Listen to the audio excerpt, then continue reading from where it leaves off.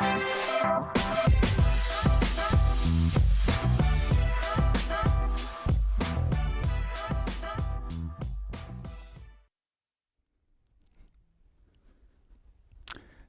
and welcome to Disc Golf Stream's coverage of the Copenhagen Open 2022, the first stop on the European Pro Tour. I'm Andrew Gum, and with me... my name is Victor Togestad. This is a huge day for us all. It's the first competition in this new tour, European Pro Tour. We have beautiful weather in Copenhagen. There is nothing to complain about for the players, at least I think today. Oh, it's looking lovely there, yeah, and we're very excited to have you with us. Thanks for joining us. So, I want to tell you a little bit about this new tour that we are starting today. We're going to see the competition in Copenhagen this weekend. We will play 3 rounds here. Then, later in June, we are going to have the Järva Open in Stockholm, following by Tyni Open in Sibbe, here in Finland. Where do we go next? Then we'll be heading down to Estonia for the Estonian Open. That's July 28th through the 30th in Korvamaa. And then the Turku Open will be in August 12th through 14th. And if you qualify, you will be invited to the All-Star event in Spain in November 17th through 19th. So we'll be covering this all year long, the European Pro Tour, and we'll also be covering the Finnish the Prodigy Disc Pro Tour, formerly known as the Finnish Pro Tour. Yeah. So what are we going to see today? We have 2 exciting feature cards. Yeah, that's great. We're going to start with the FPO first, and we'll follow them through about 5 holes, and then we'll see the MPO tee off from the start. Yes, and this FPO card, we have 3 players on our feature FPO card. It contains of a local hero, Camilla Kampen from Denmark, and we will also see the sisters, Heidi and Sonja Laine from Finland. I think that it's going to be exciting, especially to see Heidi Laine. Yeah, I think she might be the favorite in the FPO. She got the highest rating, I believe, or right about there. Yeah, and it'll be pretty exciting to see how they play together. The sisters on the same card. That will be interesting to see the dynamics there. Okay, here, look at this. Beautiful looking shot. I think we have about 17, 18 degrees in Copenhagen today. Beautiful spring weather. Not that much wind. Some people yesterday were talking that it might be windy on this course. I don't think we have that much wind today. It looks lovely to me. Looks really nice. Getting some beautiful images from there. And there we see our leaderboard. A few Finns on the top. Daniel Davidson already in the clubhouse with a 9 down. Pretty close to that 10 down mark that a lot of people were mentioning from the press conference. Yes. What would be the winning score? Both Jonas Aalto and maybe the favorite on the MPO side, KJ Naibo, were talking about that 10 down is probably going to be a very good result to aim for if you want to win this competition. Per round, then, of course. Yeah, so it looks like the Finns off to a great start. No surprise there. Yeah, top 5 all showing the Finnish flag at the moment. Daniel in the clubhouse already. Levi Isotalo also in the clubhouse with 7 down. So we'll see if those scores hold up to get him on the lead card for tomorrow. I'm also excited to see this young Swedish guy, Elias Gripler, who has had a interesting round with kind of a slow start, but he's bogey-free so far. He had a hot streak of 5 birdies in a row, and then now he's back on the par streak. Still has 2 holes to go, and he might be exciting to follow as well. Yeah, most certainly. Let's talk a little bit about the venue now. Here we're in right in the heart of Copenhagen. This course is just right, basically in the center of the city, which is quite remarkable in itself, and it looks really beautiful. You want to tell us a little bit about the course? I think the common theme on this course, it's definitely not a bomber course. It's more on the technical side. A common theme on the holes is, of course, hit your lines and keep your discs low, because there are a lot of low ceiling shots that you need to get under some scary branches here and there. Yeah, that sounds about right. Welcome to Valbonparken. beautiful spot with this.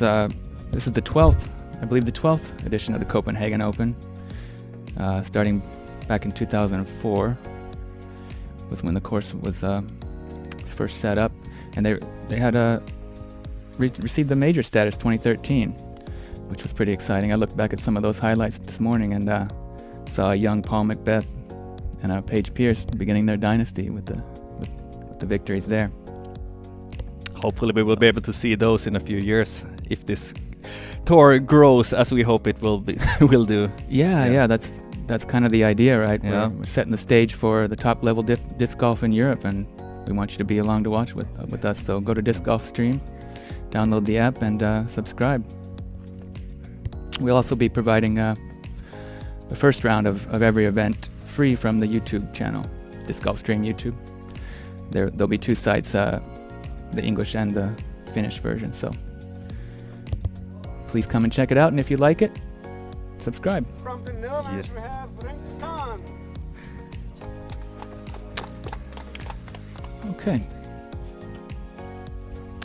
Okay, so should we have a little bit more look at the leaderboard? No, actually we get to see someone. Yeah, we're gonna get to see the off here. second card tee off here. This is this will be the second feature card, which you can find post-production coverage of on KJ Disc Golf. That's KJ Nybo's production company. Oh, he's pulled that too wide. That's Too wide. Let's see if he's lucky. No, that gets stuck on the road, which of course is OB there. yeah, tough start there. Maybe feeling some nerves.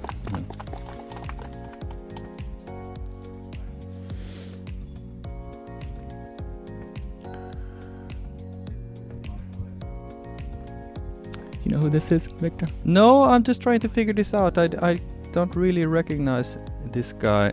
He seems to be doing flexing out wrong on the wrong side of the OB there. Okay, so that's our. Or is that our second card? That may not be our second card. No, probably not. That might be the third card. Sorry for the confusion, folks. So let's have a look at this course. Valbuparken, yes. Yes, as we mentioned, it's very central in Copenhagen, which has also made it to be. It's a very busy course. It's the second most played course according to UDisc. It's so central. It's easy to get to on your bike. So we have a lot of players here normally. Yeah, it's a par 64 coming in at 8,175 meters or 2,500 feet roughly. So not the longest course, but it's very technical, as we mentioned earlier. Very specific landing zones, a fair bit of OB, some tight greens here and there. Yeah. And yeah, a lot of low ceiling shots, like you mentioned. Are the images I just took with Cam 2? KJ Nybo okay for mentioned yesterday that more or less all of the holes are birdieable. Of course, maybe not all of them are easy birdies, but they should be able to get some kind of look on most of the holes as long as you keep hitting your lines. Yeah. Let's see who's really accurate off the tee and hitting their putts. I think those guys are going to be on your lead card tomorrow. And especially on a calm day like this, I expect to see some low scores. That 9 down that we saw from Daniel Davidsson is of course good. I think we can push it down a little bit further. Yeah, we might see some scores in the double digits. Oh, sorry guys, I'm on Cam 6. I just took some images on the first tee. This is of course a nervy day for most of the players. It's the first big tournament of the year for not all of them, but for many. Yeah, and also some nerves here in the studio. This is the first time we're coming to you. We're really excited, and this is also the first time I believe that disc golf has been covered by 2 languages on live. Oh yeah, live streaming. If you have problems understanding us, you can try with the Finnish channel and see if you can get a hang of that any better. Yeah, or watch them both if you're looking to learn some Finnish. Want to come here and play some disc golf and have a little bit of understanding what's going on. You can tune into both of those for the same price if you subscribe to Disc Golf Stream. Yes, and if I understood it correct, you can have 2 streams going on at the same time from your account. So Yeah, you'll have 2 devices accessible at least if you're coming from the same IP address, even more potentially. So make sure you subscribe and enjoy the coverage all year long. I think we'll probably be teeing off in about 10 minutes with our lead card. Oh yeah. Do we want to talk about the Should we talk players? Yeah, let's talk a little bit about the players on the FPO side, which is what we're gonna follow at the start here. That's right. Yeah, I guess we mentioned that. We mentioned the card one, the feature card. We have the local player Camilla Kampen, who we saw yesterday in the press conference. She seemed quite happy, confident, excited.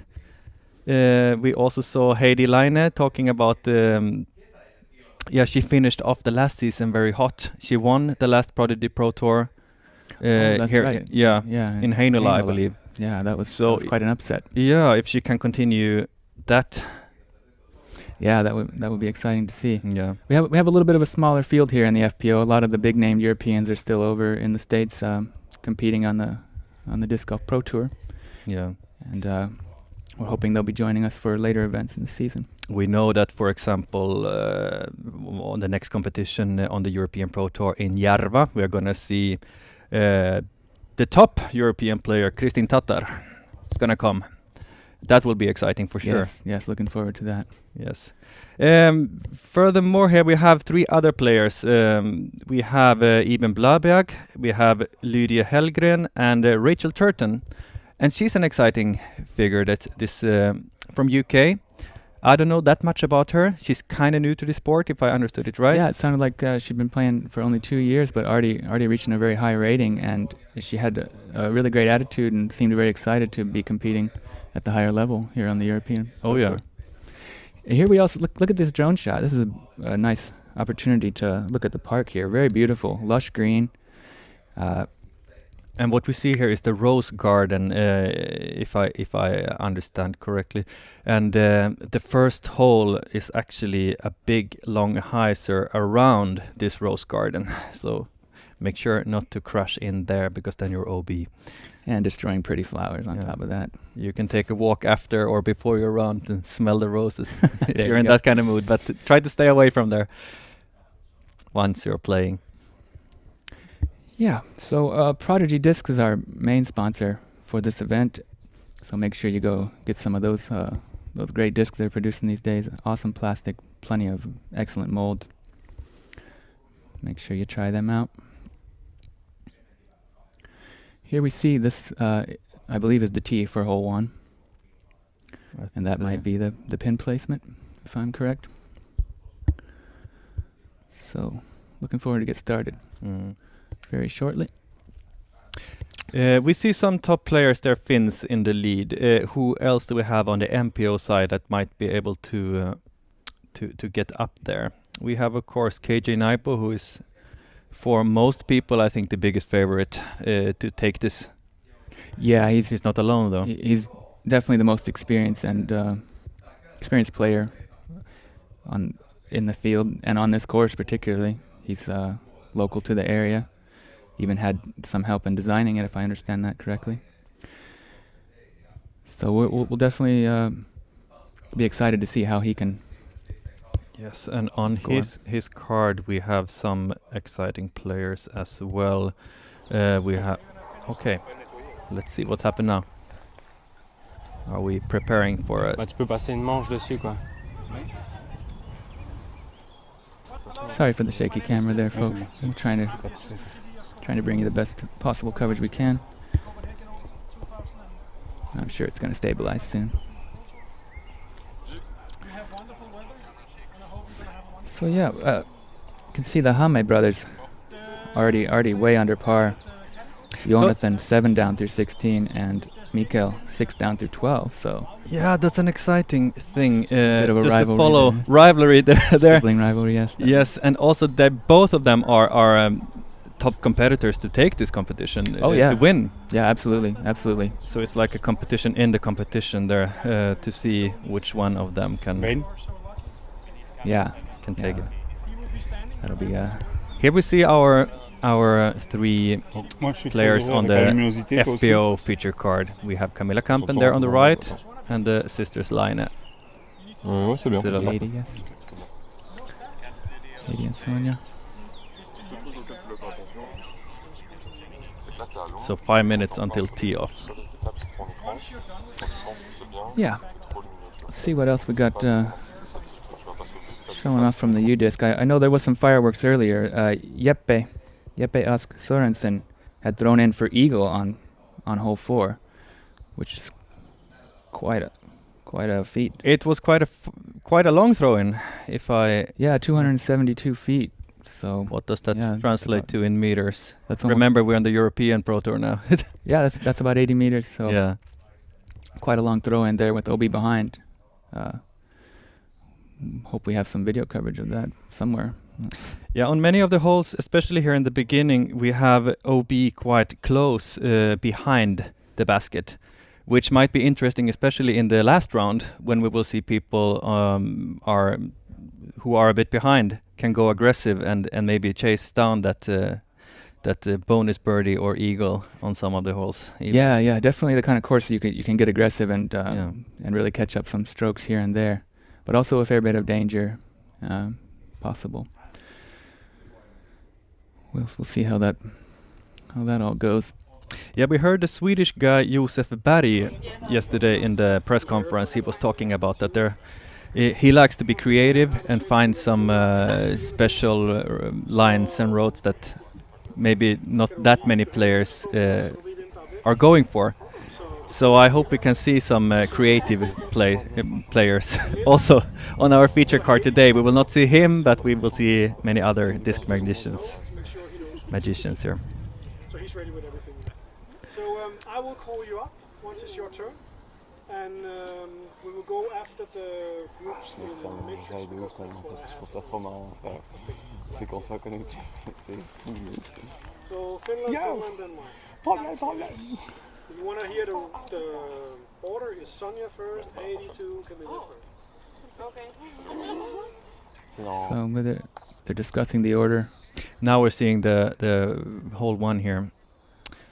Oh yes, great. We get the flyover. Yeah, we have OB on both sides. The road and everything to the right of the road is OB, as well as the rose garden on the left side.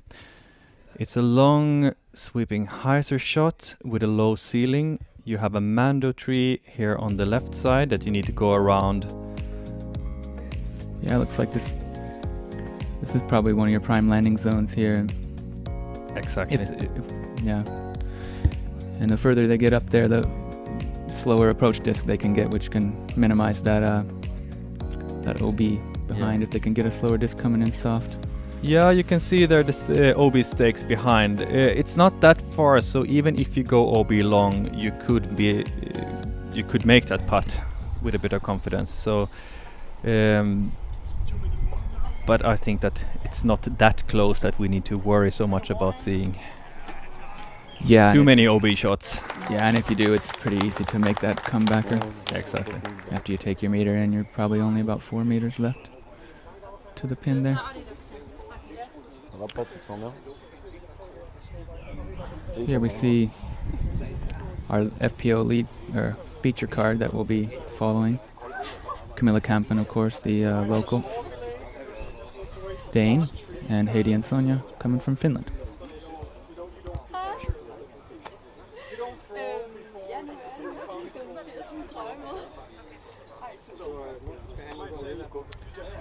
It's important to keep hydrated in the sunny spring day like this. Look at all that green grass. I Yeah. have to say I'm quite jealous. Here in Finland, we're not there yet. No, we're a few weeks behind. We still have snow on the ground. I tried to play a few days ago, and in some places it was still really, really deep snow. Yeah, we've had a very harsh winter, but we're definitely turning the corner on it. We've had some great sunny days lately, and most of that snow and ice is slowly receding. So we're really excited to get back on the courses and some dry tees. Should be a lot of fun. Hoping for a nice summer. That's also something that many of the Finnish people mentioned yesterday in the press conference. That coming straight from winter conditions to spring and warm, you can play in summer clothes basically. Yeah, That's also quite a big thing to take into consideration. that- absolutely. Yeah. That can be a big adjustment to make here in Finland. And yeah, you have to wear quite a lot of clothes, and now it looks like they're experiencing summer while they're there, so it might feel a little different for those Finns coming over. Also, the discs can behave a little bit different in the. Now, I don't think the temperature is the biggest thing here, but it's definitely Definitely a factor. yeah. Okay, so we should be teeing off shortly here. Looks like everything's getting set there. This is what we have been waiting for many months now. Yeah, and this is so exciting. This is the beginning of a whole new era, European Pro Tour. Trying to provide the highest level disc golf for players and give them a chance to earn a good living doing what they love.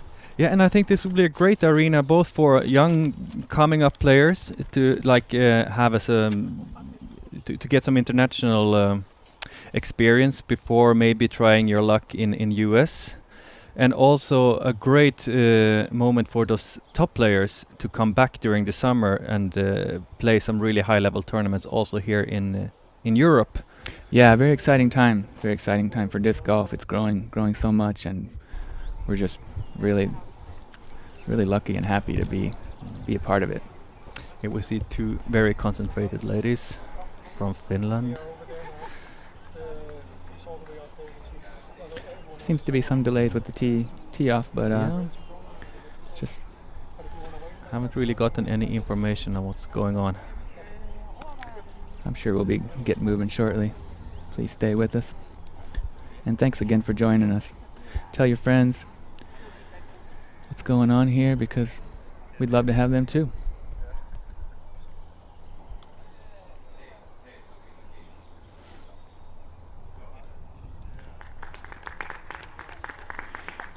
Here looks like we're seeing some of the MPO players.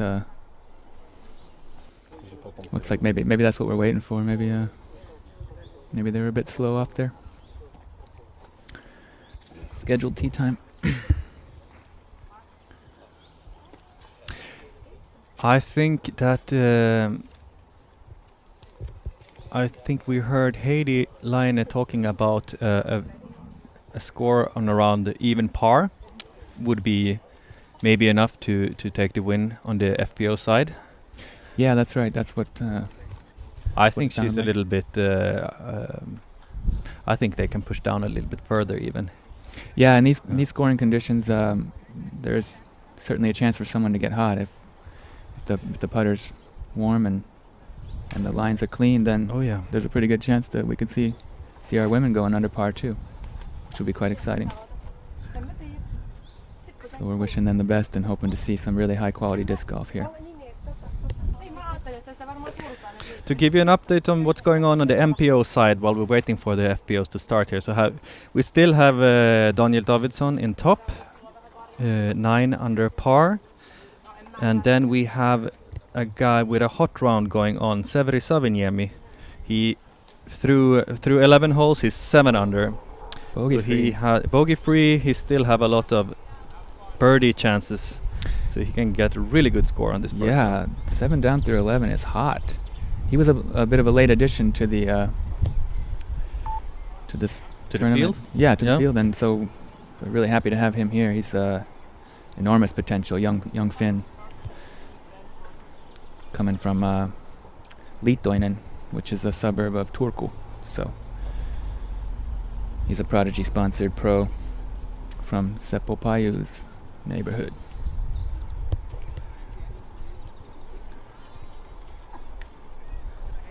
World ranking 75th at the moment in the top 100. Not too bad. Yeah, that's fantastic.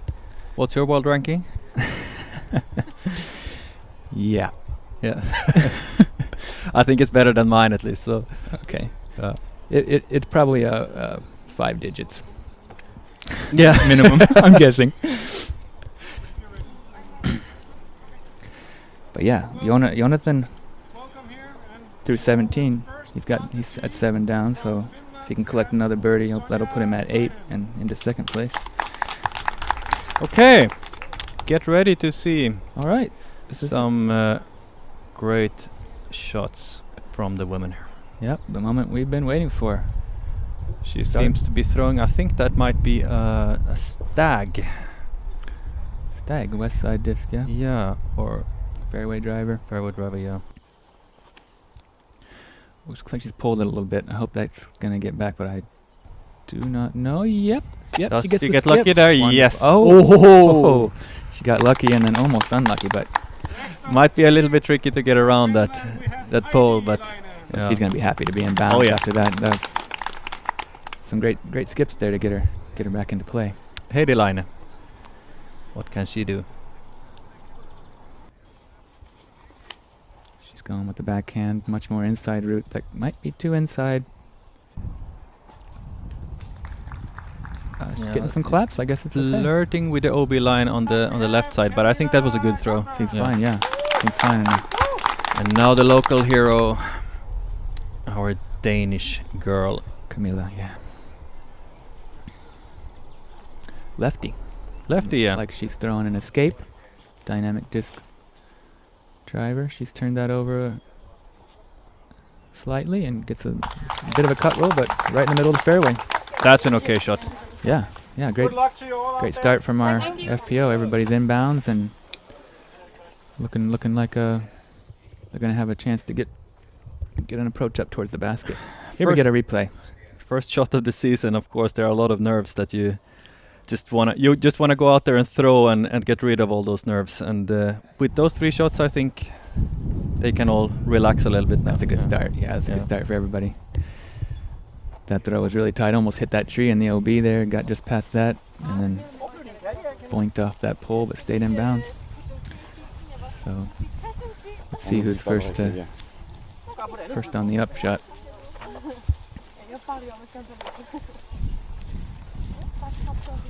Blue seems to be the color of the day. It's also our European Pro Tour main color, as you saw our shirts here in the studio. Okay, so Camilla's going to be first up. Hard to tell what she's throwing with the glare of the sun on the disc, but looks like a mid of sorts, and She's turned that. Seems beautiful, right? put a nice move on that. It's coming in towards the green. I think she's going to have a putt. Yeah, not quite up there, but still. Long floaty putt.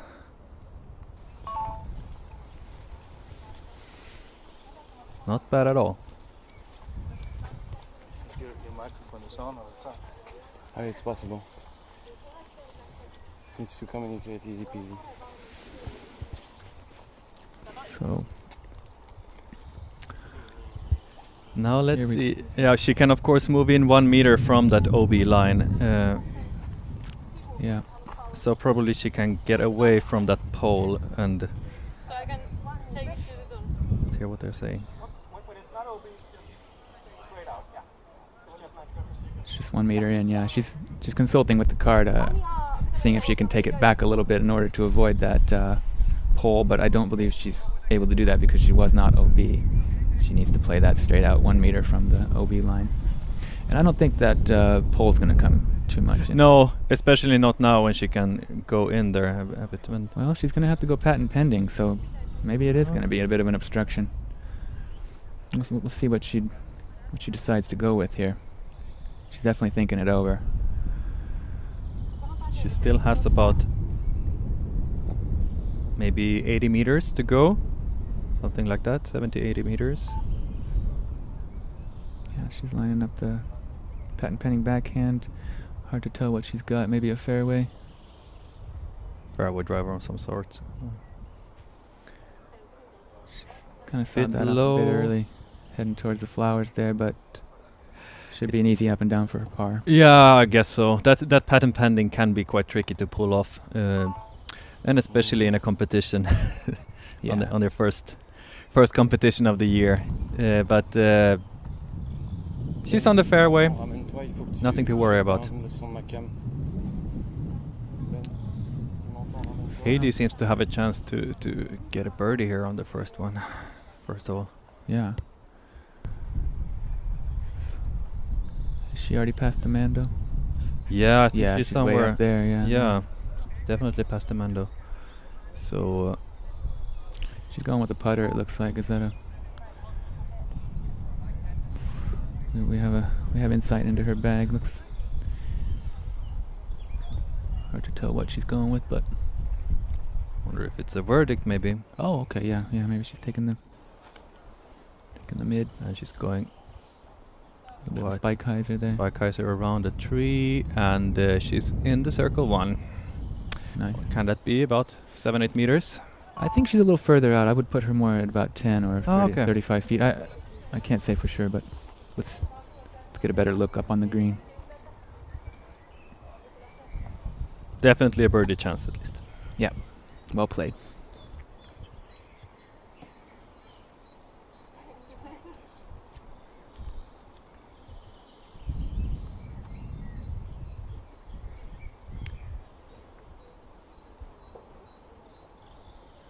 And she's going on the inside. Does not need to go with that spike hyzer. Yeah, coming straight at it. Fading a little early. Hope that doesn't go. Ooh, OB. that was so close to the Pretty OB, tight, but pretty she, tight, but she she should made be it. able- Hopefully she can hit that putt for the par. We have a little bit wind there. We can see the flag is from left to right wind on that putting green. Not much though. It shouldn't be any problem, but still to take that into consideration. Yeah, yeah, slight breeze out there. Mm. Looking beautiful though. Look at that. Look at that fairway. I get Lush jealous. green. Lush green, and we see perhaps some tulips behind, or daffodils, I suppose. Lovely spring weather there in Copenhagen. A nice soft up shot. No problems there. That should be an easy par for Camilla. That's what I mean. That if you're a few shots behind on the last round, you could actually try to go for that shot. Maybe that was a little bit too far, but if you're a bit closer, you can try to make a long putt here and take a risk to go OB. But it might be worth it, especially on the later rounds if you're chasing. Sure, if you got that range. Yeah, see, I think she's almost outside the circle. Yeah, this in my opinion. Hard to tell. I'm not sure if we have any circles marked. Uh-oh. That sailed past the basket, didn't hit anything, and may have gone OB. Yeah, there's a risk for it at least. I did not see where it landed. So, yeah, a bit of a nervy start. Not the putt she was looking for, clearly. Let's hope she stayed in bounds on that. Now you see her sister taking the meter in. Sonia trying to collect the par.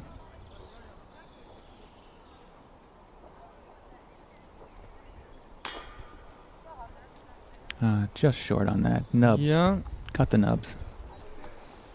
close but not in. Now for our beginning players, we might be able to explain the meter rule that we're seeing there. Yeah. Anytime you're near to an OB line but not OB, or if you do go OB, you're allowed to take it in 1 meter or about 3.5 feet, and you'll have to mark it with your mini, and you play from there. It is. Oh no. Oh, Okay, so she was no. safe. It looks like, or Yeah, it did not go OB, but but she's missed another putt. So unfortunately 2 misses on the first green. Let's see if it's just nerves or I think Yeah. she can shake that off. there we go. Nice putt for Camilla, taking the par. So it's going to be a couple of bogeys for our Finns and a par for Camilla, Oh yes. the Dane. Well, hopefully We'll just see. a bogey. Yeah. Those nerves are real. First tournament of the year, first European Pro Tour event ever. So I'm sure everybody wants to do their best. Yeah, from that range there's nothing to worry about. Sure, there we go. Yeah, easy tap-ins to clean up. Great. All right, so the first hole is in the books. Yeah, we have Camilla Kampen in the lead. Even par. And then we have 2 bogeys from the sisters Line. Here we see Heidi's tee shot reaction cam. She seems pretty happy with it. It was a great shot. It's unfortunate she wasn't able to finish the hole so clean. Yes, and here we see hole number 2. It's 143 meters. Low Quite- ceiling, yeah, right out of the gate. Huh. Yeah, I hope that lady is moving out. And the dog as well. We don't want any bite marks in our disc here. Yeah. So you have to navigate through this fairly tight start.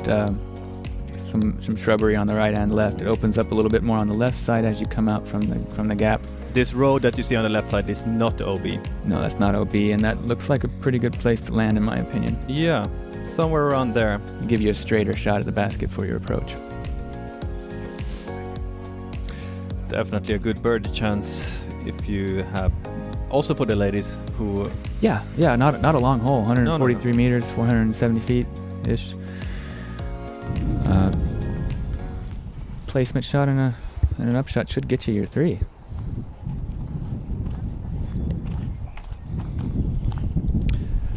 Exciting to see also how this course will suit, because we have Camilla, who is a lefty, and Heidi and Sonia, who are playing right-handed.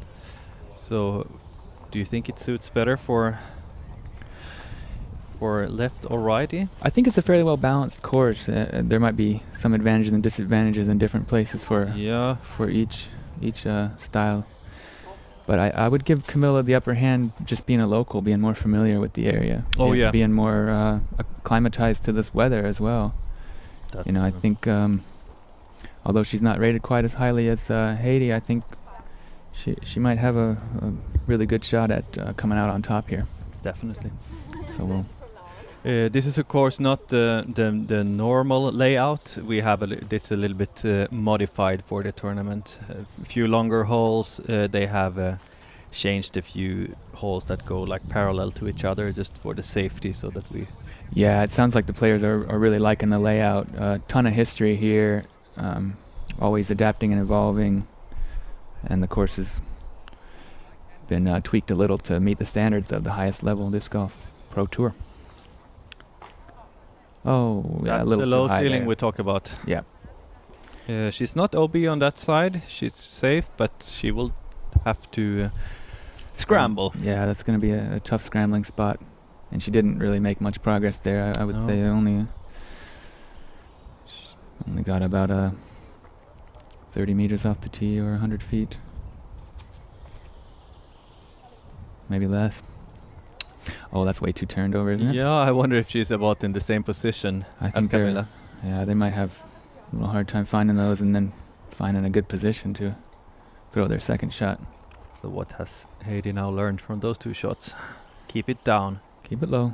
Looks like she's going with the driver. Backhand. Nice clean form. A little high. Ooh, she Looks got like lucky there. Snuck through that gap. It's fading kind of hard, but I think that might be all right. Should be a good place to be, I think. There is over there further to the left. I'm not really sure if she came all the way there too. I don't think she got that far. No, maybe not. But let's see. Let's see.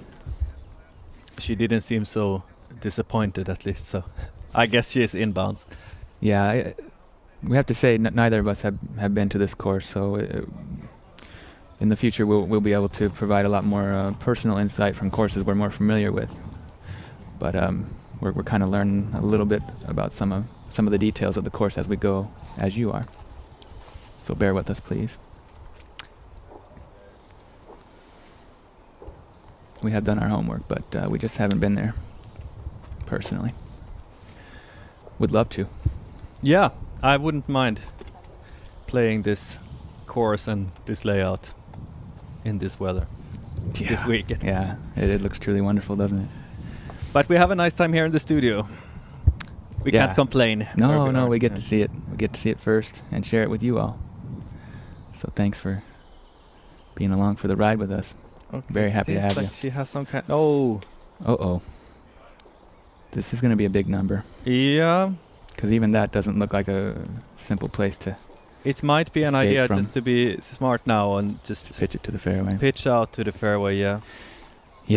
Yep, this is definitely not what she was looking to do on this hole. And she's going to have a hard time even getting in there to her mark from the looks of it. Yeah, just be smart now. Yeah, totally blind shot. She's, I guess, just trying to just trying to get back to the fairway at this Yeah. point and take her medicine. You can see there she's pretty upset and disappointed with her.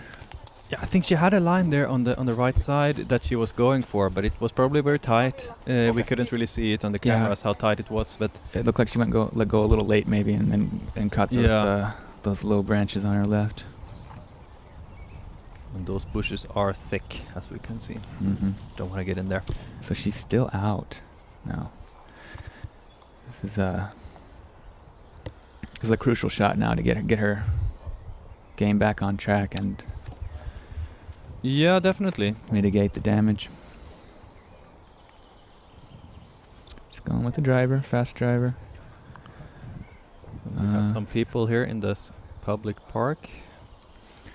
Yeah, there might Need be to watch out. some delays here and there from pedestrians. We have to share the space with lots of happy sunny park goers on this beautiful Friday afternoon in Copenhagen.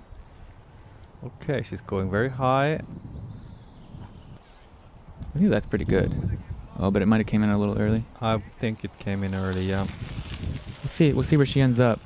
It's not going to be an easy putt. Looks quite obstructed, but she's inbounds. She's near the circle, I believe. You can see here the OB is quite close on the backside. Well, you can't quite see the OB line, but I'm thinking it's about 6 meters or. Something like that, yeah. Let's just hope that there are no thorns on those bushes. For Camilla's sake. So it looks like Hades approaching her lie. It has quite a... Did we see Sonia's second shot? I get confused now. Yeah. I'm not gonna say anything. Yeah, sorry. Anyway, it looks like Hades up.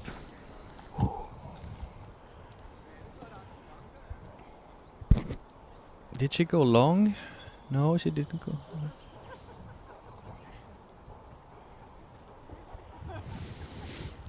Maybe some slight confusion as to who's up next here between the two sisters. Looks like Hades going to take her mark. And she's got this straight approach like I was talking about when you get out a little bit wider that you have a little bit more of a straight shot, but she's quite far left, so it makes for a little bit of a longer approach. That looks good, I think. Yep, she's crafted that nicely, and that's going to put her Still probably has just short of the circle. Or no, I think inside the circle. Yeah, she had About 8 meters, yeah. 28, about the same 27 distance feet. she had yeah. the previous 25 hole. feet, Yeah. Yeah.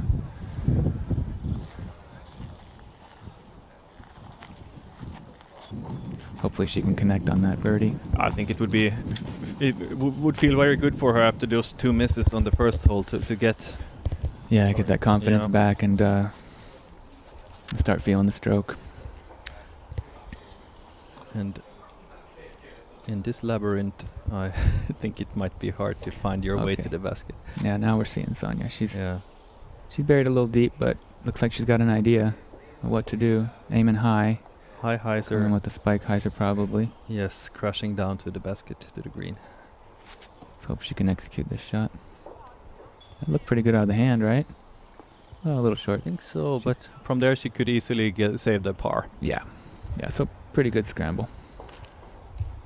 If that was indeed her second shot, which I believe I it was. think so. I believe it was. Yeah.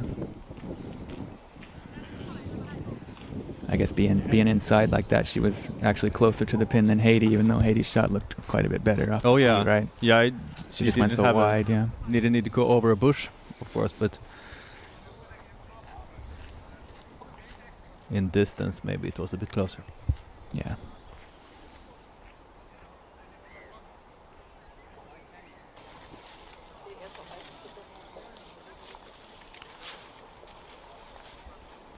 Seems like they're still looking for her disc.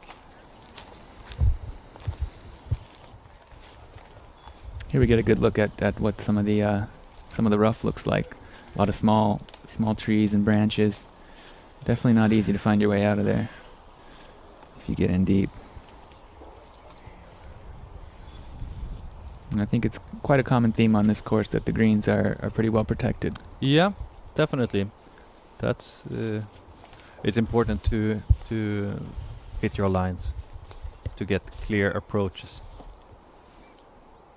Because here you don't want to be if you can avoid it. Yeah, she's not as close as I thought. She's still kind of having to work to even just get to the pin. And that's still quite short. Yeah, just I think outside she's the outside circle, the I circle think. there. Yeah. About 12 meters or 40 odd feet.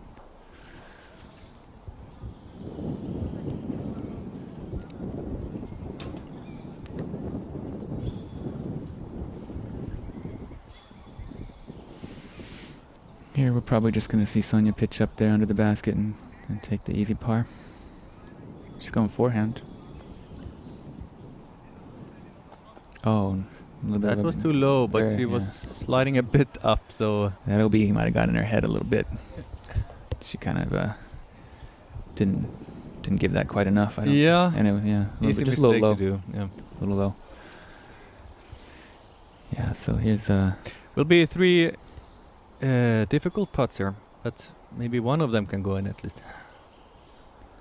so this is Yeah, nice bid. I think that's gonna be a double bogey for Camilla, am I right? Yeah, I think so. Not what she was looking for here, but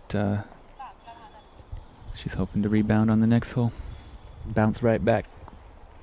Give her that bounce back birdie stat that good buddy Philo's into.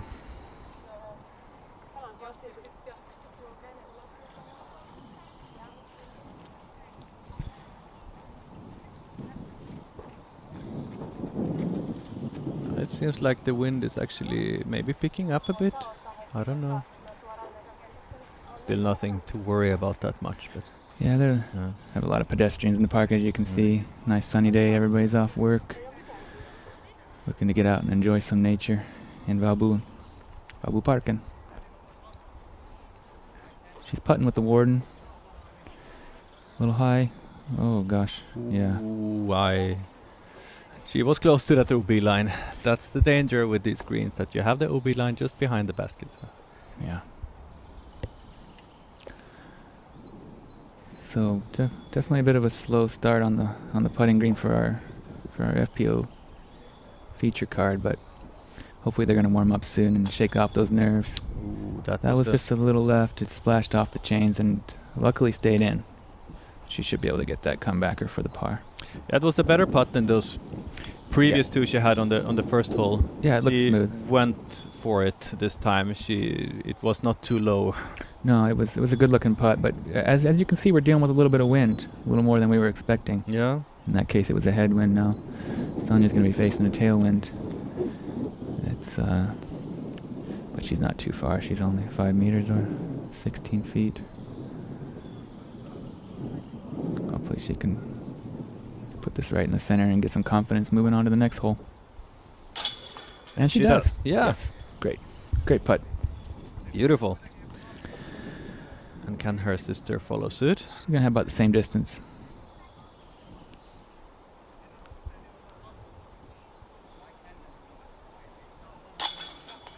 Yep, She sneaks gets it over. in and she gets the par. And Camilla will be tapping out a very disappointing 6 on this par 4, I believe. I think it actually was a 7. Oh, Yeah.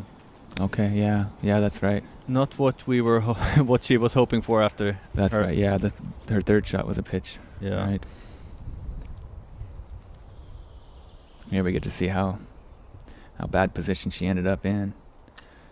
And she didn't have any choice but just to get over that bush, and That's a smart play. You shouldn't try to do anything spectacular in those moments. that's right. Here we are on hole 3. It's a par 3, 95 meters, 312 feet. Turning to the right from, you're going to need a little bit of a left to right moving shot, but not too much. Just a slight drift. I think this shapes up pretty good for Camilla's left-handed backhand, right? Definitely. You have a guardian tree just there in front of the basket reaching out. It's the branches, so keep it low. That's a common theme on this Yeah. program. And this whole partner is Rami Rent. This is a great sponsor. They rent out heavy equipment for work and stuff like that here in Finland. And you can even ask Kanye West if you need to get up, get Rami Rent.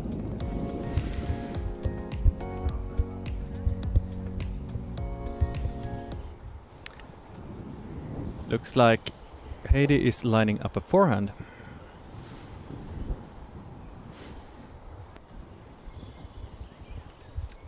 Oh, she's got a smooth forehand. Gets a little turn on it and looks like it's stable enough to get back. Quite a pretty shot. She come up just short. Bit short, didn't really reach the green, but still Okay, yeah. good so- placement shot. so she's probably just outside circle 2, Yeah. roughly 20 meters or 66 feet.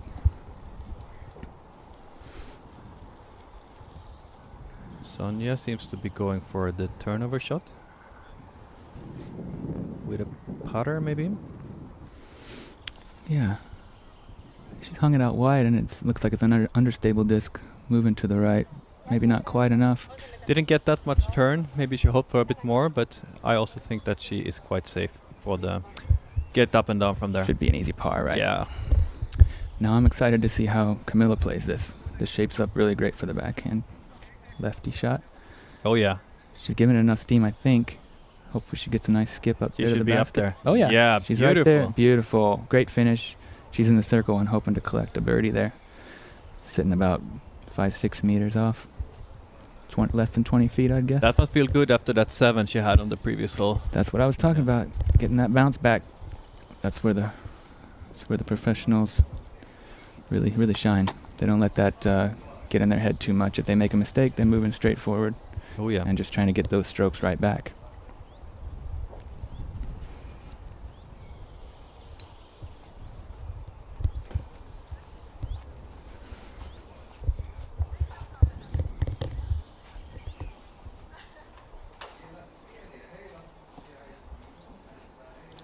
And here we can see that the young Swedish guy Elias Gripler has moved up to 2nd place and after finishing his round. Wow, what a great round from him. Yeah, he should be happy with that. That should be well above his rating, right? I think he's going to be very happy with that opener Definitely. to the Pro Tour season. Okay, so Sonia's gonna be throwing her up shot here. She's not too far out. Let's see if she can correct on that height issue from the last approach. Stay calm and just try to put it up under the basket. I think she's overjuiced that one a little. Yeah, it looked almost like she was going for it. I don't think she was. No. Yeah, it was definitely the right height to go in, but it was quite far off to the right. So she's going to be in the bush. Hopefully she can straddle out and make that par.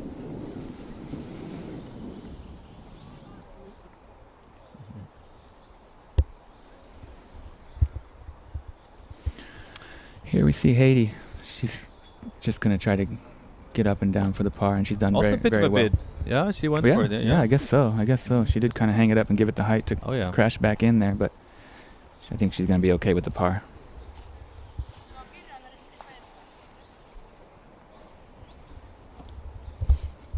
I'm interested to see how far into the bush she went, Sonia. If she can step out. Yeah, it seems like she should be safe. She's lining up her birdie putt here. Yes, we have it. The first birdie of the European Pro Tour live coverage. Sweet. Congratulations, Camilla. Great bounce back. Hoping to see a lot more of that green on the scorecard from all of our players. I'm sure we're gonna do. Yes.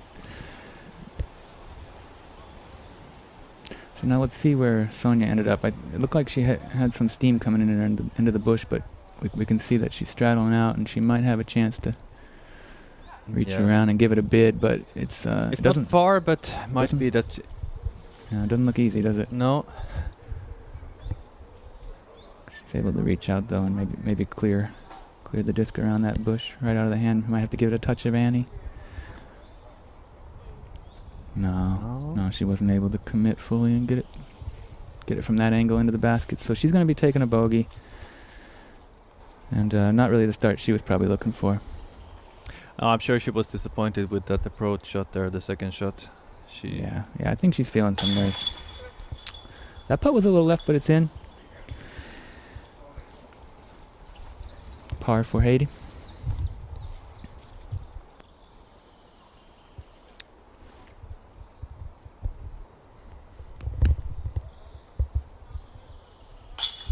And a bogey for Sonia.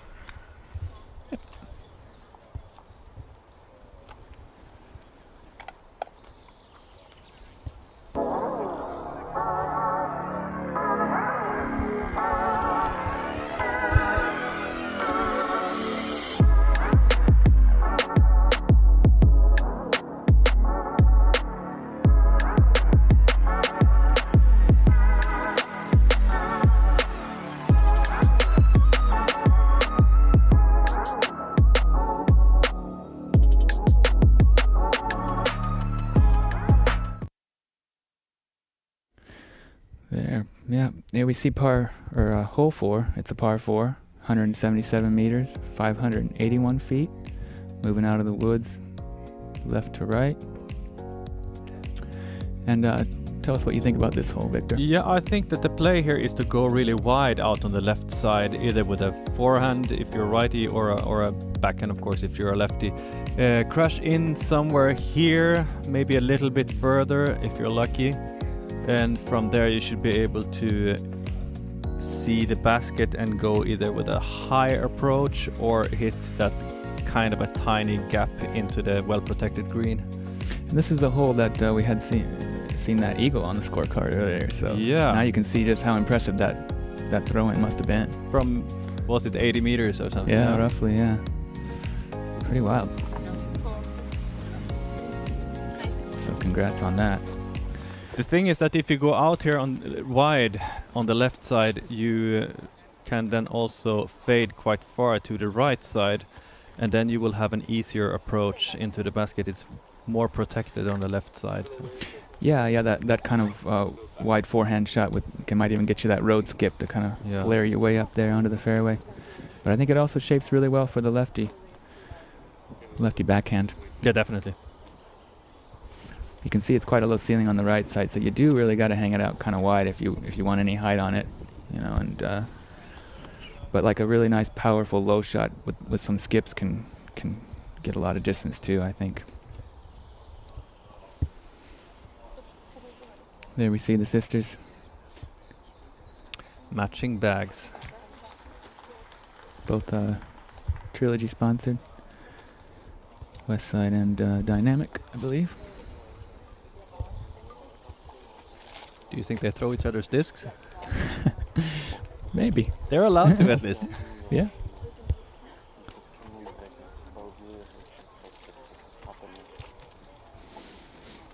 Seems like we might have some people still putting.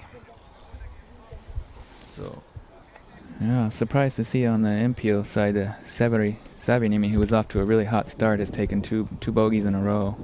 So he has dropped down a bit. Yeah, he's dropped back from 8 down through 13 to 6 down through 15. So hit himself a bit of a speed bump there, but hopefully he can recover and get a few more birdies and fight back up towards the top.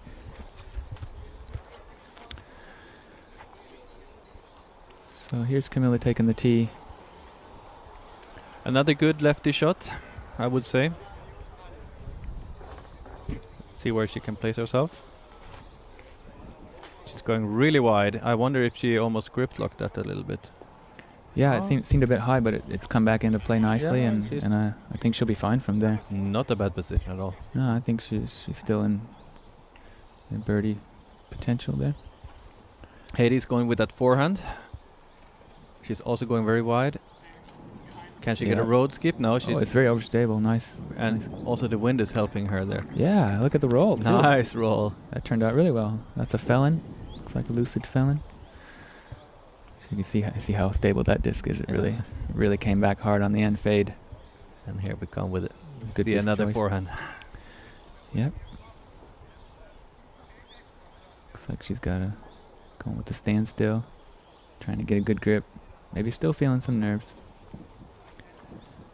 Yeah, a little low there, a little low. Worm burner. Was that the like second or third very low forehand she has? Yeah, I think she's struggling a little bit. It must be kind of hard to end up on the live coverage. Of course. You know, young player, I can imagine. But this was beautiful. There you can see the wind really took hold of it and pushed it, so it keeps on rolling. Yeah, once that flight plate got exposed, it really pushed it right back into play and gave her Gave her an extra, 20 meters or 60 odd feet of a roll. Yeah. Sonja's them going to have a similar shot now. Again, it's not going to be that different. Maybe a little bit straighter this time. Or is she trying to go on the right side? I don't know. Well, she's not in good position here, that's for sure. She's still got to deal with the low ceiling, and she's way off from the pin, so I think a par would be a really good score from here. To save par from this position, definitely, yeah. Looks like she might be lining up some kind of a big turnover or even a roller. Yeah, a roller might be a good idea. But it Oh no, seems to be that's flatter. She's just ripping it straight and trying to make some ground up. Should be right in the middle of the fairway and should be able to get up and down hopefully from there. That was a good shot. Yeah. Still quite a bit to go, but... Still a long shot, yeah, there. Hopefully she can put it close. And here we see that Daniel Davidsson still is in the lead. yeah, he's probably feeling pretty good with that score in the clubhouse, 9 down. We're not sure if it's going to get him on the lead card, but we'll see. We'll see how it goes from the rest of the field.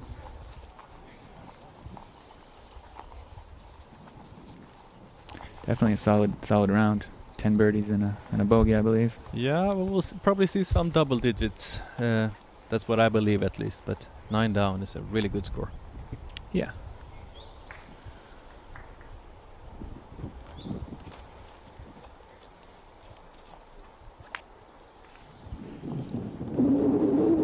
Now she's out there on the right side, which I believe is a bit easier to approach from. I might be proven wrong now, but I believe that... Oh, it certainly looks more open on that side from the green, right? You can see how cluttered it looks on the left with those bigger trees. On the right, it's just more some smaller branches and whatnot. In that case, you should be happy with that shot. Yeah, I think that was good. Heidi's going to be looking for a little bit more, though. I think she's gonna want to get the birdie here. She's gonna go for it at least. Yeah. Nothing to worry about. Looks like she was calculating some range there with some device, was it? Yeah, some rangefinder. So she's got a good idea how far it is, and now she's just going to try to execute. Looks like she's got a fairway or distance driver. She can bomb. She's put it nice. Yeah, that's looking beautiful. great. Skipping right in there. Oh yeah! Almost put it in. Oh yeah! Fantastic Great shot. That was really nice. Kept it low, high speed driver. Got the perfect skip she wanted. Yeah, now she almost put it in. No nerves anymore. No, that's going to be an easy 3 there. Yeah, and after her, she has had that a little bit of shaky putting. I think this is just what she needed. Yeah. Just what she needed to get her nerves down and calm down a little bit and. Yeah. Easy birdie. Yeah, she can erase that bogey and get back to par. Third shot here from Sonja. She's looking to do something similar. She's going standstill. She pulled it a little. Doesn't have the stability to get back. Not quite. Not quite. Similar position as Camilla, I think. Yeah. It's looking like par's going to be difficult. Look at this. Look at this shot now. This is a great replay. She was able to keep it low there under the branches and oh, it hit that tree. It almost skipped in. I didn't see it really on the first time. But now you really saw how close it was. Yeah. Great line.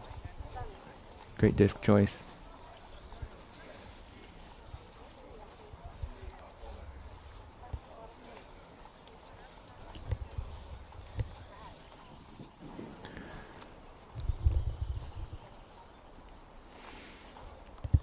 Yeah, it's definitely more open on this right side. Should be a simple good approach, position. Yeah. Yep, she put it close. Nicely done. And same thing there. She will have an easy putt. No reason to get her pulse up.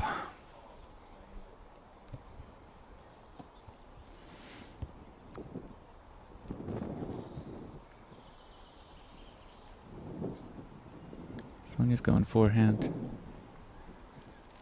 See if she can get this angle right. Not too bad. A little wide, I guess. Yeah, she's still trying to find her form. Yeah, fine. She will get it. Yeah, I'm sure.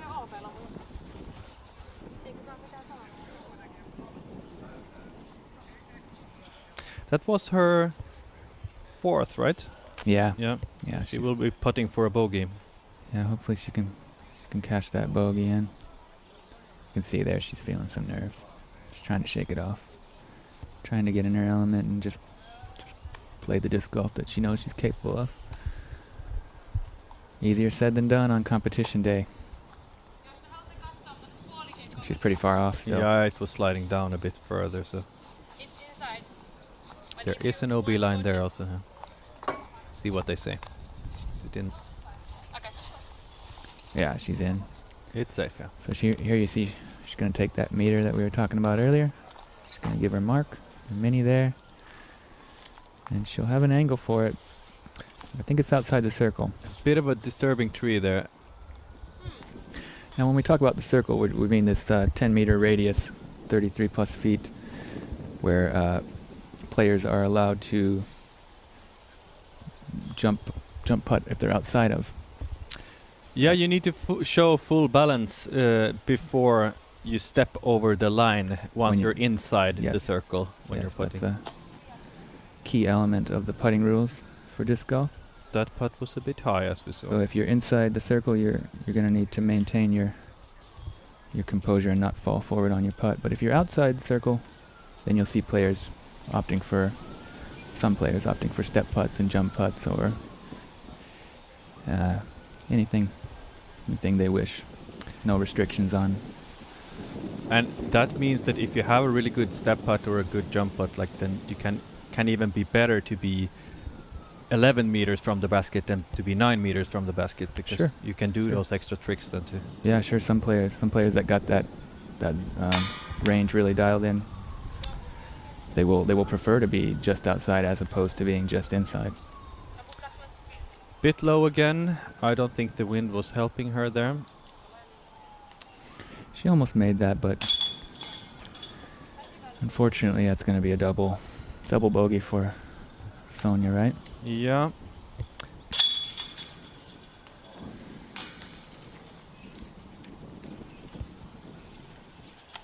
A par for Camilla, and Heidi should have gotten a birdie there, Yeah, and she did.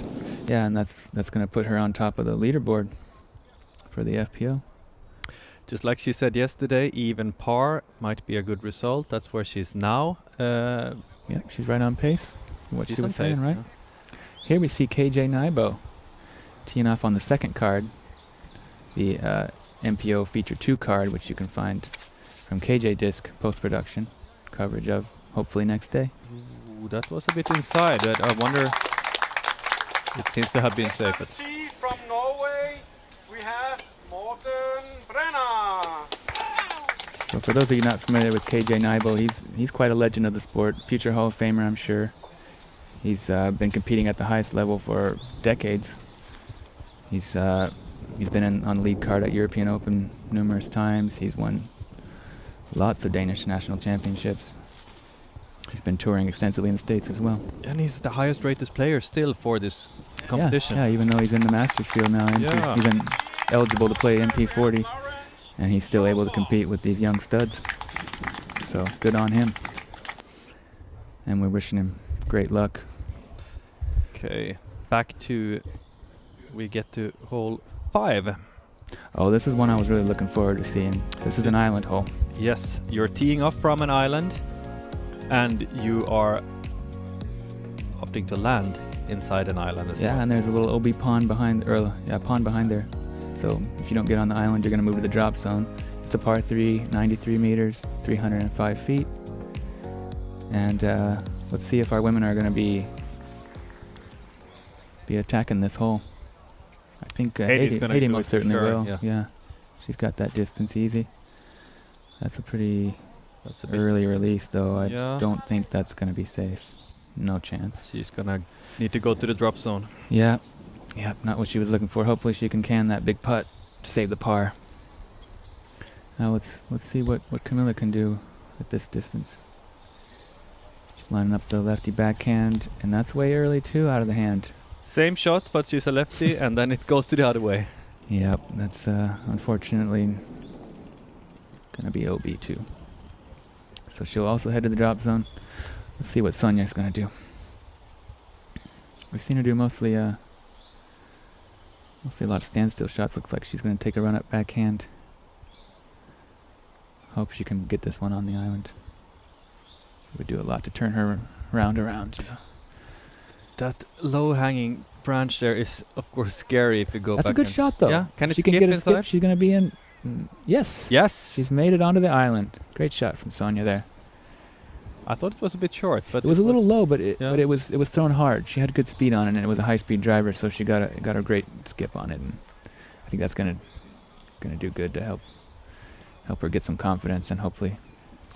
We see right that the ship. Heidi is leading this card. She's also leading the whole FPO field at the moment. Yeah, she's got a one-stroke lead over. Lydia Hellgren. Yeah, and also Rachel Turton, is it?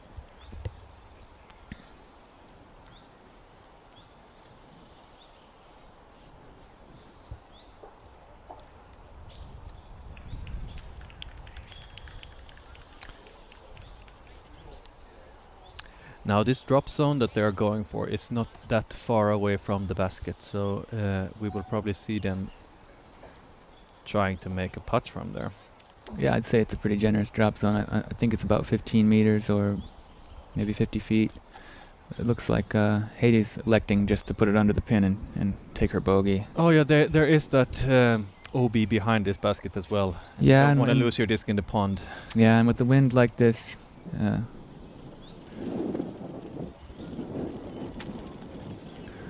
okay, there we see Camilla puts it right under the pin. She's gonna have an easy bogey. And now let's see how aggressive Sonia gets with this putt. Just outside the circle. She's not even going for it. She's No. happy with her par. So yeah, that OB pond might be quite close behind. And after these women hole out on this, we're gonna head back to hole 1, where we'll see our MPO feature card begin. Gonna talk more about that when we get there. Let's just see how these putts. But we will keep cameras on these ladies, and we'll be coming back to them periodically to check in on their round. We're gonna keep you posted about the results. Absolutely. There we go. Sonia getting a par. Good par. Her first par. Yeah, she had a bit of a slow start, but hopefully she's got it together now, and she's gonna carry that momentum on the coming holes. Okay, back to the MPO field then.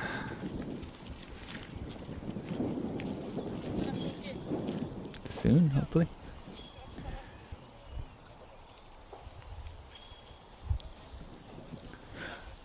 Okay, actually we're gonna go to a commercial break after this, and then we'll rejoin you at the MPO feature card at hole 1. So please stay with us and check out our sponsors.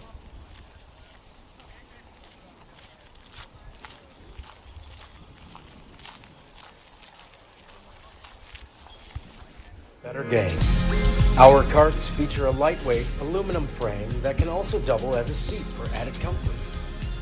The durable hand-washable bag with convenient zippered compartments and pockets to carry all of your course necessities. Performance tires provide unrivaled traction over any terrain. However you play, your Zuka cart has you covered. Zuka, disc golf carts for a better game.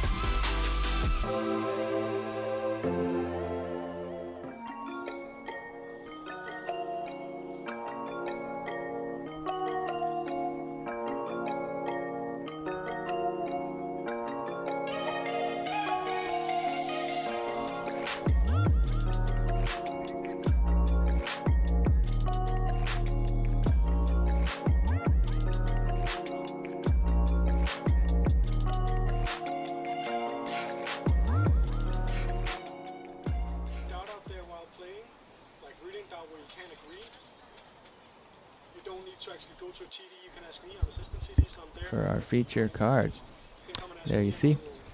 and we'll make a rule. And I'm really excited to see a card with 4 different nationalities. Please try and We have a Swede, we have a Finn, we have a Dane, and we have a French guy. I'm really excited to see him. Don't really know much about him more than he seems to be young and talented. Yeah, very diverse card. 4 nationalities represented. European disc golf's a beautiful thing, my friend. And we get to a hole and the hole is done, and you go to the next tee and you have to take the score, you need to wait for me to get to the tee pad. So I can They're also receiving verify some the information score from the TD there. from See the if we hole can listen in. is correct. Because I will be pushing in while you're playing the hole, when you're at the fairway, when you're putting from all these things. Once you're done with the round, all of you have to come down here to this beautiful handsome man right here, Emil, and get your scorecard verified and make sure that they're verified and correct. I guess we will be there near hole 19. Yeah, probably. We just need to find these guys, and they will help. If one of you or all of you need to go and get interviewed, you will also be told at that time. You might have a hot round, you might make an ace, whatever. They want to maybe talk to you. You will get the notification once you get there, and then they will take you up. Sounds like they're just being briefed on the logistics of the media coverage and whatnot. Yeah. There we see the current conditions in Copenhagen, Denmark. It's saying slightly cloudy, but I'm seeing nothing but sunshine. 16 degrees, 61 Fahrenheit, 49% humidity, and we see that wind is picked up more than we were expecting. I think we weren't quite looking to see those 15-mile-an-hour gusts, but that's...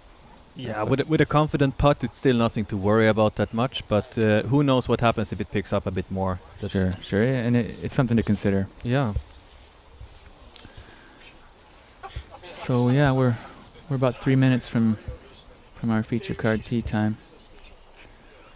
We can see now that the card in front of them, they just made their putts. KJ Nybo and Lawrence Scharhofer both made birdies, while Morten Brenna and Noah Smithson got pars. So great start from the hometown hero and favorite, KJ Nybo. Yeah, it will be really exciting to see what numbers we can go down to with him.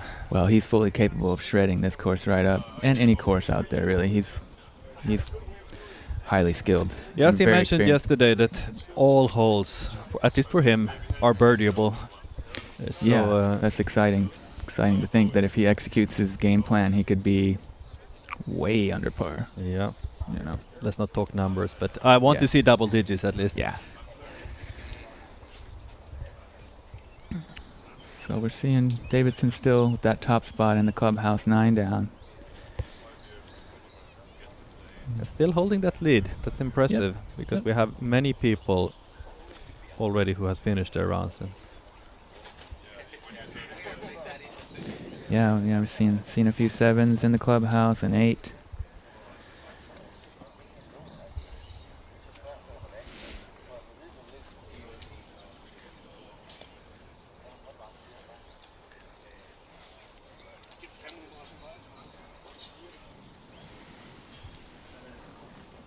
There we get to see our top 10.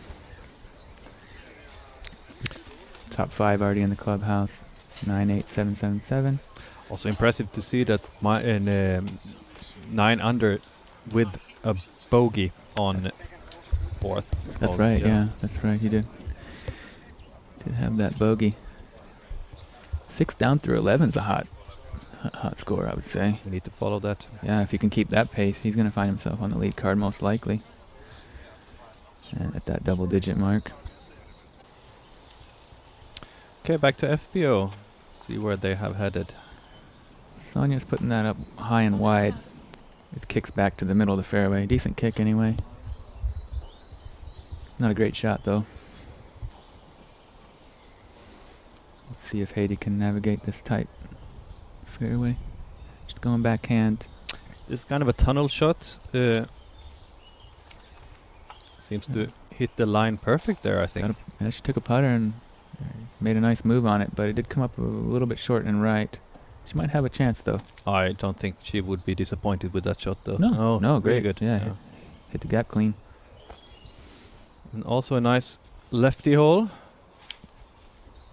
Oh, that's a great shot, isn't it? That's a really great shot if she doesn't hit anything. No, she comes through clean. Yes, well played. Well played, Camilla. Not the first time she has done that shot. She's just inside the circle, sitting about 7 or 8 meters or 25 odd feet.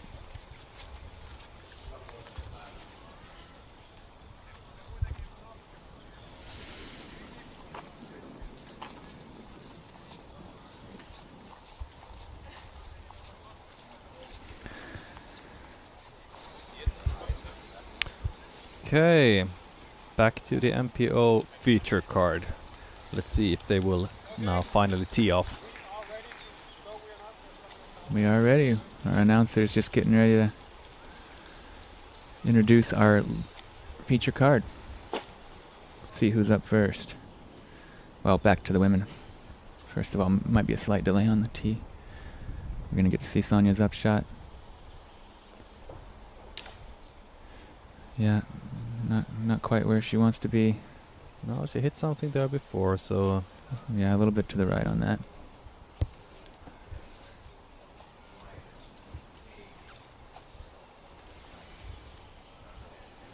So the next European Pro Tour event will be the Järva Open from Stockholm, Sweden, 17th through 19th of June.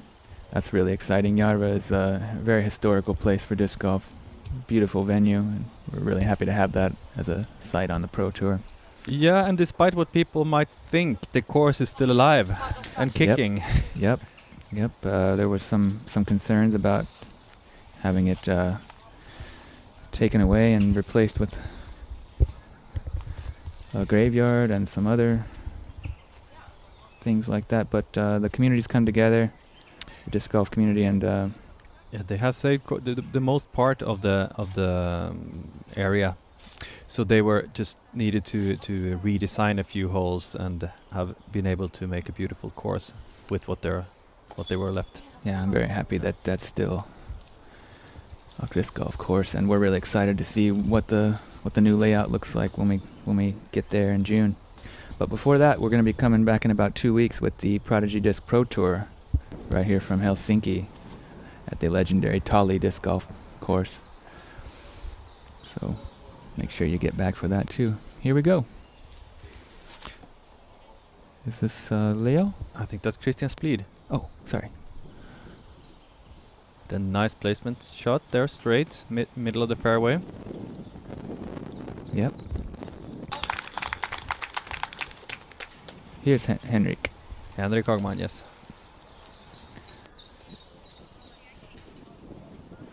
Prodigy sponsored player. Looks like he's got a yellow driver. Maybe a D2. Oh, he's crushed it. Yeah, that looks like a good shot.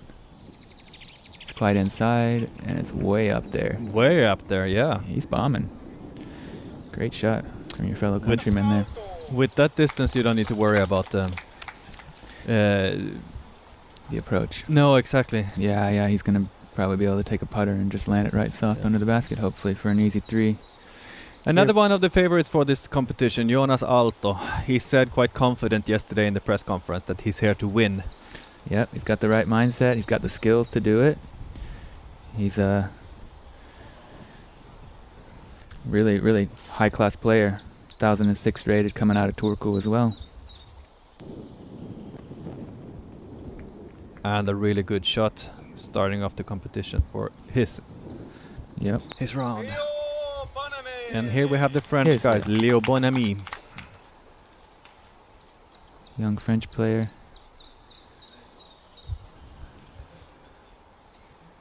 Do you know what discs he's throwing? No, not actually. I don't know anything about his bag. It'll be interesting to see. Yeah. That looks pretty good. Yeah, he's up think there he's with gonna be happy the with rest that. of the guys. Yeah. Yeah, they're some great drives. I would say Christian was a little short, but I'm sure he's got it in the tank to get up there. Yeah, he knows this course well, and he probably wanted to keep it a bit outside there. Yeah, maybe just a safe Exactly. start. We saw the reaction cam there from Jonas. Nice clean form, smooth backhand, huge distance. He's got it all, and we know that he had a really hot start last year when he placed third in the first Prodigy Disc Pro Tour here in Finland, in Tali, Helsinki, which is also the first competition in 2 weeks for this year. So another name and face to look out for in a couple weeks from now when we'll be back in studio, bringing you live coverage from the Prodigy Disc Pro Tour. That's also a course that we know a little bit better than this. Yeah, we'll be a lot more comfortable with our understanding of the course layout because it's our hometown. Yeah. And one of the best disc golf courses in the world. Tali. Great layout, very challenging. Lots of OB. Some hills. In 2 weeks. Now let's focus on these approaches, right? Yeah.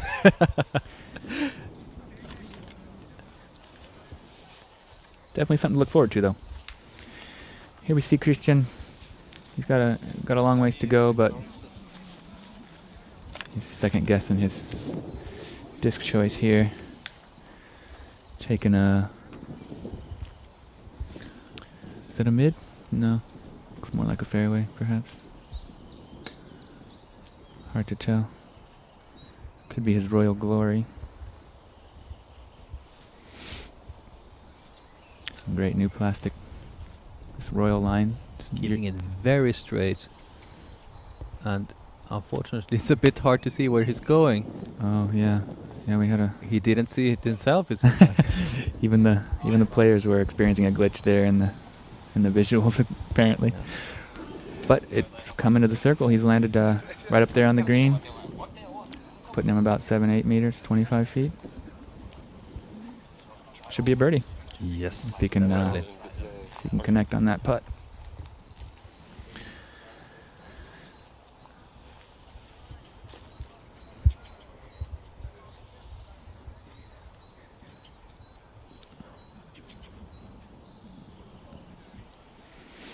Here we see Leo's quite a bit further up, so he's going to get to take a slower disc. Looks like a very overstable mid. Not so overstable. Beautiful shot. Yeah, he's perfect. Well A done. little bit surprising. This hole, number one, is actually the fifth hardest, averaging 4.15, so a bit over par. I wouldn't have thought that. Yeah, I guess there is some OB to be had. There's that Mando, which doesn't seem to come into play a lot, but it's the first hole, so you're gonna have a lot of nerves, right? And it's That's the true. first big event of the year, so I would chalk a lot of that down to the circumstances. We might see some lower numbers tomorrow, averaging numbers at least. Yeah, and if we can get a star frame here, maybe that'll knock it back down closer to par. Jonas was the shaking average. his head after that approach. He doesn't seem so happy with it. Might have come up short a little, didn't he? Yeah, he is probably not even in the circle. Yeah, he's gonna have to Not so happy with make that. a big putt to get his birdie. Maybe that OB being behind got into his head a little bit, or this looks a little better. If he can get some ground play, he should be in Definitely closer there by Henrik Hagman. should be in the circle. Yeah, pretty close to the basket.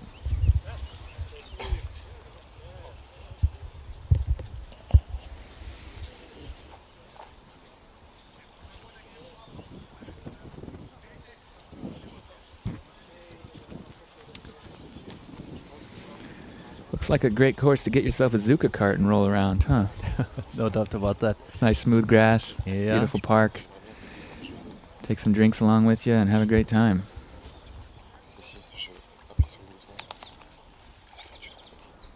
Make sure you head to the European Pro Tour shop as well, where we got that discount code for you. Now we see he's just outside the circle. That's why he was shaking his head. Yeah. So a tester putt on the first hole for Yep. Jonas Aalto. How far do you think he is? About 13 meters? Something like that. Nails it! No reason to shake his head after that. No, that was a great putt. Yeah. And that's huge for the confidence. Staying calm, connecting clean, right in the heart. Great start for the Finn. Nice to see. Good recovery after that slightly botched up shot.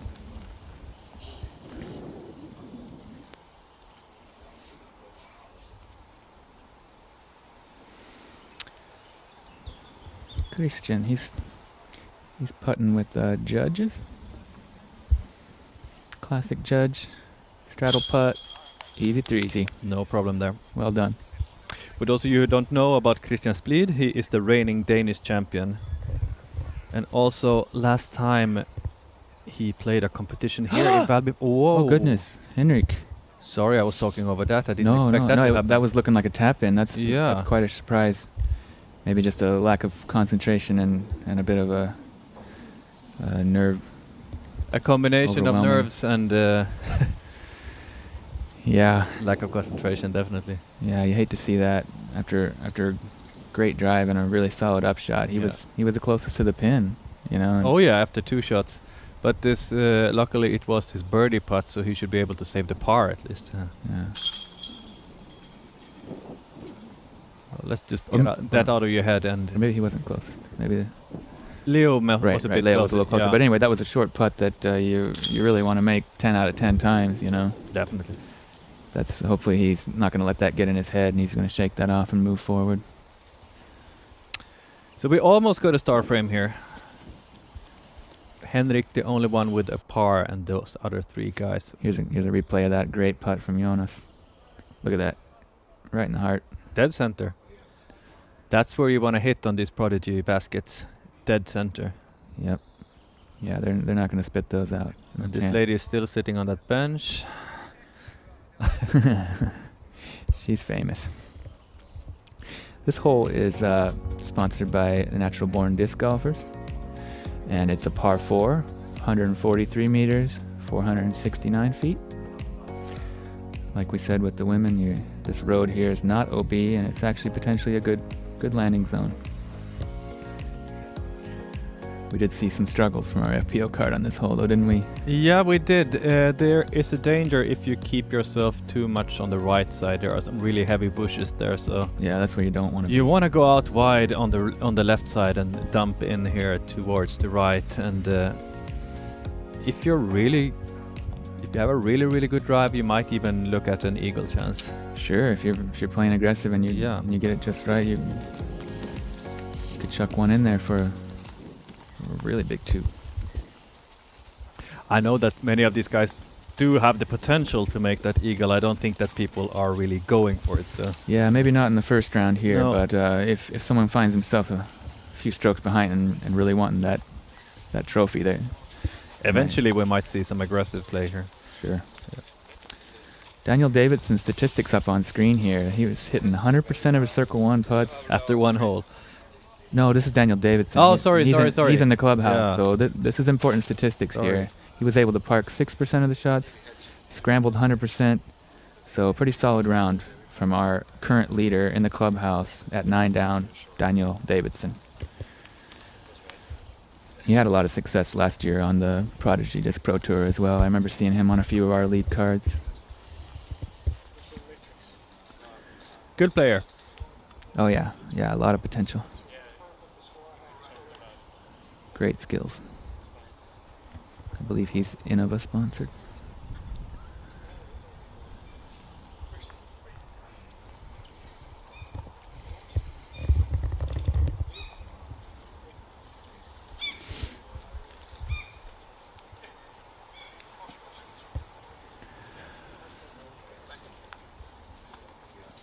This hole is also averaging over par.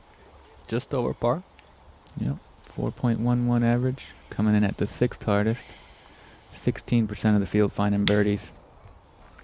See if we can juice that up a little with our lead card, or our feature card, should I say. Christian's taking a little bit of time here, lining up his shot. Or maybe there's some pedestrians. Yeah, it's a public park, so we might see some people walking around that we need to. Yeah, that might account for some slight delays. We need Hopefully nothing too long or painful. Christian has played here many times, so I'm sure he knows when it's safe to throw. So that looks like that Royal Glory, I think, that Yes, the overstable fairway driver. he's hit that great. It was a nice low shot, clean, sliding up on the road. That's a good spot. I think that's really good. He'll be happy with that.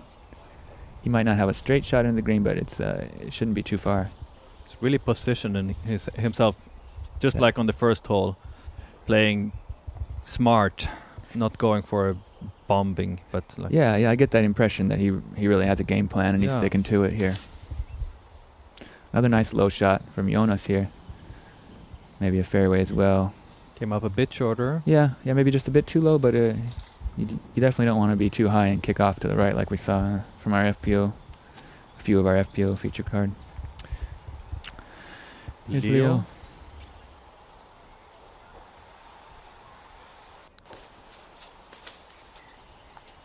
That looks beautiful. Yep, right down the middle. Hit the gap clean and got a huge skip. Wow. Oh no, though I hope that bush doesn't cause him too much. That was a problems. skip. Yeah, that might have been more than he was expecting as far as ground play goes, but he definitely nailed that right down the center of the gap. I'd say that was a good shot. Not the perfect result, but hopefully he can scramble from there and get his birdie.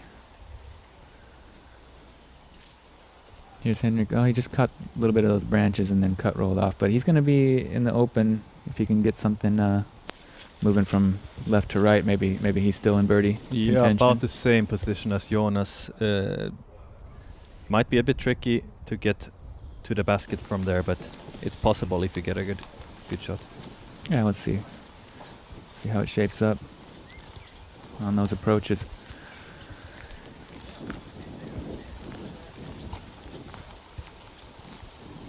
The sun is still shining. We don't have that those clouds yet that the forecast was talking about. Yeah, they might be moving in later this evening. Yeah. Looks like perfect disc golf weather, really. Just a slight breeze to contend with, but nice and warm. Lush green grass, beautiful flowers everywhere. Wonderful to be out there playing disc golf for these guys, I'm sure.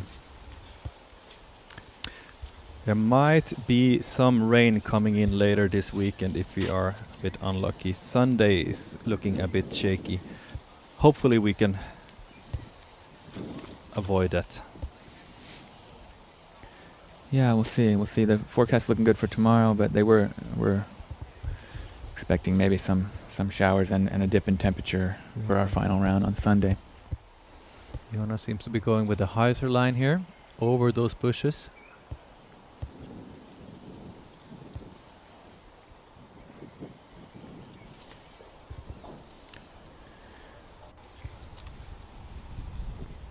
It's okay. That's definitely okay.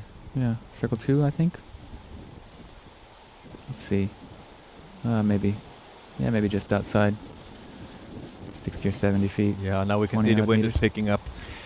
Yeah, that might make it a little harder to reach that double-digit score that we were kind of aiming for, everybody. But We got a good start with this in this card, so it's still possible. oh yeah, absolutely.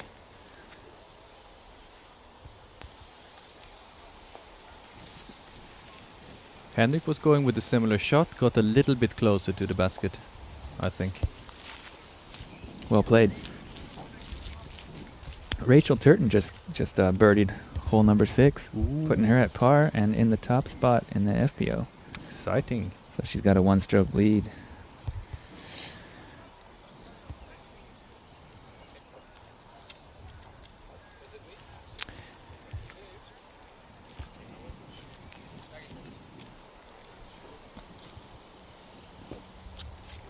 Yeah, he really positioned himself well there, Christian. He knew where to go. He has a straight approach from there, so he definitely is following his game plan. Yeah, nicely done.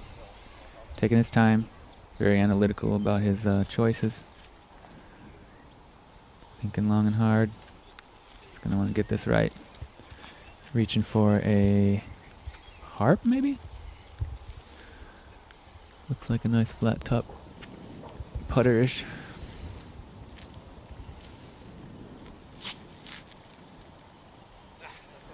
He's not too happy with that. No, he still has a bit to go there. Yeah. Yeah, he came up quite short there. I'd say he's about 80 feet, 25 meters still.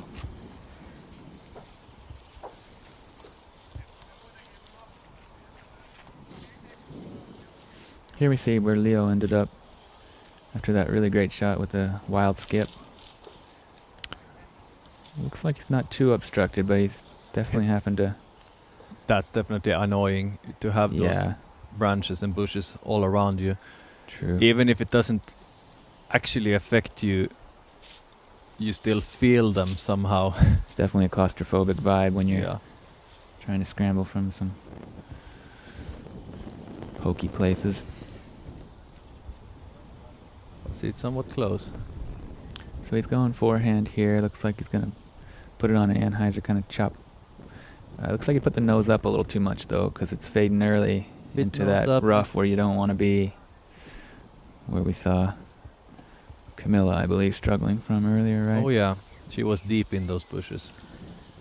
Yeah. Hopefully he will be able to step out from there and Well, it should- actually get a clean putt. I Should be think. an easy par, but yeah, he might be well obstructed. It looked like it kind of crashed in deep there. Hard to say. I start to see now why this hole is actually averaging over par. It's not that easy. There are many lines that you need to hit to be able to get close to the basket. Yeah, plenty of challenge on this one. For a short hole, you see 143 meters, you're not thinking anything but birdie, but as we can see, it's causing people some problems. So there we see, was that Jonas? That was Jonas. Electing to lay up, headwind, so if his putt would have lifted, it would have potentially carried OB. I think that's a smart decision early in the round, in the event, They are all playing smart, I think. I've heard it said that you can't win the tournament on the first day, but you can sure lose it. So maybe he's got that in his head and he doesn't want to make any big mistakes early. Here we see Leo just outside the circle, about 12 meters or 40 feet. Giving it a run.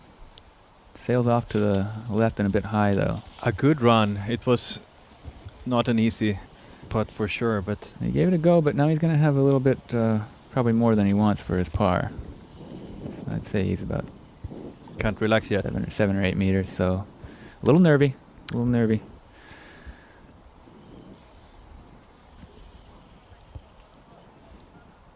Here's Henrik for his birdie. Yes. Let's hope he can connect here and shake off that early miss. Yes, Really nice putt. that was really nice. Yeah, Yeah. After that missed putt on the first hole, nice Yeah. to get one now too. yeah. This is gonna do wonders for his confidence. He has a nice kind of nose up spin putt there that just went in right quite beautifully. And that's especially scary in the headwind with that nose up putt. You never know what's going to happen with it then. But he had good control. He managed it well there. Really nice to see. Yeah, maybe he could have took a little more time on that one. Looked like he rushed it a bit and just didn't get it up. Never really had a chance.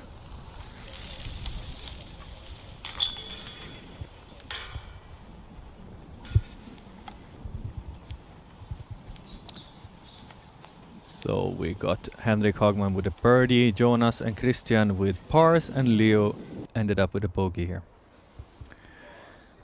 Look at this beautiful image. Such a pretty place. Got Okay, the here we see the scorecard of Daniel Davidsson, our current leader. He got that one bogey on hole number 4, but otherwise, beautiful score. Yeah, consistent there. And he's the 96th ranked player in the world, coming from Tampere, Finland. He was also one of the first. This was one of the first groups out on the course today. It was group number 3. So Okay, early tee time. Maybe Yeah. the weather was a little bit more hospitable. might have been, yeah, but it's also a good way to put pressure on your players coming later. Yep. You definitely want to put out the hot score and make people think about what they're doing a little bit and what they Certainly need to score in order to be on the lead card. So great work, Daniel Davidson, shooting a solid round for the opening day of the European Pro Tour here at the Copenhagen Open. So first out on hole 3 here we have Henrik Hagman. We're going forehand. Haven't seen this yet from him, have we? No, not yet. Stabling up. Ooh, watch out, camera. He got the distance, but he's slightly obstructed. Now we see how tight that green can be. Show how Yeah. flexible he is stepping out from those bushes. Yeah, let's hope he can straddle out and connect for the 2. The wind has really been picking up now. We can see that now it's actually a factor Yeah, in, yeah, you in can the hear game it. plan that you need to think of. Indeed, you can hear it on the mics. Here's Christian going with the forehand as well. That looks nice. Low and nice. Oh, but it's a little wide. Might have been the wind that hung it up a little, Probably. because it looked really good out of the hand. But he's gonna be in a bit of a tough place there. Probably an easy par, but I wouldn't give him much hope for a birdie from there. That's gonna be tricky. Here's Jonas. He's got himself looks like a fairway. Nice height on that. Hope it spikes in. Yeah, similar result from As Henrik. Henrik, yes. I think that was a D1, maybe. Yeah, either D1 or an H1, I'm guessing. Leo, let's see what he have on this forehand side. Yeah, going forehand as well. Looks like He's he flexing it out. I think he overturned that a little. Yeah. Yeah, You think he was going for that flex shot, or? Yeah, maybe.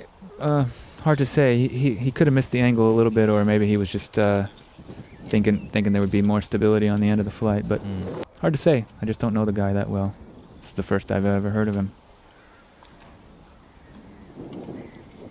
And here is hole number 9 on the FPO.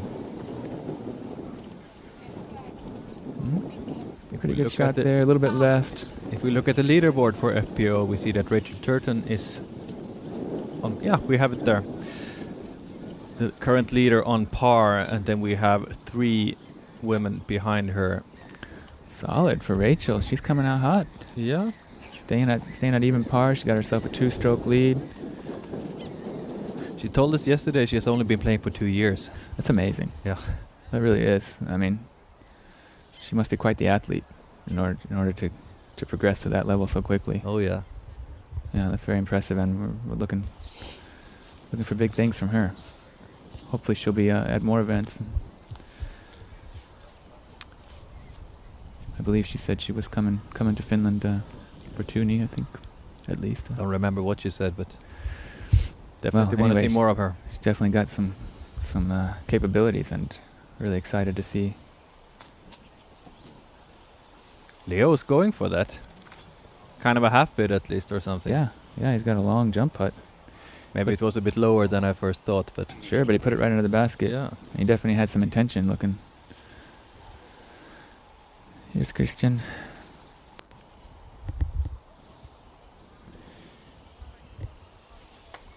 There we see that step putt we were talking about earlier, and he's got that nose up floating nice, but not quite the height. Easy par anyway.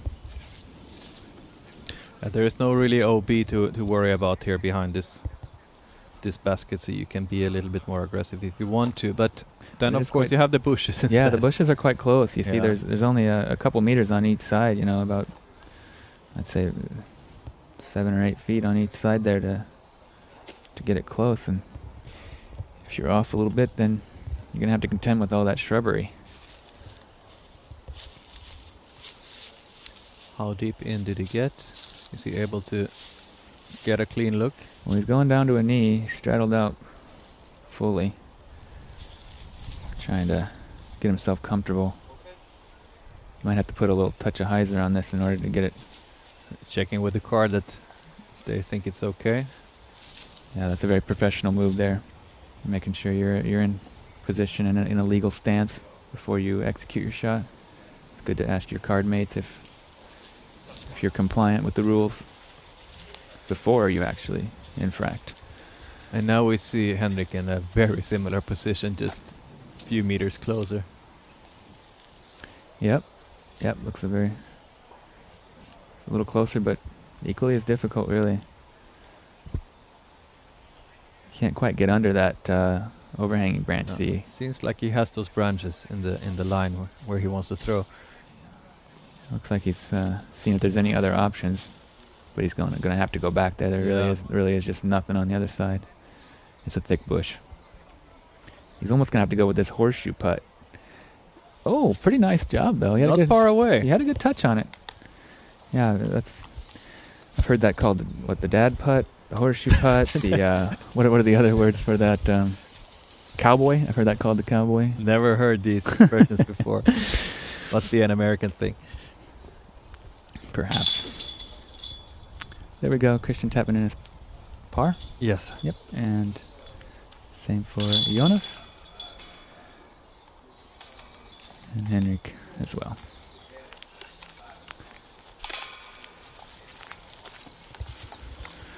So hole 4 is in the books for our MPO. That was actually hole 3. 3, sorry, yeah, that's right. That's right. Hole 4 is coming up now. That's right. Moving to hole 4. But first we get to see all 9. Yeah. Nice upshot there from Camilla.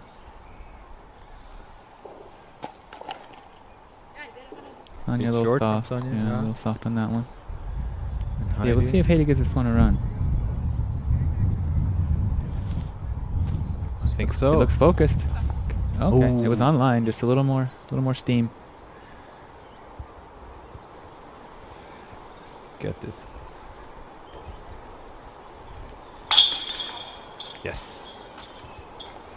Well done.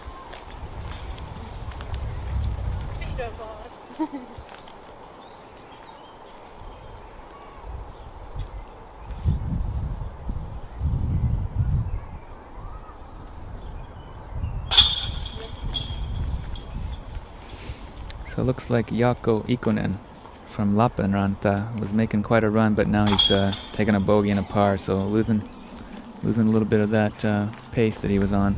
Still 6 under after 14 holes. Yep, still a great round.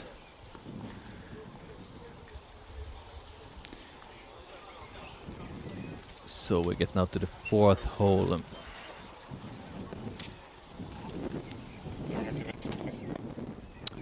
It's a tricky par 4, averaging just over par, 5th hardest on the course today.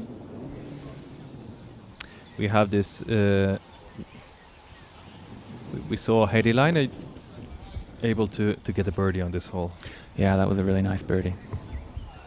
I think this wind might actually be helping. If you get out wide, then it will push you back inside to the right side. And that's exactly what he's going for, Henrik, here. That's got some heat on it. Nice shot. He's way up there, huh? He's got a good forehand. Oh, yeah. Should be an easy approach, really. Fairly. Christian is going the... Is he lining a roller up? Might be. This'll be Not interesting. the... Yeah. Let's see how this goes. This is a play we haven't really seen or even talked about. Yep. That's the roller. It's a roller angle, no doubt. Will he... That's a Watch good out. play, I think. Yeah, that's perfect. That's how you might get way up there for an eagle bid, right? Great shot from Christian. Amazing. I like that. Smooth angle control and in the wind to get it just right like that. Yeah. That takes some mad skill. Well done. I think it was a sapphire he was throwing there. Okay, yeah. Pretty popular disc. Jonas is not going with a roller. He's going with the same forehand as we saw Henrik do, but Ooh, looks early and high. that's He gets kind of lucky though to get through. I don't think that's going to hurt him much. Oh, he's getting a very favorable roll right back to the center oh yeah, of the the wind fairway. is pushing it forward. That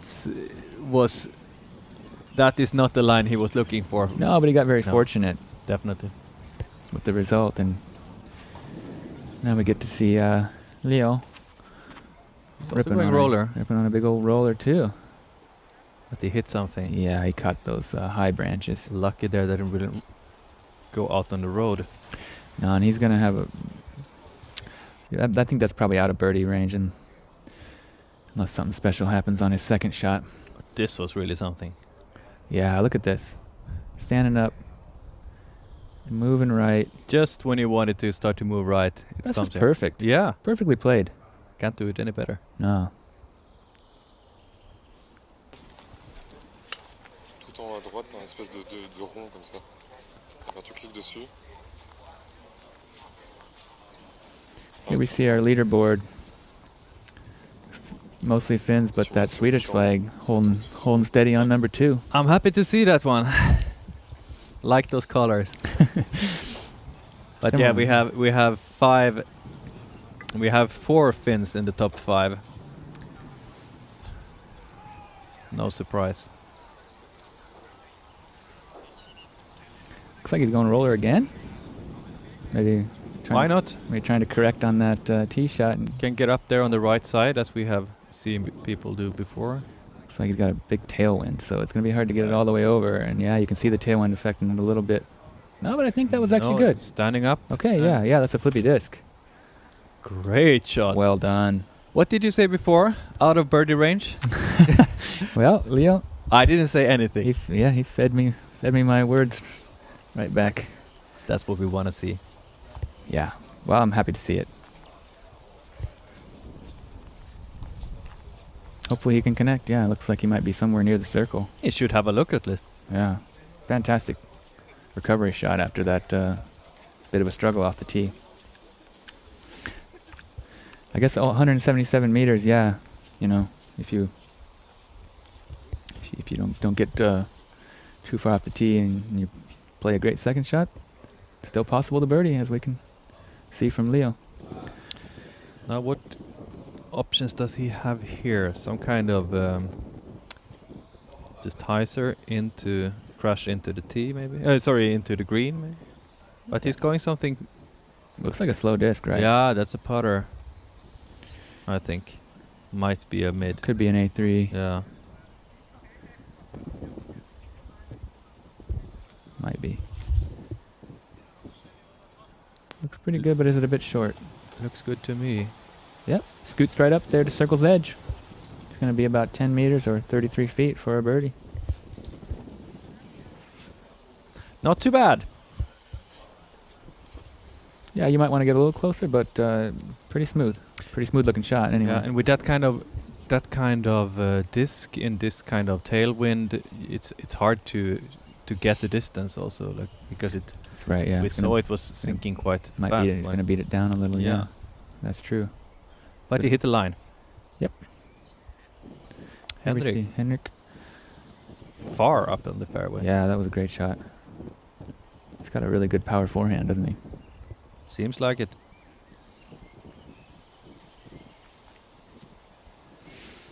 Has he sawed that off a bit? Yeah, I think so. not too happy with that. Just on the circle's edge, maybe. Yeah, I think he wanted to take that a little wider. But he still have a chance for the birdie. Oh yeah. He's not too far out. He might be just outside the circle, 35 feet.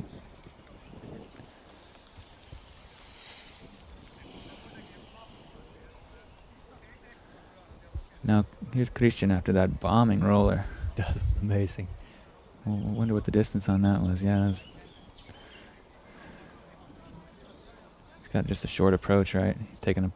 Yeah, but the green is very well protected, so it's not an easy shot even though he came this far up, but Yeah, but he's done well. he's making it look easy. Yeah, he's executing the game plan just perfectly, and looks like he's going to collect a birdie there. I like his game. Yeah. He knows exactly what to do and he's just performing. He's Yeah. not trying to do anything spectacular. Like he knows his qualities.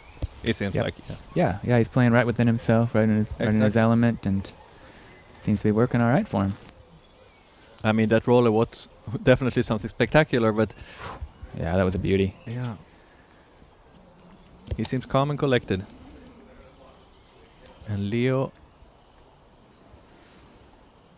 has a long putt again, about 12 meters maybe. Just laying it up. Excuse me, bumped the mic there.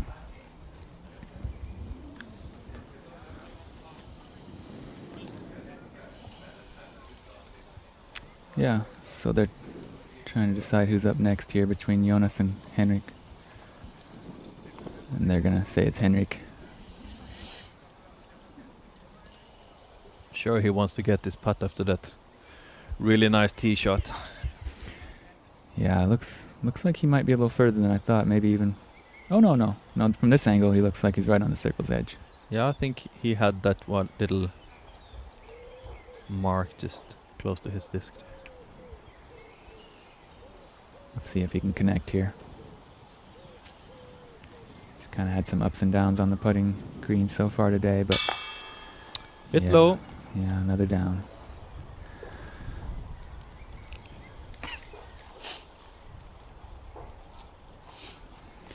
No, Not too he's- happy with that, I guess.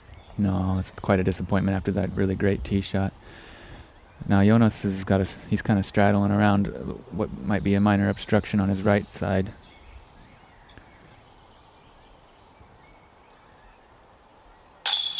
Great putt from him there. Yeah. He jammed that right in. Very confident on the green. Jonas looking calm and collected. He has that little swagger way of walking up to the disc also, like up to the basket. I like what I'm seeing from him. He's very confident. You could tell that from the press conference too. Yeah. He's So- going for the win. Yep. He's not here to mess around. He's looking for that trophy. And to etch his name in history as the first European Pro Tour champion. It's going to be exciting. Make sure you get back with us tomorrow and Sunday to follow along all this great action. European Disc Golf Live. So this gets Jonas down to 2 under par after 4 holes, which is just on the same pace as our current leader. Yep. Here you see a better angle for that putt. He had to straddle out, reach around that little bendy, skinny tree there and put it right in the guts. Well done. Hole 5. This is the famous island hole. Yeah, I'm excited to see what these guys do on this. It's a little windy, so I mean, they're gonna want to put it close.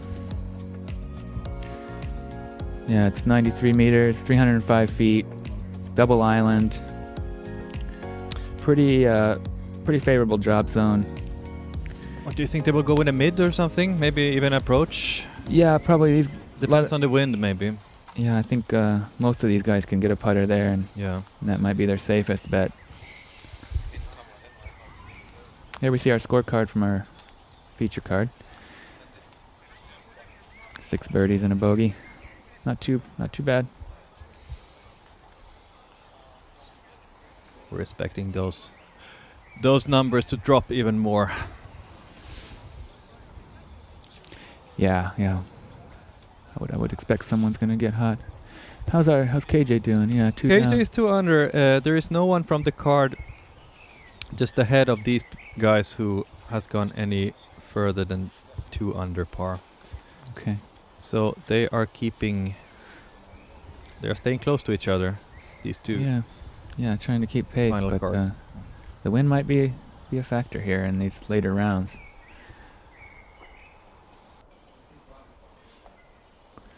Yeah, looks like he's taking a putter, right? Oh yeah. Oh, but he's overcooked it. I think it's safe though. Is it in? I feel like he got across there. Do we have a spotter? We We have have a random guy laying in the fairway. I don't think he's a That's spotter. not the spotter, is it?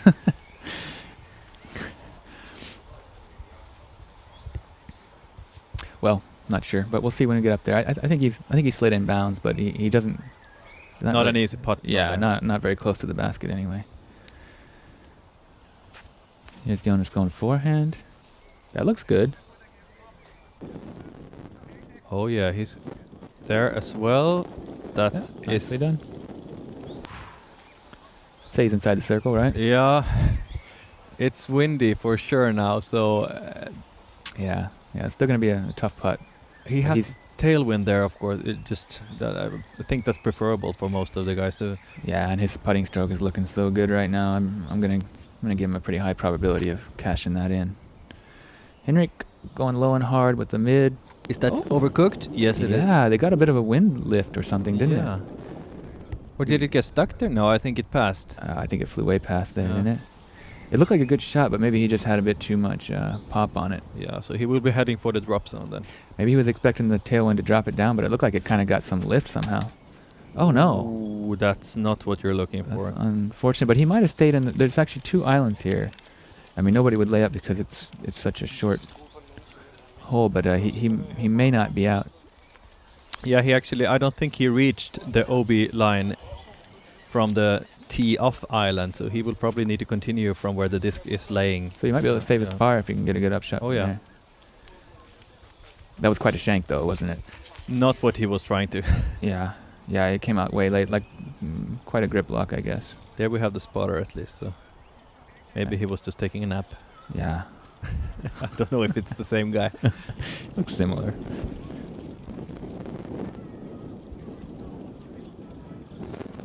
The grass looks kind of inviting to lay down on this. Oh, it does, Yeah. doesn't it? It's been so long since we've had any chance to lay down on some green grass. Looking forward to those moments. The beautiful Finnish summer just around the corner. Oh, but looks like Leo's going to the drop zone. So he might have been OB actually off that tee. Maybe it carried further than we Yeah, I saw. probably maybe rolled a bit or skipped on. Like Yeah, he's approaching the Yeah. drop zone, so he was certainly OB on that tee shot. Priorité visage yeux on. Here we get a good look at the drop zone. I'd say it's about 16 meters, something like that. maybe 50 odd feet. He's not Not even giving it a thinking try. about it. He's just trying to take his bogey and move on. I think that's smart. Yeah, there's such a low percentage putt in that wind. If it was calm, I think you could give it a soft bid and still stay dry, but Don't want to take any risks. no, and it's so early in the event, Yeah. nobody wants to put themselves completely out of contention. You from already day have one, one right? penalty stroke at this point, so you don't want to get a second one. Yeah. See, Christian was safe. Whoa! Great bid there. Looks like he caught a little low in the wind and tried to drop it in. Yeah, And it He was went very really- close. really high, but Lucky to stay in bounds, though. That could have bit him. yeah, I don't really understand why he decided to go so high with this wind. Maybe Kind of a safe bid. Maybe he was He expecting knows it to something drop that I like don't know. that.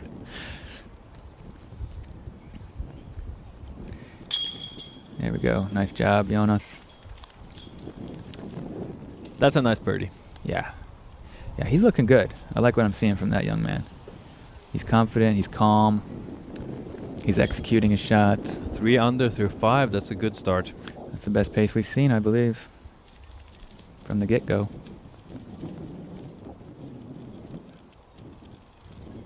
Even from this distance now in the wind, it's a little bit scary. Yeah, that headwind ripping right at him, huh? Seems to manage it okay. Oh yeah. He actually stayed in bounds.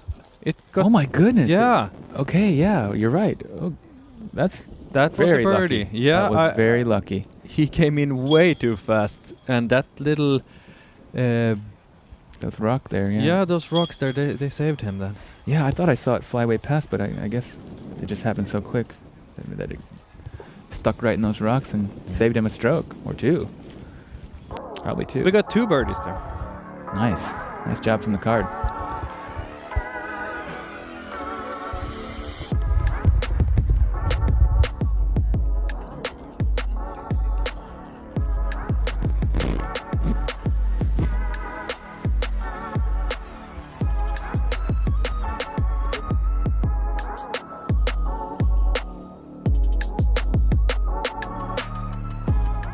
Zuka Carlo, 8 avocado, take 7. Action.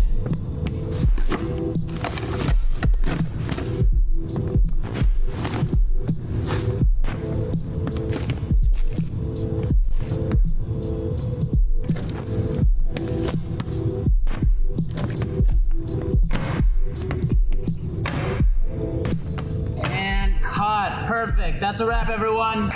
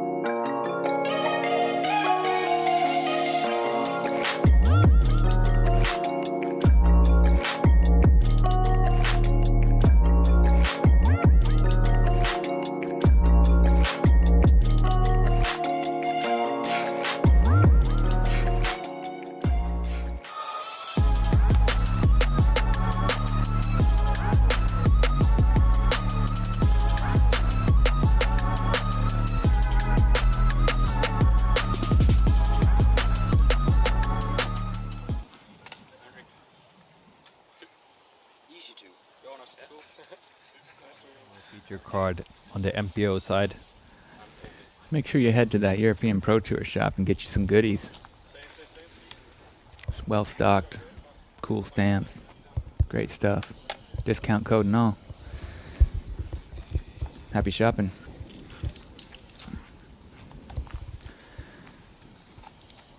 There you see Disc Golf Stream. Got those nice looking banners there. And after 2 birdies in a row, we have Jonas Alto taking the box. Can he continue this hot streak? Got himself a putter, right? Yeah. Maybe a PA3, PA4 perhaps. Did he overturn it a little? Yeah, a bit inside, but maybe he can fight through. Might have been a bit lower than he wanted, I think. Probably. Should be easy up and down for a par at least. How's this hole averaging? That's a good question. Let me have a look. Just under par. Yeah, it looks like one. 2.74 average. Yeah, it looks like one you kind of want to get, don't you? Yeah. And Henrik going a different route there. I wonder if that was on purpose. Don't know where he ended up. Yeah, not sure what happened there. It looked like it got away from him a little bit, maybe. Yeah. Christian, wonder what he's throwing. Looks like a... Wonder if that is trust, maybe. I think it's a Royal Trust, or now probably a fuse. That's a fuse for sure. That looks good. Beautiful turn Getting of the the hole. line. Oh, it caught those branches, but that was a good looking shot. It was a little bit high, just a bit too high, but otherwise had some really intention nice. though. Yeah, some intention. I like that. Looked like he was going for it. Oh no. Let's see if we get our picture back. Hopefully you're still with us, folks. We might have some technical difficulties. And here we are. Yeah, it seems like we've lost our video stream. Oh yeah, we don't know if you actually see us still. We lost the connection. We hope you're still with us. We can tell that we were on hole 6 with our feature card. Oh, very good, very good. Coming back online, folks. Very sorry, some technical difficulties in the studio. We're running 2 live streams, Finnish language and English language.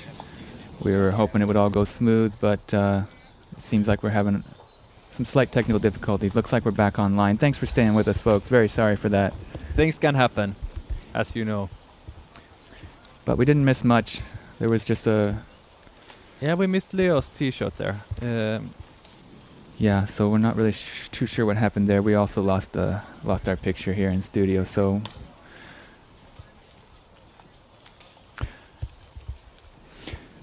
Yeah, so hopefully we won't have any more issues like with the streaming, but we're very happy to get it back so quickly. So great work in studio from our media team, Disc Golf Stream Media here in Sipo. Really, really great people working hard to bring you the best disc golf in Europe. Super high level. Jonas seems to be the next one to throw here. He, as we saw, was a bit low and he got stuck there on that log. Oh yeah. So that's just a layup, which Nicely done though. Performs perfectly. Yeah, yeah. Great work to save the par.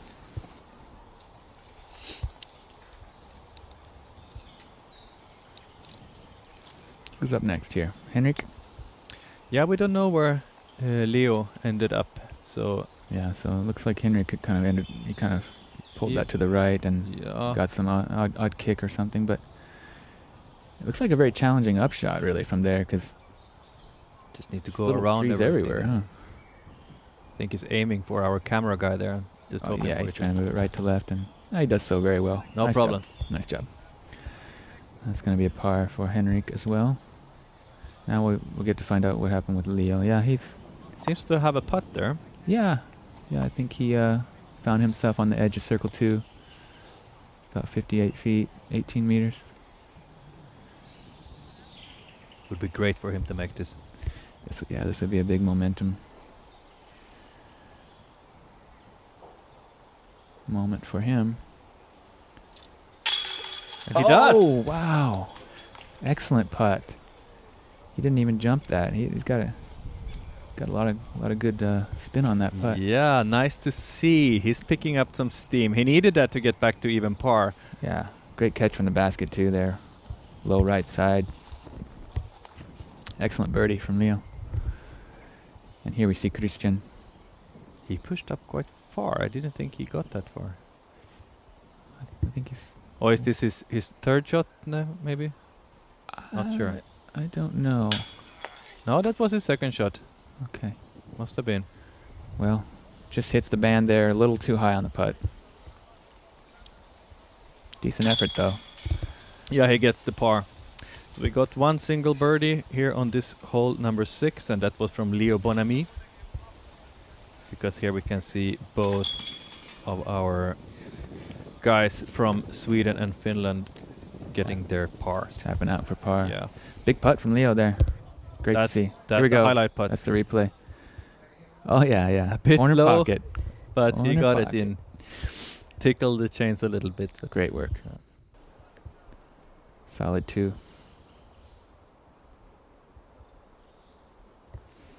Here we're moving on to hole 7. Tight little tunnel, shortest hole on the course.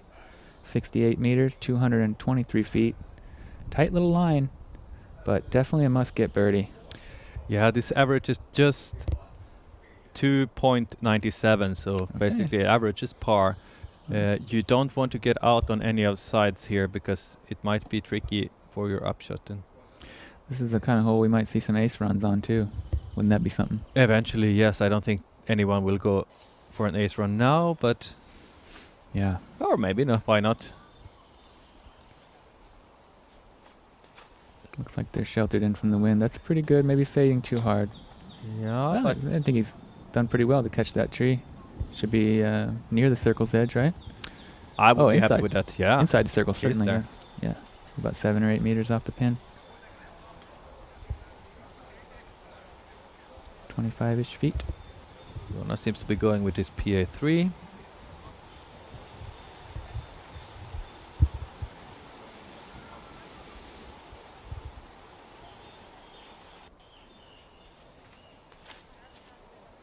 Oh, that's Yeah. beautiful. Nice little hyzer flip. Parked. Great That shot. feels so good to get that kind of shot in. Yeah. Yeah. I'm sure he's happier than he looks. He looks so cool. You He's just very want to see him stoic, jump isn't he? around and scream a little bit after having that kind of Yeah.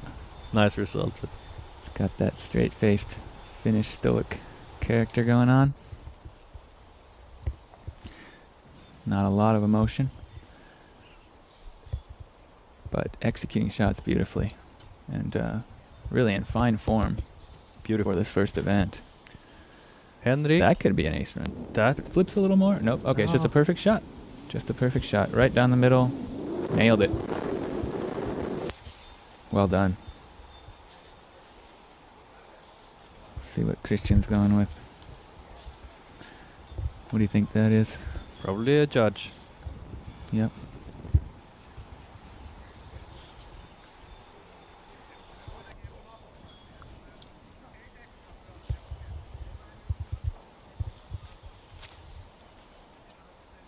Turned it a bit to the right. Yeah, too much I turn. don't think he had enough hyzer on that. think I he don't wanted think to it's stand kicked up a little. too far away from the fairway there, so Yeah. Probably out of birdie range, though, I'm guessing. now we get to see this beautiful shot again. Look at that nice, clean hyzer flip. Can't throw it any better like that. Straight And down then the that, gap. no.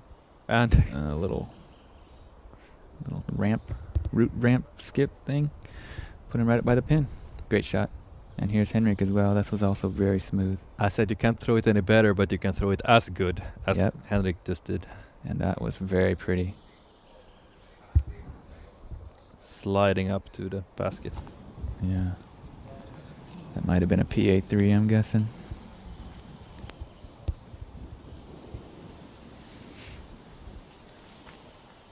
There we see Christian just doing a little step putt approach, trying to put it under the pin. And he's done so beautifully.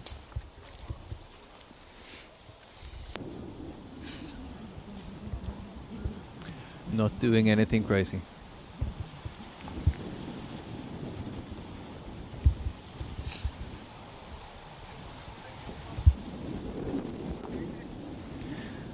Leo has a little bit of work left to do here. Looks like it's got a kind of a ripping headwind. Yeah, you don't want to have that kind of wind after a shot that got you that far up. He's only about 25 feet, 7 meters or so, but with that headwind, not an easy putt. Does it great though. Straight in the middle. Yep, excellent work.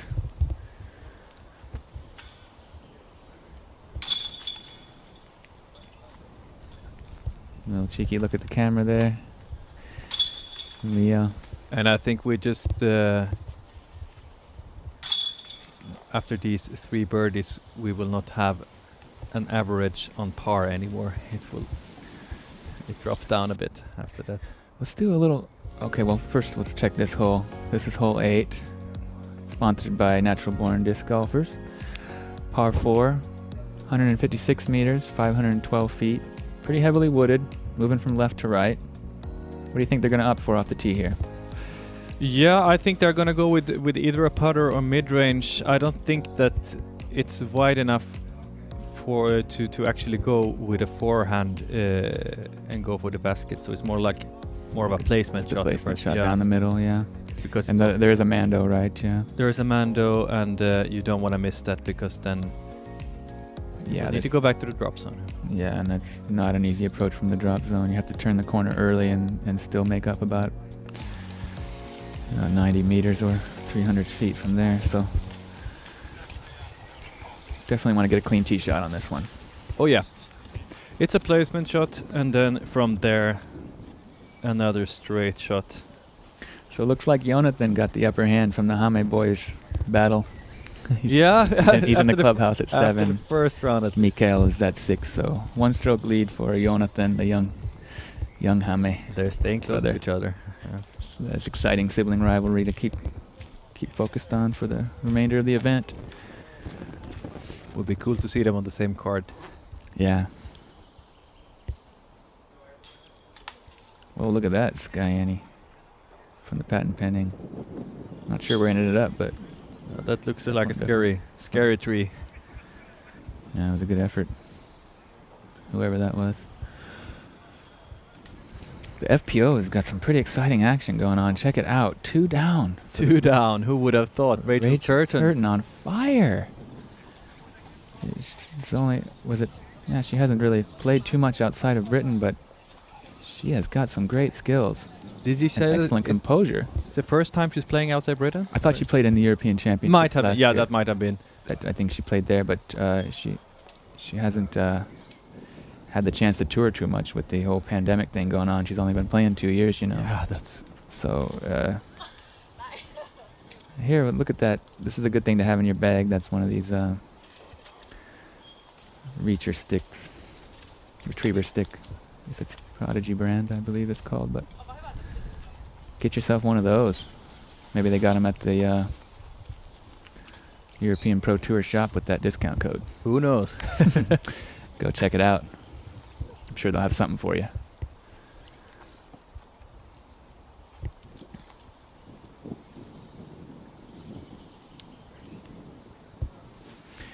Here we see Sonia. She's kind of buried in there. She's got her disc stuck up in that tree, and now she's going to have to navigate out from this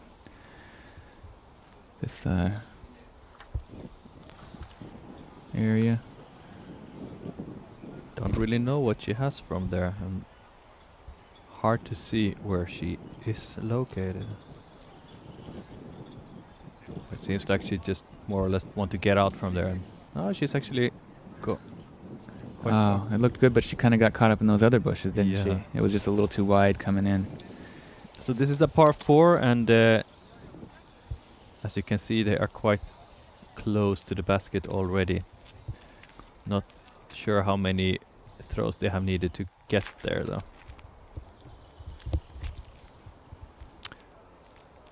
I hope we will see a nice soft approach here from Heidi. We do, maybe a bit shorter than she would have wished for, but definitely in range to get the putt from there.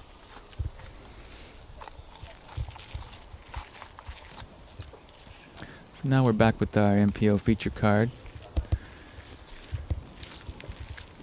Looks like Leo's taking the tee. Hole 8, par 4. What is he going with a faster disc there? I think he's forehand. Oh, there's a pedestrian. Gonna have to wait for a moment. Yeah, hole 8's a par 4, 156 meters, as we said. He's not too worried about that pedestrian. He knows where he's. He's very confident in his shot. No issues. Oh, I think he's placed well there, actually. Yeah, that was good.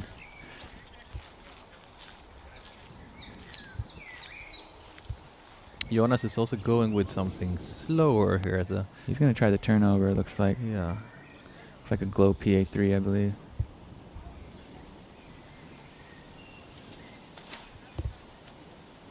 That looks pretty nice if he can stay off that right side. Oh, he's done excellent. That's where you want to be. That's textbook there. Pretty turnover from Jonas. He's playing great golf right now. Pleasure to watch. Yeah, not many mistakes from him at all. He's still bogey free. 4 down after 7 holes. Here we see Henrik ripping on that power forehand like we've seen him do. I'm guessing that's a H1V2, maybe, or no. Could be a D2. Didn't look like he got quite as far as he wanted to, but fairly clean release. Christian also selecting to go with a forehand here.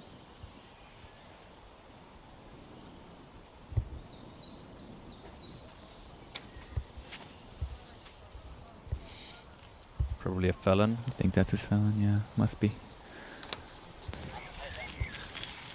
Not that happy with that shot, of course. Yeah. He's gonna have some work to do from there. But so far he's also bogey free. He's only 2 under, but no big mistakes from him, I would say. No, he's playing great golf, yeah. 3 down's good pace.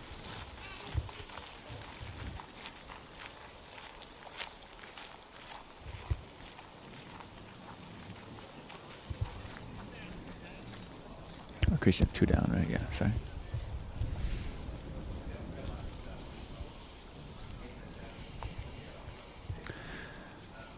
So they're heading up to their lies. There we can see the leaderboard. Leo tied for 34th at 1 down.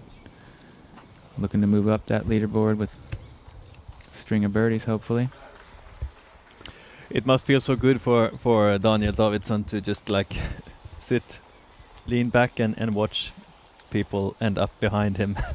Yeah, he's done his work for the day. He can sit back and relax and watch everybody else what they're doing.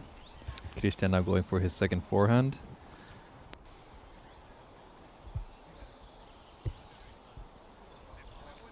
Get some good snap on that, nice and low. Looking for a big skip. Oh yeah, pretty good shot. Really good shot. Yeah, that's his Opto Stiletto with the hook lob stamp. He played that really well. Stiletto, that's a great high speed, very overstable driver. Very overstable, yeah. Great for ripping on power forehands or wild flex shots. Get you one. Leo has lined up for a backhand and he hits a tree, as you can hear. Yeah. That's not the sound you want to hear after your throw. No, that was a solid kick off to the right. Looked pretty good out of the hand, but it must have just been a little bit to the left from where he was wanting. Henrik going with the standstill forehand. He's far up.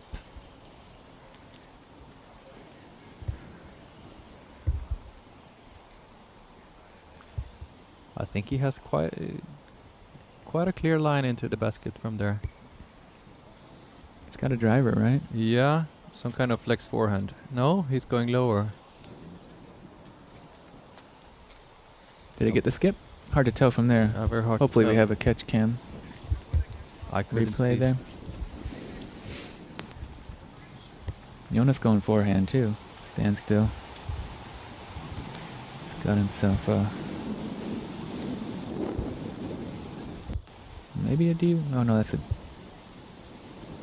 Not too sure what he's throwing, but Bit low. going for the skip. And a That's a huge pretty skip. one. Wow, great shot there. He's playing so well. Yeah, that was a really nice shot. Yeah. He controlled that so well.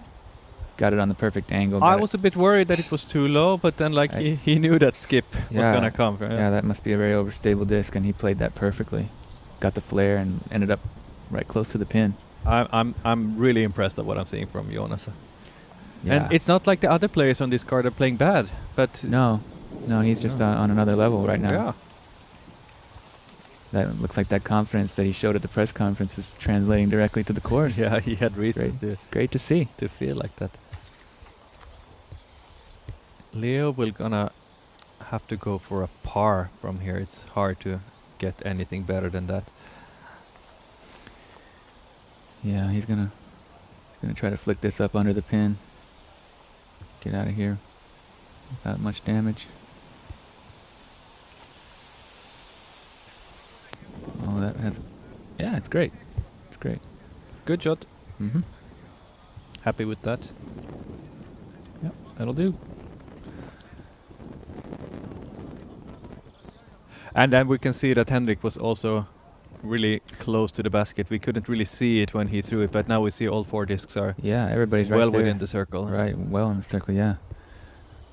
We might have ourselves some good putts here, hopefully. They're about the same distance. They mark them in unison. But it looks like Christian's up first. Stepping out for a straddle.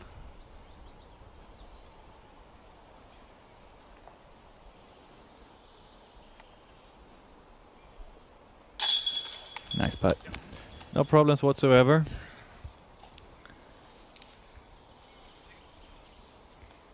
Looks like the wind's died down a bit here, and this might be a little bit sheltered in the woods. And Yeah, I'm thinking. so these are kind of routine putts, I'm thinking there. Shouldn't be any issues here. Nicely done. See that flag's kind of limp. Yeah, there. It's not. I think that for the second shot we could see quite a lot of leaves and stuff blowing around, but here it's definitely calmer. Yeah. Calmer. Yeah, I think the green's pretty well sheltered on that hole. Yeah. So 3 birdies and 1 par. Good result on this hole.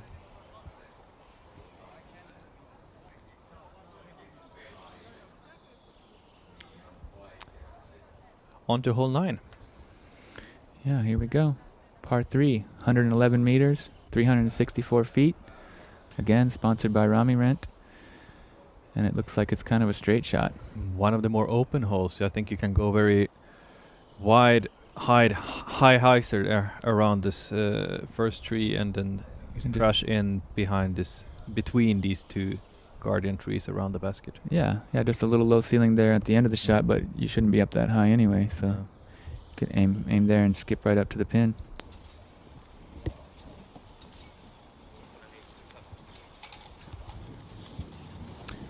And here we see it, that Jonas 5 under after 8. That's a great pace. And Henrik is not he's not making us disappointed either. Yeah, and after that missed putt on number 1, he should have been 5 down. Yeah.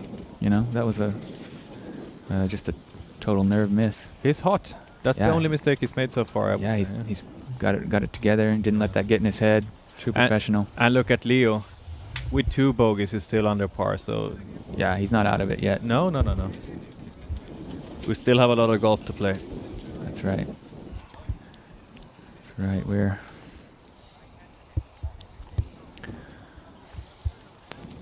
gonna be here all weekend long.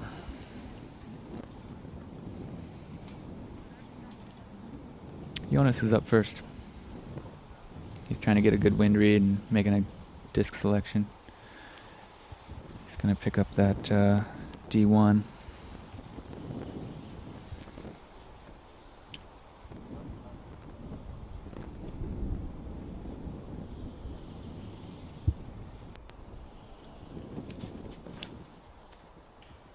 Keeping it low.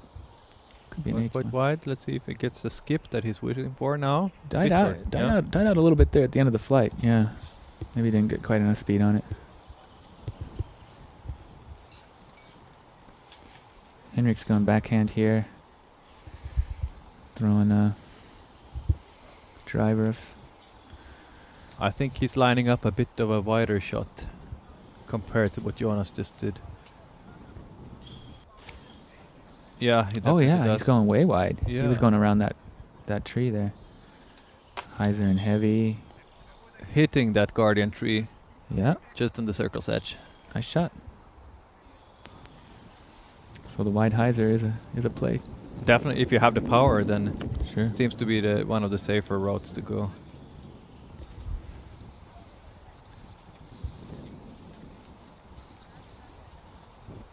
Here we see Christian. That's that Royal Plastic, maybe the Glory. Probably Glory. Going more of a flex. Oh, that looks Yeah. great though, doesn't it? He keeps it low and he gets under there. Nice. A little bit off to the left, but Yeah. a really good line. That was cool to see. Yeah, I had a nice flight. I didn't think it would reach it that, like, it really did. Not the same result as Jonas, it more died off quick. It's true. Leo is going really high with the Heiser. I think that's going to be pretty far off to the left. Yeah, Maybe that got away from him a little bit, but I think so. should be able to pitch it up under the pin there for an easy 3.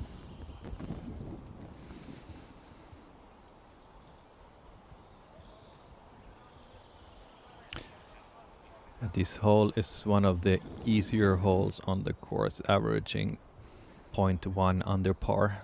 So it's a birdie you want to have. Yeah, there's not too much in the way. It's kind of hard to bogey it, I guess. So it's keeping the average down. That was a nice shot. I really like what I'm seeing there. Yeah, that was clean for him.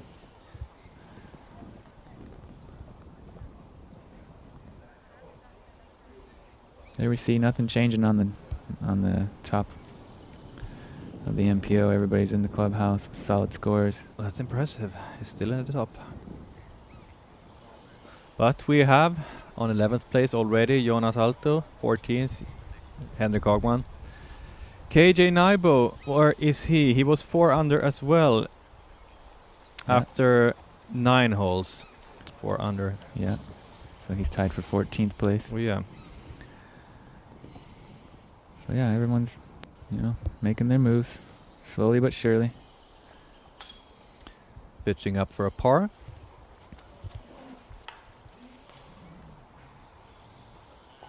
Jonas lays up 2. Surprised he didn't want a piece of that one. Yeah, I'm a little bit surprised that they Didn't seem like too much to lose on that. no, Maybe he just knows he's having a great round and doesn't want to do anything to not going crazy yet. sacrifice it. Yeah.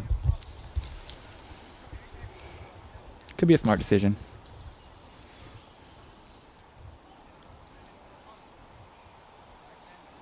But yeah, averaging under par, you'd think we'd see some more birdies here. See if we can get one now. Hope so. Where would you put him? 12 meters? Yeah, maybe 11, just outside the circle. 11 meters, yep. Yeah. 38 feet.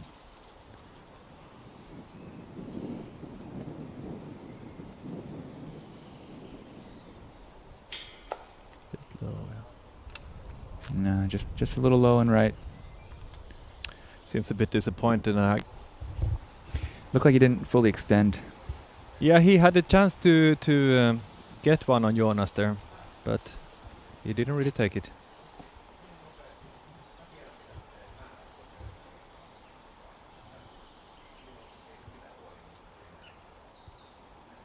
Here's Christian. Looks like he's just outside the circle too. Great He's putt. taking one on Jonas. Nice. That was a very beautiful putt. So he goes down to 4 under. Don't count him out. That's right.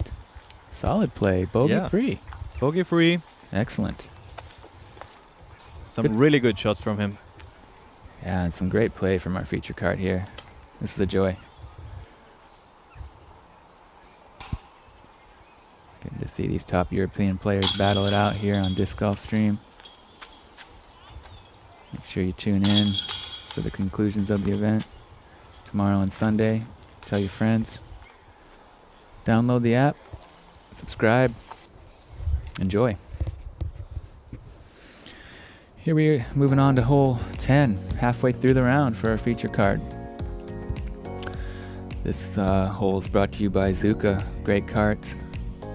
It's a par 4, very short, only 130 meters, 427 feet, but not particularly easy if you can see how tight it is coming down the gap. And once you get through here, there's that Mando on the right, and then you're gonna need to move from left to right at the end of the tunnel, and you'll find the basket perched up on that. Oh no, sorry, tucked back here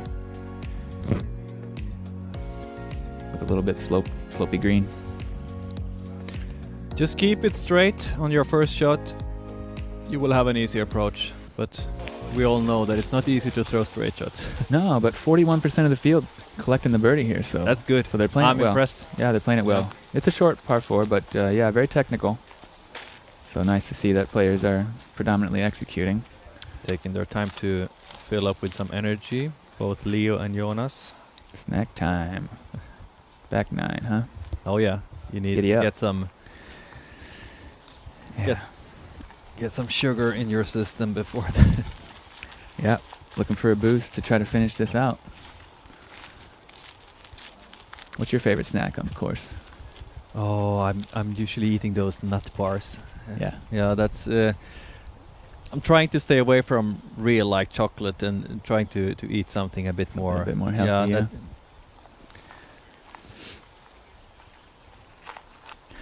Okay, here we see the scores. 5 down, 4 down. Pretty great round going. Leo's a little bit behind, but he's playing really well still. Just a couple of blemishes there. Without those, he'd be right there with him.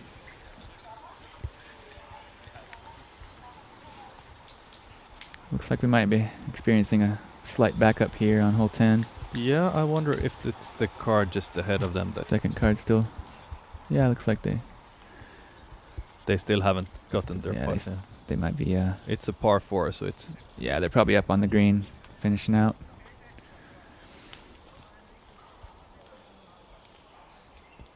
Or here, it looks like someone's taking an upshot.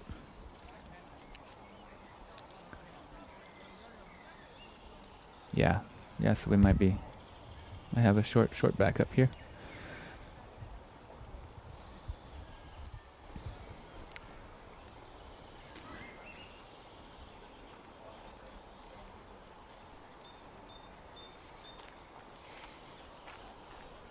Rachel still going strong, 2 under through 12.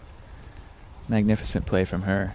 She's got a 3-stroke lead on the field right now. Yeah, Heidi Line is coming a bit closer though. She is now just 1 over par. Yeah, she's playing solid. And here we get to follow the FPO again.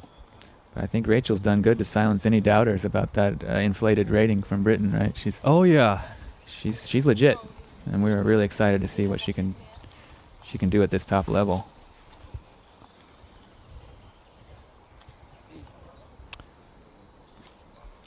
So this is, as you can see, hole 14.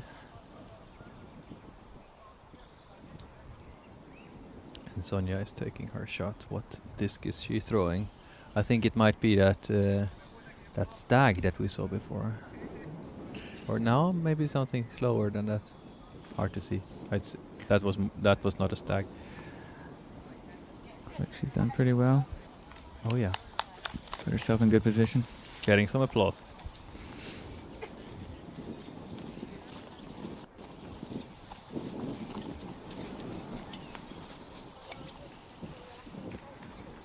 Here we see Heidi.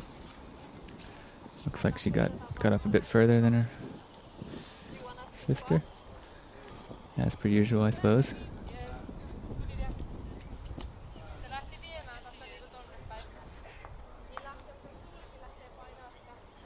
Looks like she's lining up something in the high. Is she trying to high go hyzer over range. everything? Perhaps. That would be cool to see. See what kind of power she's working with. Making sure that the ground is clear.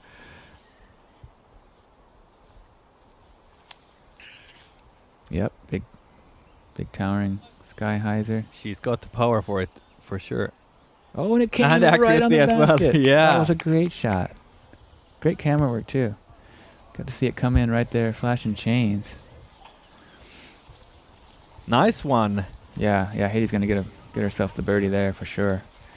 And maybe close that deficit to 2. Yeah, we really want to see some tight competition here on both on the MPO and the FPO side, and it seems like we will. Absolutely. So far, so great.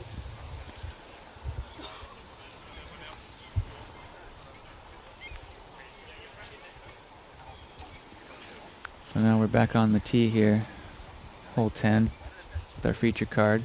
Can also tell you that Rachel Turton just got herself a bogey on hole 13, which makes it even more exciting. Yep. In the top. Right. So only 1 stroke will be between the 2, right? I think so. Once she get that putt. Yeah. Very exciting.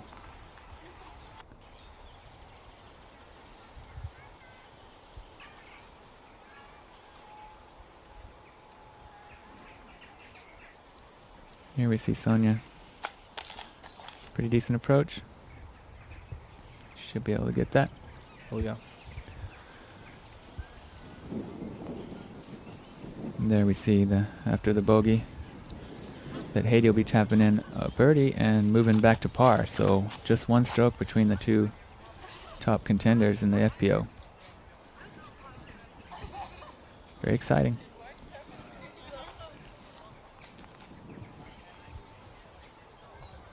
And the rest of the players aren't that far behind either. No, Camilla's having a great round. Yeah.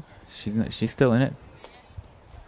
As of now, that'll be our lead card for tomorrow, if it stays like that. Nice putt. Great putt.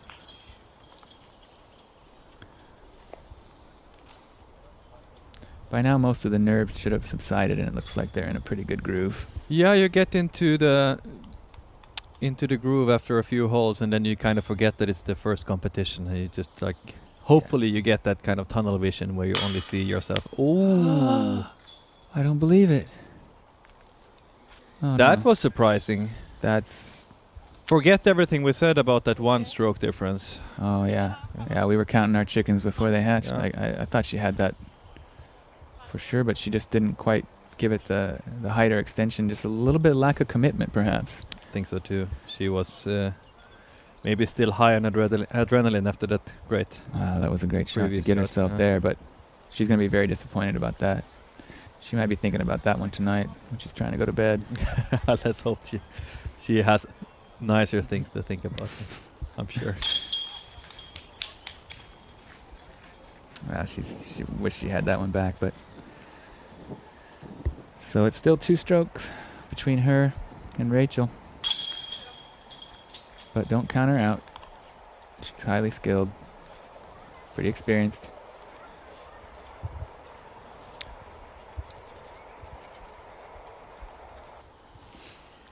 So back to our feature MPO card.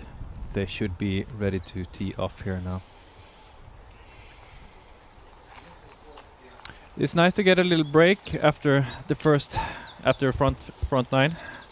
Yeah. Collect your thoughts. Well, I guess there's 2 ways of looking at that. Yeah, some people they just want to keep going while the rhythm's hot, you know. But yeah, maybe it's a good time to get a snack, hydrate a little bit. Yeah. Hopefully, it doesn't affect anybody's mojo at this point. Doesn't seem to be that long of a break. No, it's not a major backup anyway. We're looking at about 5 minutes or so. Hopefully they clear off that green soon, though. Be nice to see these tee shots. Looks like it's clear. Oh yeah. He's just wanting to be extra safe and extra sure that nobody's in danger. Let's see if Christian can continue his streak here. He has 2 birdies in a row. Seems to be throwing the Royal Trust. Stable mid-range. Pretty tight gap on this one, huh? Yeah.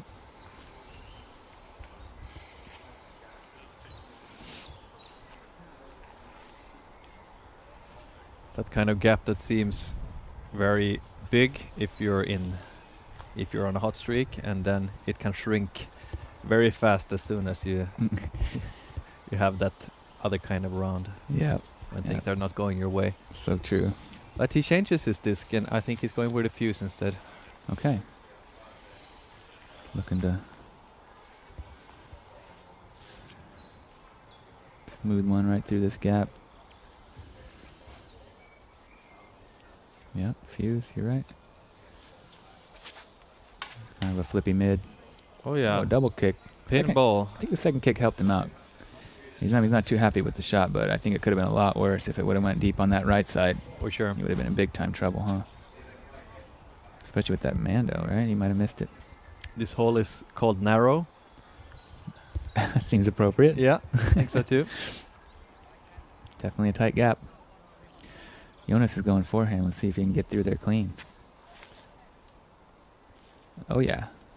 He's covered that quite well with his arm. I didn't really see where it went. It looked good, but I guess it might not have been good. I didn't see the disc finish, so maybe it kicked early.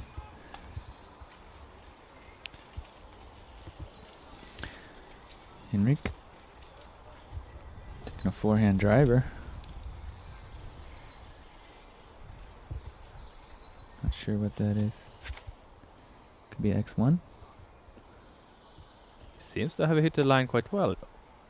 Oh yeah, that'll do. Yeah.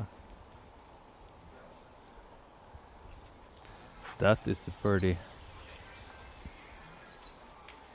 Most probably, I would say.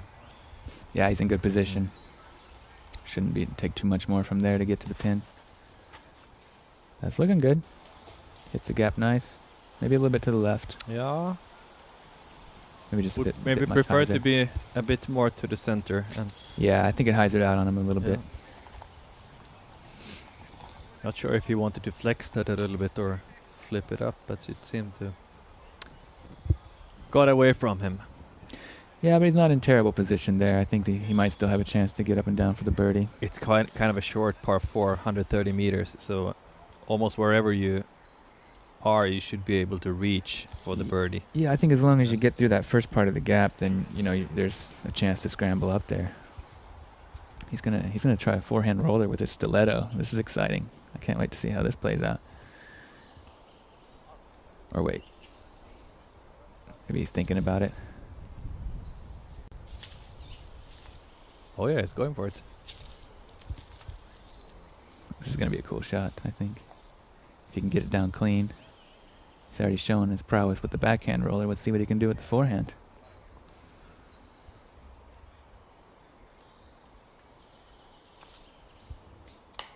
Oh, no. Oh, Hit the first or second tree. bit yeah. closer. Maybe still a chance to save the par. Yeah, not what he was looking for. No, he's not that far away from the basket, but he still has some trees to Contend with go there, around. in the end. Yeah, find your line there. But Yeah, I'd like the idea though. Forehand rollers are pretty cool to watch. Jonas needs to play smart here, just lay up for his next shot. That was great. Yeah, smart play. Nothing to go. Like he cannot really try to get lucky and go through there. That would be stupid. I think that was really smart golf Yeah. from Jonas there. He's really calm and collected, huh? Yeah, liking what I see. Yeah. Just playing smooth. He seems like he's not too happy with this hole, but definitely playing a great round. Here we get a good look at where Leo ended Is up. he also going with the forehand roller? Yes. Oh, he's so. Really? This is interesting. Yeah, I would maybe not choose that shot, but Seems like he has space to work a backhand, right? Yeah, I think so too. But maybe he just wants to have some fun. I appreciate that. No, that was not greatly executed though. And maybe not a smart decision with all those tree stumps on the ground there. Pretty hard to get it down and get it moving. You need to smooth. be a bit lucky to get it to roll straight when you Yeah, have it's that kind of ground. Yeah. Definitely a risky decision. Yeah. I can't say it's particularly intelligent, but I'm sure he's intelligent, but that shot was I'm not saying he's not intelligent. No. I'm saying the decision there was maybe not ideal. no. Definitely not taking any I cheap agree shots with on anybody. I agree with you. There we go. Got that down a little bit better, but it's gone a bit long. bit too Curled far, up yeah. nice though. Pretty good execution there. for And his- he curled up so close, so I think that is definitely a makeable putt. Yeah, he should be able to collect that par, right? Hopefully. I think so. Putt's looking good. Yeah, it's got a nice nose up touch on it.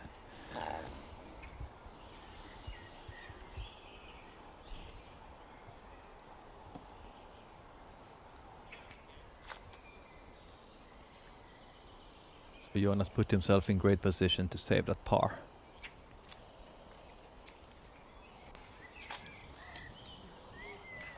That shot was maybe not. Yeah, and he's right behind that tree. Yeah, that's not where you want to be.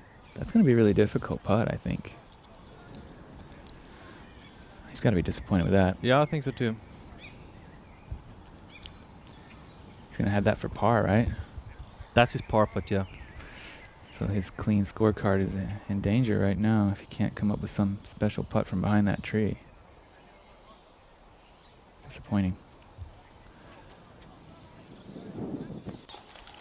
Yeah, Leo's just pitching up. Not much else to do from that distance.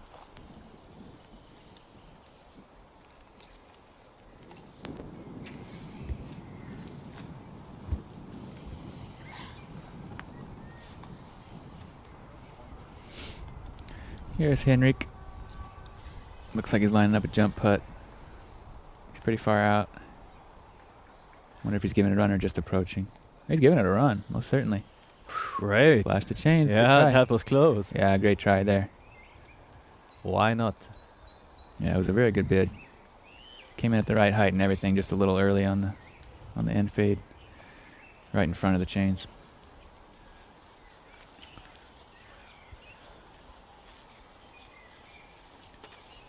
So who's closest to the basket? Now we maybe get to see Jonas putt first here behind that tree. He's in difficult position. Yeah, this. He's shown he's got a good straddle putt already, though. Yeah, yeah. So if anyone can do it, I'm sure it's him. And he actually seems to have to be able to get around there to get from the back. Yeah. yeah, he can. Looks like he's able to get himself space enough, and he's not too far off from it. Thinking he's only about Must what, be 8 meters, something like that. close to 30 feet maybe.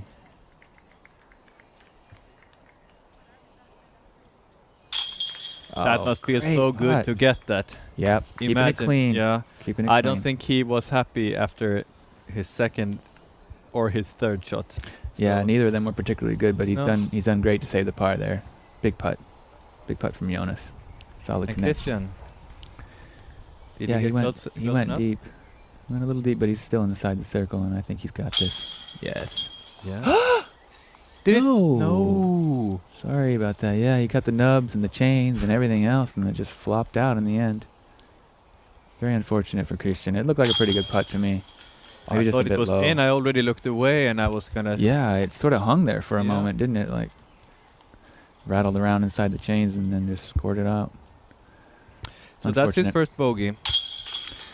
Yeah, disappointing result, but it wasn't much off the mark, and I think that easily could have stuck maybe more often than not, really. I think so too. I'm really impressed though by Henrik. He almost got his eagle in. Instead, he settled with a birdie, and I think Yeah. really happy with that. So we're going to commercial break. I'll be back with you soon.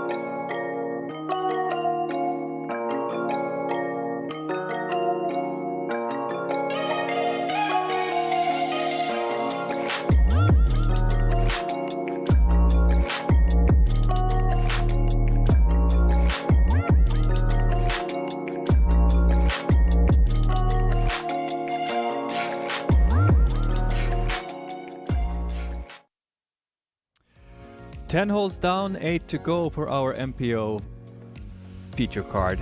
We are now on hole 11, which is a 71 meter long straight shot with the basket raised up on a little hill. Yeah, what a green. What a green. Treacherous there. This is actually the easiest hole on the course, so this feels for the guys on our card like a must-get birdie. Yeah. We say Henrik already throwing here. And this hole was brought to you by Discounter. So if you're looking to know how many people are using your course, get yourself some of that.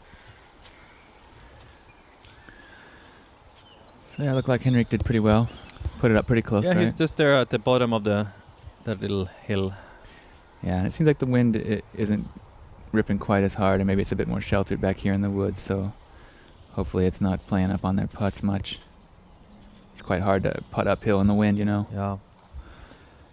That's also well placed. He's Great on shot. the left side, which gives him a tailwind, Yeah, and he's just even though About it's 5 not, meters, not yeah. windy anymore. So on this. here's Leo. Looks like he's pulled that a little bit. Is it gonna scoot? Bit low on the left side. Safe, but he's outside the circle, so that's gonna be a scary putt. It'll be interesting to see whether he runs that or I just doubt kinda- that he will actually go for it. No. Yeah, that could be a risky move this early in the event. Christian looks like he's got himself a judge. Just floating it up there, soft and easy. Yeah, same as Henrik. Great shot. That's gonna be a birdie. So, pretty good tee shots. Leo's gonna have a decision to make when he steps up to his lie. If he goes for it and makes it, I'm gonna be impressed. But Yeah. I just hope that he plays safe here and not. Yeah, and you can see there is a little bit of wind, so I don't think we're gonna see him take any big shots at this right now. I doubt that as well. If you can just put it up there close, right under the basket. But then with that kind of mound, you got to be even careful with the angle of your approach, you know. Oh, yeah. Like, because you can get a roll away, and then you have to putt uphill for your par. So I'll be interested to see what he does. We get to see it already now. Here we are. He's about 12 meters out. Almost 40 feet. Very uphill. Yeah, he's just laying it up. Smart play. decision. Yeah.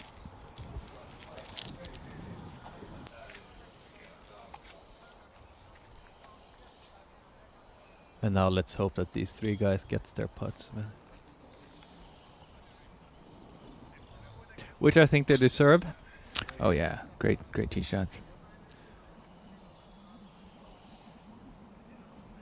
Looks like he's got a slight lull in the wind. Oh, now it's gusting a little. No! Just a little left, wasn't it? Little left doesn't work on these baskets. You need to be straight in the middle on these. Yeah, these Prodigy baskets really reward a perfect putt, but if Yeah. you're off to the right or left, don't expect any favors from them. Which I think's fair. Yeah, definitely fair. There's a lot of chains in the middle there, and they catch the good ones. Jonas knows where to hit. That was clean. Easy too. Down to 6 under. Good work.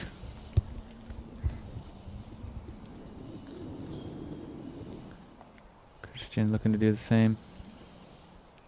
Bit closer than Henrik here on this side. Yeah.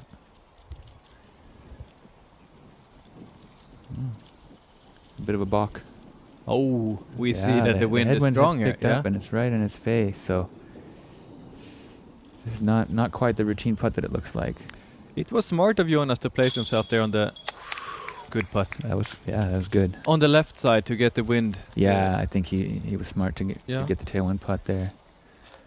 Now let's see if he rolled down just a bit. He's close enough to. Should be an easy tap in from there with the tailwind. Oh, a little high, but it's in. Nicely done. 2 birdies, 2 pars. If we get this, sorry, I almost forgot about Leo, but he's so close. I It think shouldn't he's- be any issues. I think he's okay. These are nervy though, these windy things. Like you just, you're hoping it does what you think it's gonna do, but it doesn't always. He can almost reach the basket from there if he, but Yeah. you see, it doesn't really matter that he's that close because But the wind is gusting, isn't it? It Yeah. keeps kind of shifting a little bit. and changing in the. And going uphill. Yeah. There you go. He makes Nice job.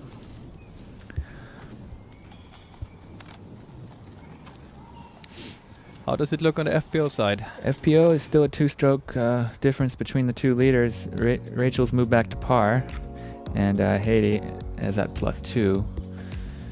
So pretty tight there. While we move on to hole 12. This is the second hardest hole on the course, and it's a straight shot that then turns into a dogleg right. Yeah, what a beast. Almost like a horseshoe all the way around. Just keeps moving right.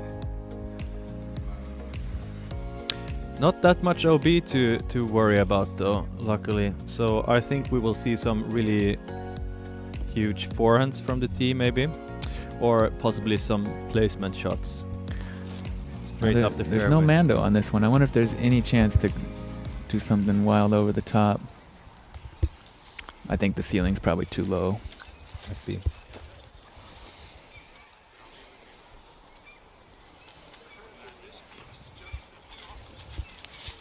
205 meters. This is the longest hole we've seen thus far, right? Yeah, I think so. Hole 18 is then going to be the longest on the course. That's a par 5. That's a really amazing looking par 5. It kind of traverses across the entire property almost from one side to the other, and it's cool to have that kind of long hole as the final hole on the course. Yeah. So much can happen if you have a tight competition. Then you're never safe until you're back in the clubhouse. Yeah, and lots of potential score separation there with all the different possible outcomes. But this, 205 meters. Yeah, this will be a challenge. Ever see the scorecard? Jonas on great pace and Henrik right behind him. Tied for 6th place. Yeah, already. So pretty good chance we're going to find him on our lead card tomorrow. And if Henrik and Christian can keep up the good work, they might be there too.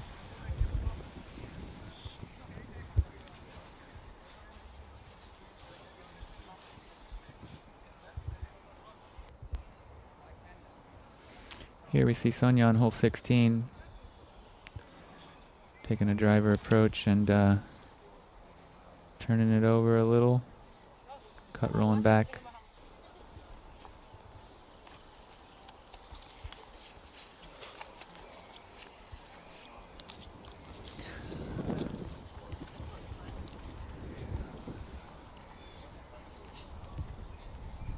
I think she was about halfway up the fairway before that shot. So. And here you can see the leaderboard. Rachel still 2 shots ahead.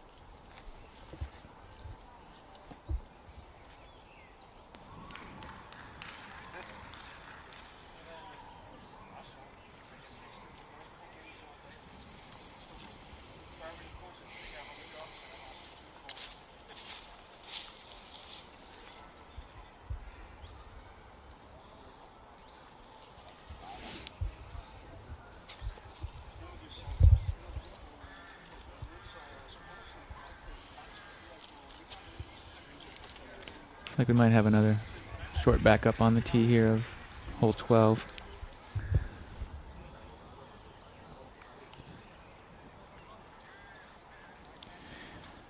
Rachel, unfortunately, has had 2 bogeys in a row, so she's slipping off that pace a little bit. Still at par and still having a fantastic round. And she's still got a 2-stroke lead, so... I'm really looking forward to see that card tomorrow, where we will probably this round isn't finished yet, but we will probably see both Rachel and Camilla Kampen and Heidi Leine. Yeah, I think that's going to be a really fun battle to watch. Oh yeah, I'm very excited.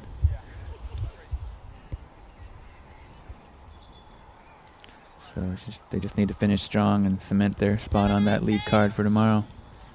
Good luck, ladies. Have a nice day for sure. We are having a nice day so far.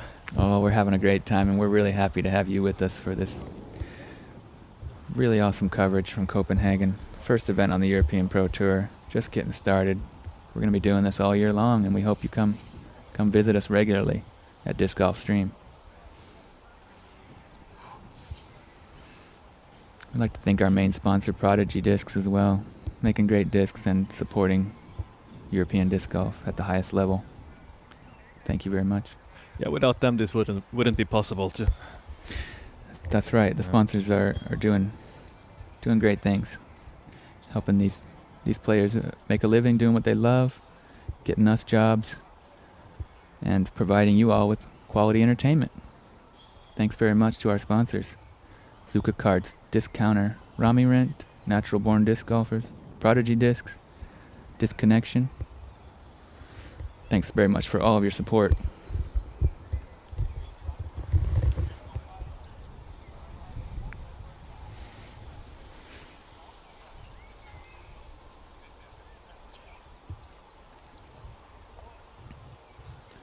What are we seeing here?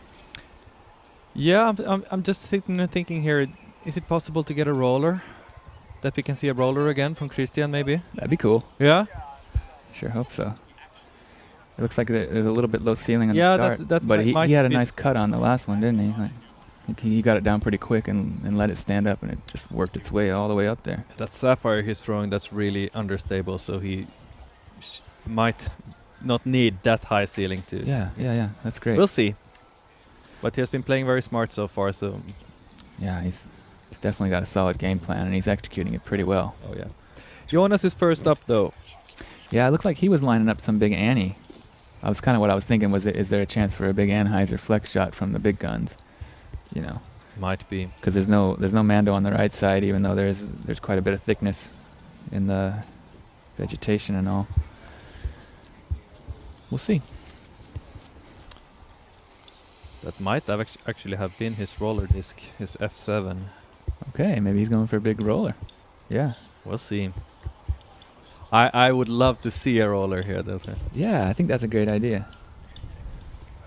Big backhand roller getting you the big distance and moving the right way, you know. Heading off to the right at the end of the... Yeah. It is the second hardest hole on the course, so if you get a good result here, you will get a lot of strokes on a lot of people. So Yeah, good chance to make a move here. yeah, no doubt. Seems like they are starting to get ready to throw. Yes. Yeah, he seems to be going for the roller. Or am I wrong? Maybe a What is he doing? big high... He's going Sky down. Annie with okay, it was not a roller at all. Sorry no, for that. but a big shot. That's kind of what I was thinking. That might be a possibility, and he's yeah, done it he's really going well. over everything, and then from there he has a really clean second shot. That was a great shot, wasn't it? Didn't like a even think about that. Huge, steep Anheuser with an overstable disc, so it flexed back out right onto the fairway. Yeah, That's a high-level shot right there. and I'm talking about rollers. Embarrassing. Well, it sure looked like it. It sure looked like he was lining up something like that, huh? Oh, Christian's going straight. It's going the inside route there. Yeah, I didn't think that was going to be an option, but Cool. he definitely... He knows this course. Yeah, yep. Henrik seems to be going for the same shot as Jonas. He is. Yep. Will he get as a good result? I don't think so. Is it flexing out early?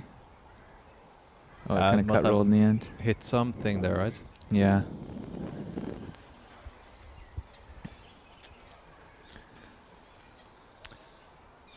Leo seems to be looking for the same gap. Ah, he's going... He tried to go roller through there, but he hit a tree. Yeah, pretty ambitious, but Yeah. not quite the result he was looking for.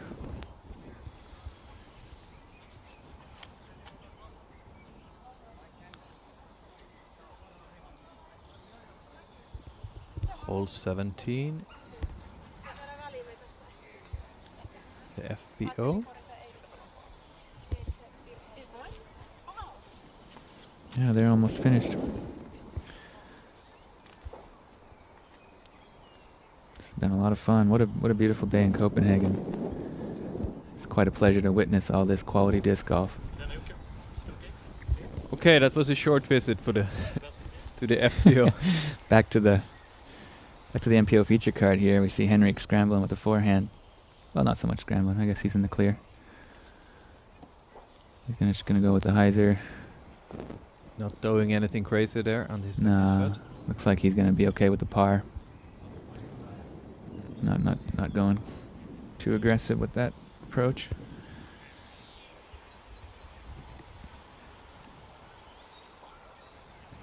There is a small artificial lake there on the right side that you need to watch out for because that is OB. But he doesn't seem to have been close to that. But you need to have it into consideration if you're going this road. That's a good looking flex forehand from Leo. Came out of it a little early, I guess, but good intention.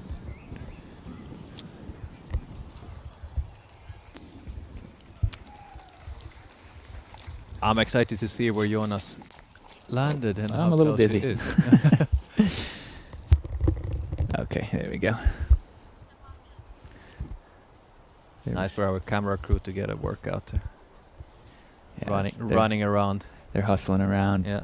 They're doing a great job. We got 7 cameras on the course. And everyone's working hard, doing their best to bring you the best coverage we can. And it's only going to improve. This is the first broadcast we've done in English, and we're doing it in Finnish as well. So hats off to the guys in the studio for making this all happen. Fantastic work, people. Thank you very much. Here we see Sonja Laine is lining up an approach here on hole 17. That's a good one. And that forehand that we saw going low a few times in the beginning she seems to have corrected that. Yeah, I think she's got her touch now. Yeah. I think the nerves have surpassed, and she's just having a good time with her sister playing some disc golf. Back to MPO and hole 12. Well, that's a big shot. He's turning that over, and it's carrying great. Right up to the circle. Just outside, 12 meters. That's a beautiful shot. Yeah, that was fantastic. If he would have just held the line a little bit longer, it would have been right on the pin. But he's going to have a chance there. Tailwind putt from about 40 feet. A little bit uphill also, so he can really go for it. Yeah, I think he can give it a bit, and I'd like to see him connect on that. Maybe with a step putt. It looks like he's got a pretty smooth stepper. We've only seen him use it for approaching really mostly so far, but I think he can put it in the chains too. And I hope we see it. I'm so curious about that shot from Jonas, where he ended up. Yeah, that was a big shot, wasn't it? Yeah, I think so. I'm thinking he could have got that to go 140 plus maybe, almost 500 feet. We'll see.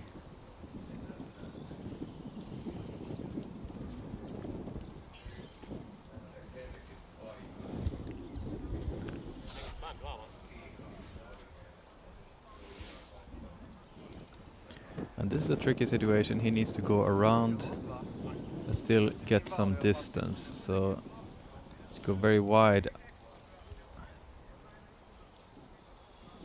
It's not that far, but still he needs to get pushed forward.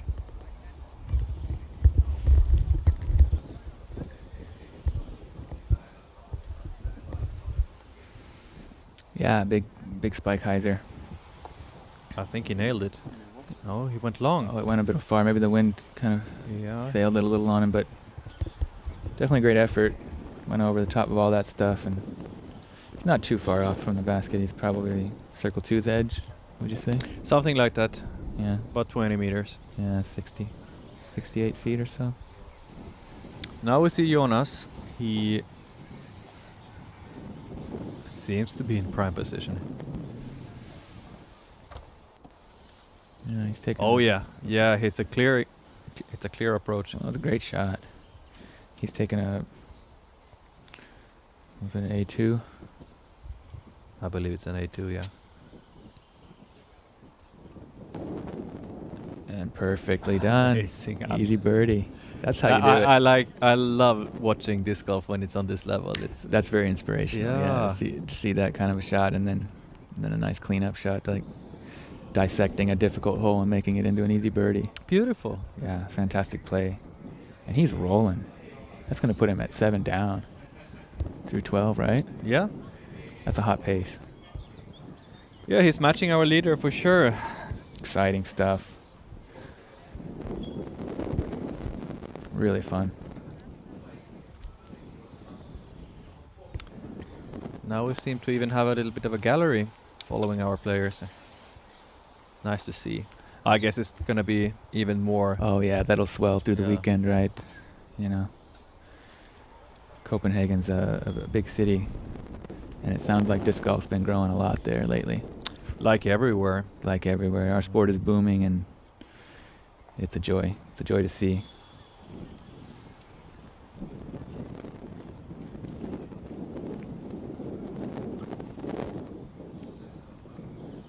It's quite remarkable, the location of this course right in the center of the city like that. You know, it'd kind of be like having a Pro Tour event in New York Central Park. Oh, yeah. Can you imagine what they said in the press conference yesterday, that they got the permission to put up the baskets by mistake? Yeah, isn't that what a miracle? Yeah. So happy it worked out like that. It's pretty hard to get this much real estate in a prime spot like the center of a major European capital. All people in Copenhagen should be lucky to have this quality course in the. Yeah, and we're all lucky to witness it, and a bit jealous. Looking to go visit someday soon, hopefully. Smart approach. Didn't go crazy. Try to get that. I think that was right decision. Yeah. See if Henrik can give it a bid from circle 2 here, or is it even further back? It's hard to tell. Can't really see the basket yet, but he's definitely lining it up with some intention. I think he's going to go for this, right? I think so. Yeah, he's about 20 meters, so lining up a step putt. Ooh. Floated on him a little, but maybe it was more just an approach. Kind of a half bid or something. Yeah, it's kind of hard to say what's going to happen in the wind when. Yeah. Exactly. That's how it goes in the wind. Disc golf is much more challenging when the breeze picks up. Everybody can attest to that.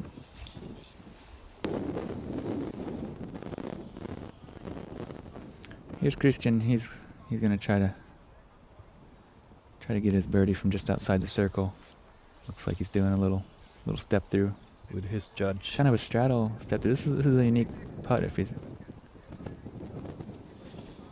Oh. Yeah, that was disappointing. It looked a bit awkward. Yeah, I think he wasn't so happy with that himself. I think he could hear his reaction. Yeah, I don't think that came out the way he was expecting whatsoever. No. It looked like his stance was a little bit awkward. I haven't seen too many people with a straddle stance, but then going with a step putt, that way. I think he was kind of maybe in between decisions and just didn't quite make up his mind. He didn't really know what he wanted to do there. Yeah, but it's an easy par, and no harm, no foul. And unfortunately for Henrik and for Leo, they both got some boogies here. Enjoy the commercial break. We'll be right back with you.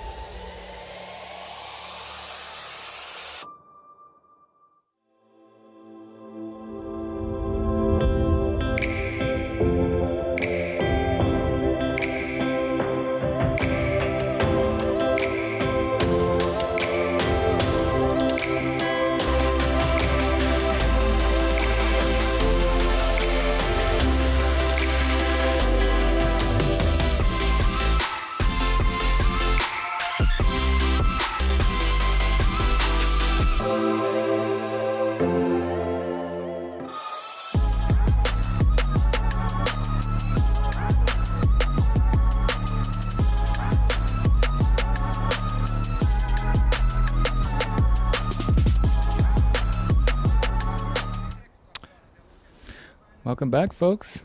Here we are on hole 13. It's a par 3, 75 meters, 246 feet. Pretty much straight ahead, right? What you see is what you get. Yeah, nothing crazy going on here. I think this is a quite standard straight putter shot up the middle. I'm quite surprised to see it averaging right at par as the 10th hardest. You know, it looks like a hole I would feast on.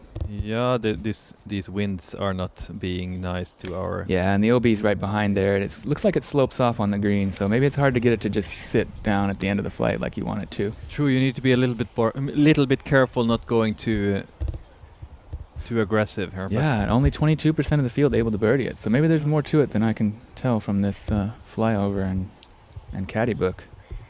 I have to go try it in person.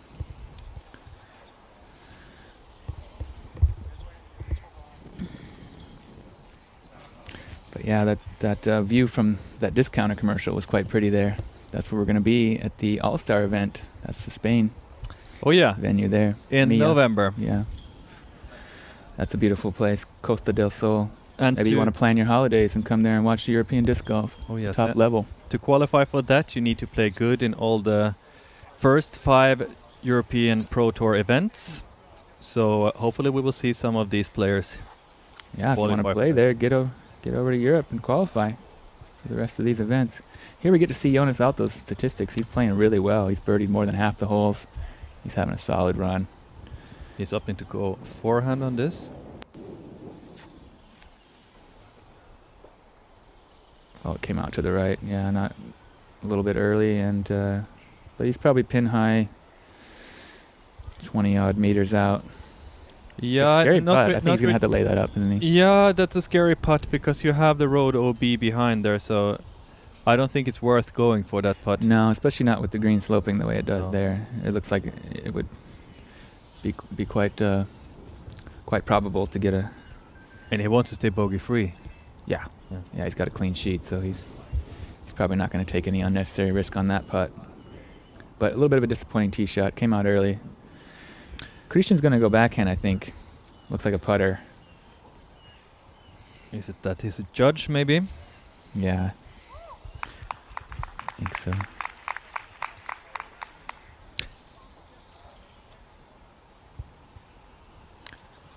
Just a simple straight shot, and by simple I don't mean easy.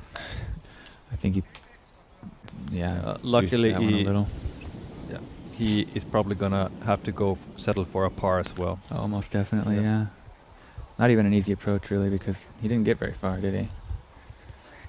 He's gonna have to contend with that sloping green. We see another forehand from Henrik.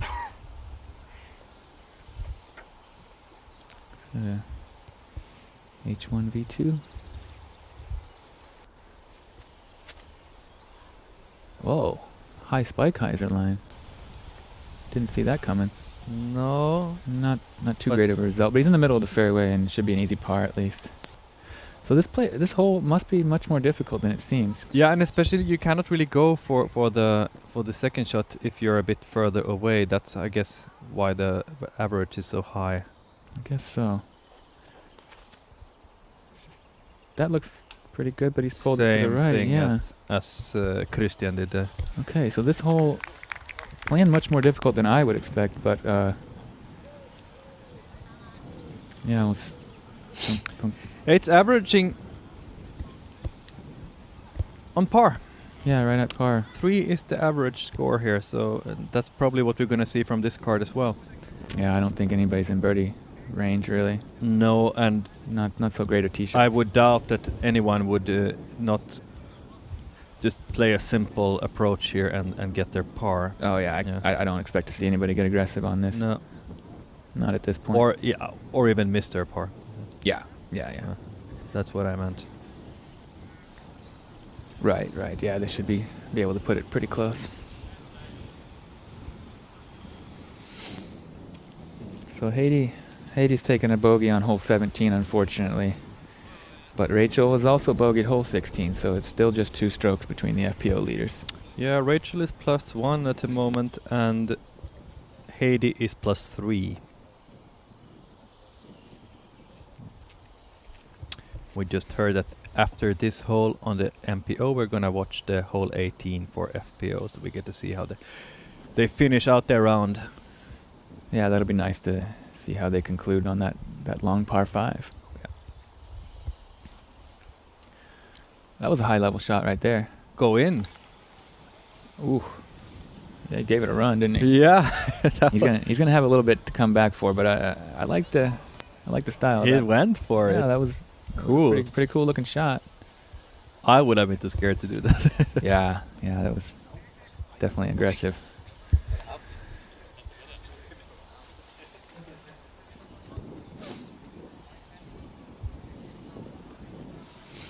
Christian just trying to put it close.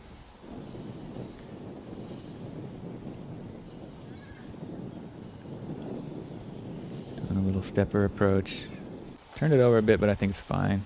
Settled up nice by the basket. Yeah, and that little kick from the tree helped him also, Yeah, gaining a few meters. definitely.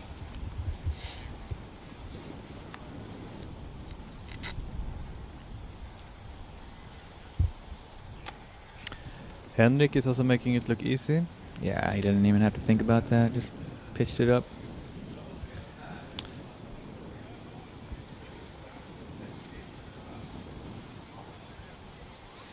So we got a little battle to keep our eye on here for who's going to be on our lead card for the FPO. The tied for third, we have 2 Danes, both at +7.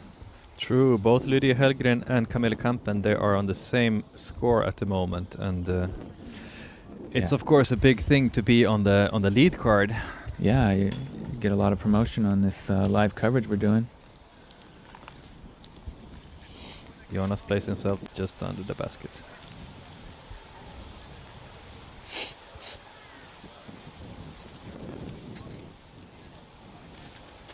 So yeah, we'll see who rounds out that 3rd place spot. Here Leo looking to collect his par.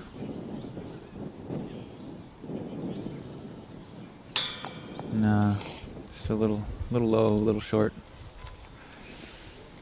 Not having his best day, but he's definitely shown that he's got some great skills. He shows that he can play. Like, he got a few too many bogeys, but he's also showed that he has the potential to go Yeah, way under par. yeah, exciting to see how he's going to finish. I think he's going to improve on his coming rounds. Maybe this might be his first time on camera. Yeah, he's right now tied for a 42nd place, so it's he's right in the middle of the field. Yeah, I'd look for him to move up some spots in the coming days. I think he's got some really good talent. And if he can put that putt together, yeah, he would be. So this is the final hole, and it seems like we have come quite far already. Yeah, we're seeing Sonia. Sonia close to the OB line. Not sure if she went out or if she was just near the line and took her meter in, but she's going with the hyzer, and it's looking pretty good. Inbounds. And not Green too far flag? from the pin, yeah. No. This basket's a bit scary though, with that elevated platform and the wind ripping the way it is. I think she will be putting for a bogey. Okay, Camilla's done great on that approach. That was an excellent shot. Beautiful. Yeah, nicely done from her. So let's see where Heidi's at. Unfortunately, she seems to have gotten quite a lot of strokes on this hole already, so that might be a putt for a triple bogey. Oh no. Oh no. Well, hopefully she can cash that in anyway. And Heidi has also been OB twice already on this hole. Oh goodness. So this hole has proven to be quite difficult. Seems like it. So she will definitely drop a few strokes. And yeah. Well, interesting to see what Rachel does here on 18. Yeah, she's putting for par from circle 1 on hole 17, so it doesn't look like she's going to collect any strokes over par there.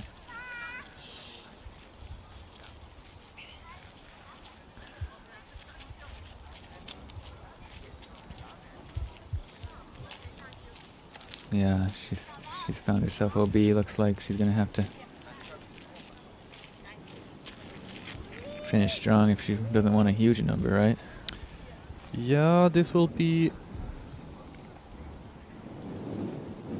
Oh, What is she's his throwing seventh? 7 already. Yeah. Oh my gosh. I didn't really see how far. No, she's just on circle's edge, so this is Yeah. for double bogey, so it will Okay, so she's be a gonna- triple bogey for her. she's gonna That's tap not that what in. she was hoping for. No, that's borderline meltdown. You don't want to have OB twice on the same hole. That Let's hope she can bounce back from that tomorrow and make it competitive.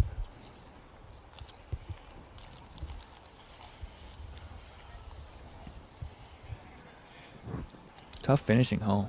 Yeah, and I wonder if Camilla is gonna get a quadruple bogey.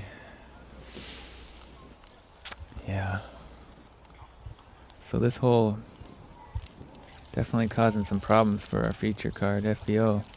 I have to say that I really like having this kind of challenging hole as the last one, also because we're gonna see some really interesting things on Yeah. on Sunday here. Absolutely. It makes Go for on. fantastic drama, right? Yeah. Might be tough for those who doesn't pull through, of course. Like, we don't want to see any quadruple bogeys here on Sunday. Oh, great putt from Sonia. Good That's a finish. Great It's going to be putt. good for her confidence moving into the coming days. Solid putt. Yeah, she ended up with a double bogey here. Not too bad. No. Good putt.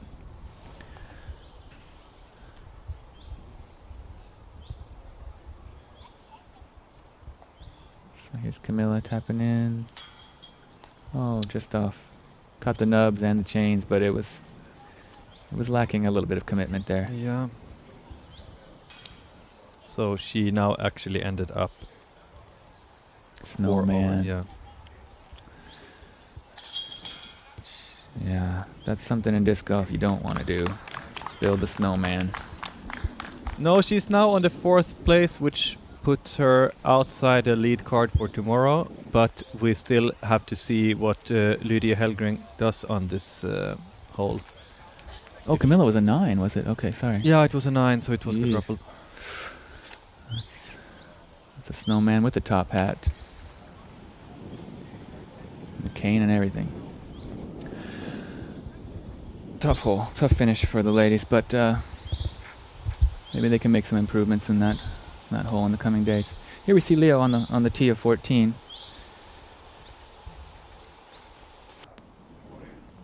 Hole 14 is a par 4, 189 meters. He tried to go in between those those two. It was a bit tight now, of course, he didn't try that. Yeah, so we missed a flyover on this one, but we can tell you that it's kind of a long par 4 with a Mando on the left and moving right to left at the end. Quite a wooded tunnel at the end of the hole towards the green there. Jonas is going with a big hyzer. He seems to have pushed quite far through. Hard to tell where he ended up. Yeah. Looked like a good shot. Here's Christian. Going backhand, hyzer as well. Or he turned that a little bit flex on it. And he hit that tree, did he? Not sure. Yeah, hard to tell. He didn't seem too happy about this throw. No, I don't think he was did what he expected to.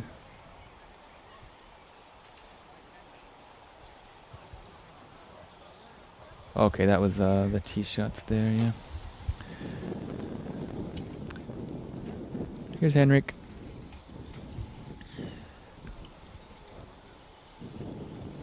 Considering what to do.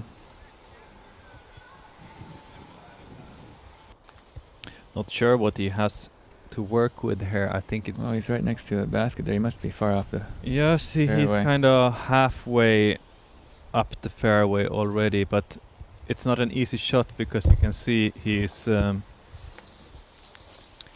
pinched off there.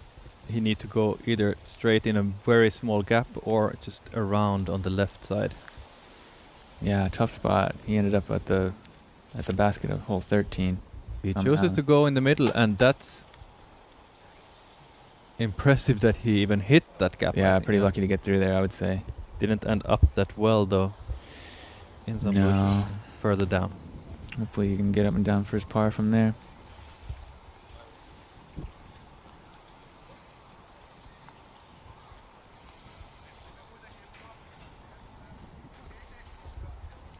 Hole 14 is averaging just over par, so it's not an easy hole for sure.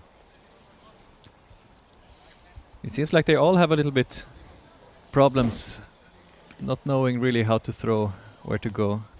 Yeah, Leo consulted with his caddy there for a moment. And looks like he's going with a big hyzer.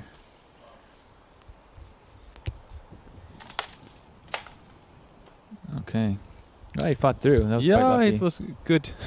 Good Good result. that he came out there so he can have a doesn't Yeah. need to wrestle with those trees there. No, he should have an easy approach, or if he wants to give it a bid, he could. I suppose it's pretty far out, but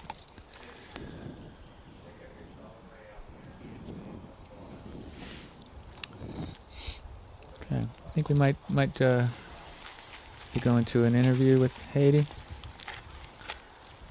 Oh, not quite yet.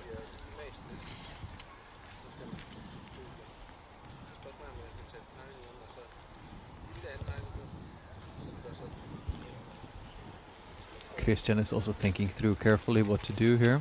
It's not an easy shot. It seems to be quite a narrow pathway up to the basket with trees on both sides, like a little tunnel, and you want to place yourself in a good position so that you have a straight shot up to the basket.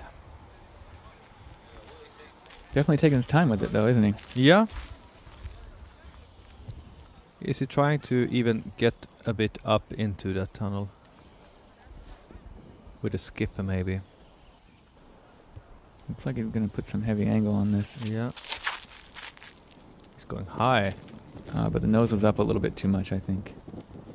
I think that might be good. Oh, it was great. Yeah. Yeah, you're right. Okay. And it's rolling out also. Oh, that was a great shot. Well played. You might have a chance for birdie from there. Just outside the circle. Doesn't seem to be as windy in there. Yeah.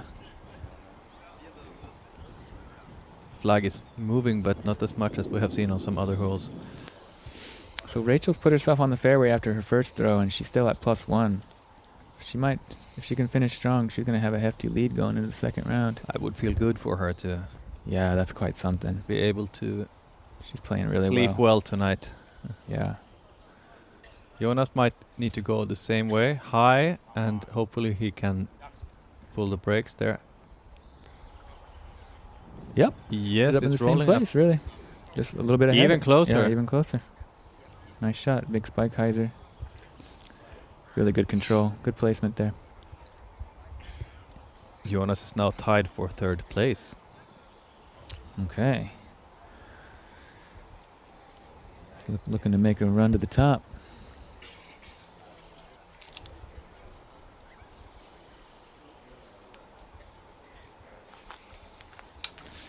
You ever get to see Henrik? I think he's quite in the rough.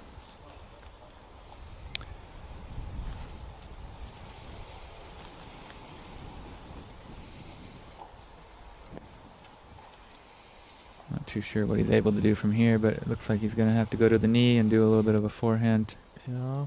roller maybe, or This does not look fun.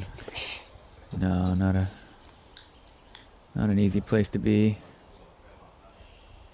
Quite a thick little patch of rough, right? Yeah, good to remember this for tomorrow's round. Yeah. Do not end up here. Yeah, I said there was quite a tight tunnel at the end of the hole, and we're definitely seeing people contend with it. And he's not getting anywhere. That's That's tough. yeah, it's hard to He had a take. really good round going, but now he's starting to. Yeah, he's struggling Yeah. a bit here on the back nine. Got that birdie on 10, but He's not out of it. It's No. no, he still has some. no. But I would be surprised if he's able to get himself on the lead card. Doesn't look like that now. At this point, he's gonna have to mitigate the damage here and birdie out if he wants to be anywhere close to the top.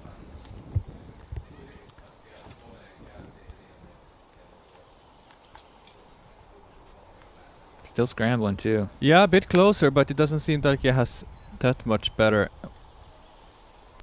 footing or even that much better view of the basket. No, yeah. He got through though. That was a good shot there. Yeah, happy to see. Yeah. Stress-free finish there. You can put that in for a bogey.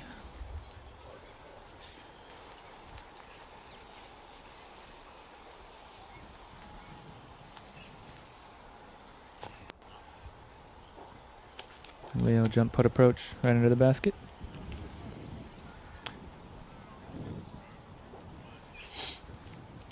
Yeah, Henrik will be putting for bogey there. So not too much damage considering. No, could be worse. Considering where he ended yeah. up. Yeah, it was pretty tough spot.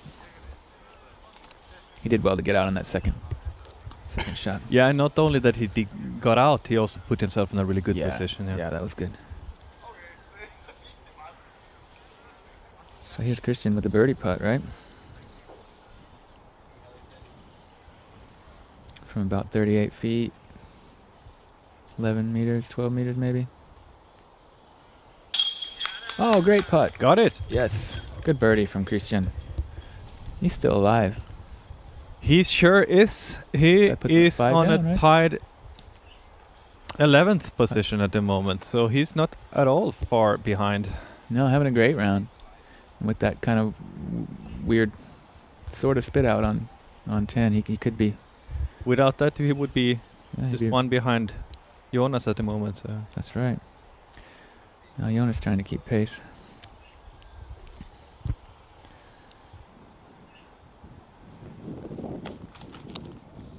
uncharacteristic miss from Jonas there.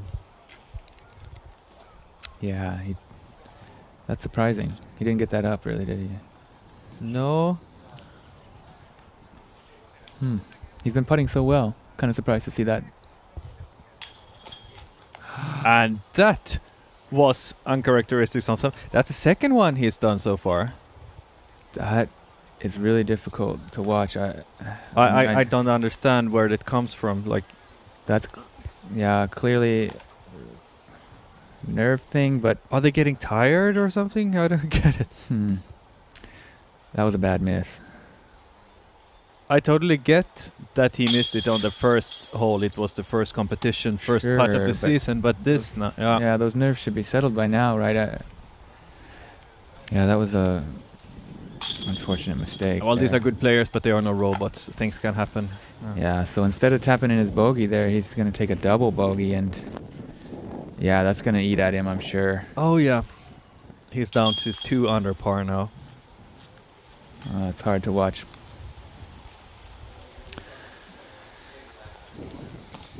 Okay, so we're going to listen to Haiti here pretty soon. Here we are. Okay, so we are here with Heidi Lane after round 1, Copenhagen Open European Pro Tour, first round. And you, can you tell us a little bit about your round? My drive game is very good, but putting game is hard, and here is very hard wind, so little bit difficult. And judging from the score, it seems you will be on the lead card tomorrow, and so we will be seeing you again. And how does that make you feel? How does the sun make you feel here in Copenhagen right now?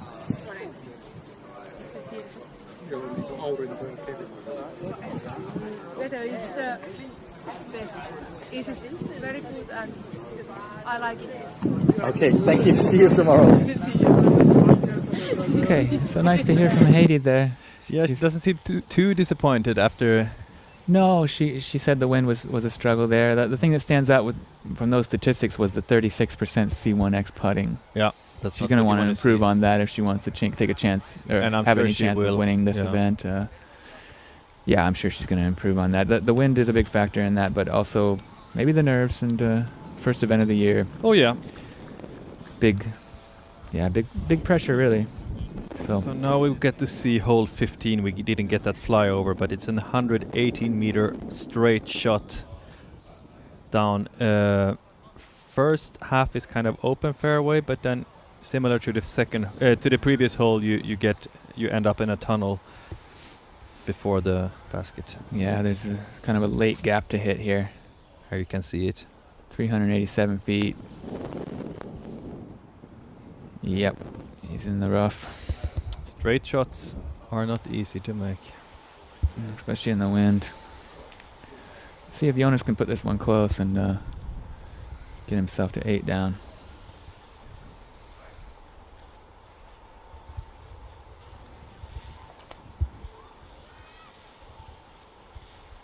Wonder if that's an F1 or maybe H1 he's throwing.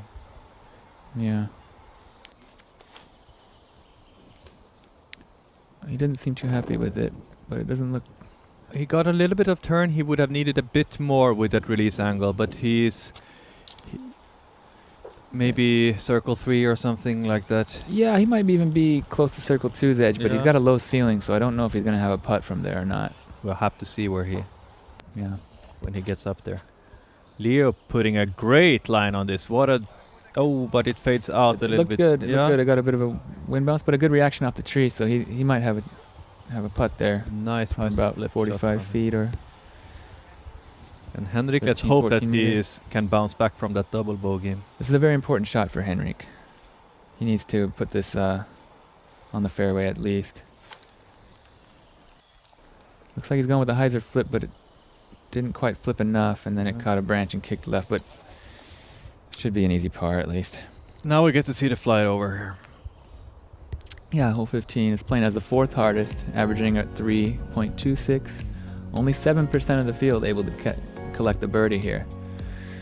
There's no OB to contend with or anything, but those bushes on the left and right are quite thick. You need to have a clean Yeah. shot to be able to get that birdie. Yeah.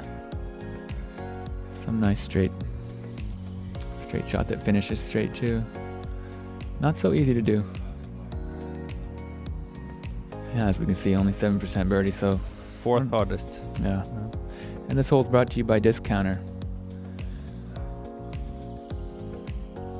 Thanks for your support. And we're in Denmark, and of course we see a beer can on top of the basket. Was it Carlsberg? I think it was.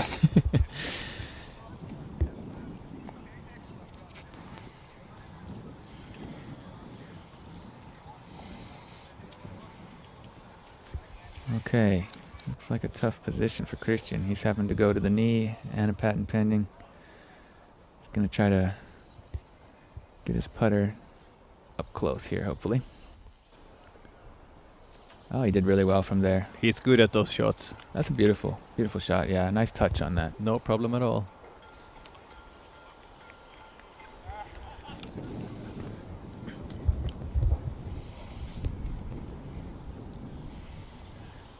And Henrik is back in a similar position as it was on the previous hole. Not quite as thick this time though, so he actually has a shot for the basket. Yeah, that's a good one. Nice one. No problem there. Should be able to get that par. I hope he doesn't get the yips again. That was kind of... Yeah, that was not fun to see. No, you never want to see someone miss a putt, especially from that close, but it definitely happens. Happens to everybody at some point. Oh yeah.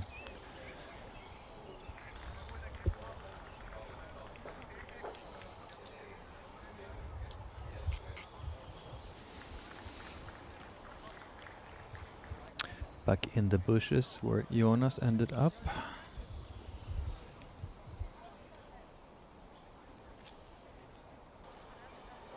Pretty good flick. Yep, right under the pin. 3 good approaches so far. No, Hope we get to see a 4th one. Maybe he can even go for this. I think he's going to be able to give this a run if he wants it. He's pretty far out though. It's hard to tell exactly how far, but I'm thinking he's in between the 2 circles there. Yeah, I think at he will about go 50 for it. feet. Yeah, 15 meters ish.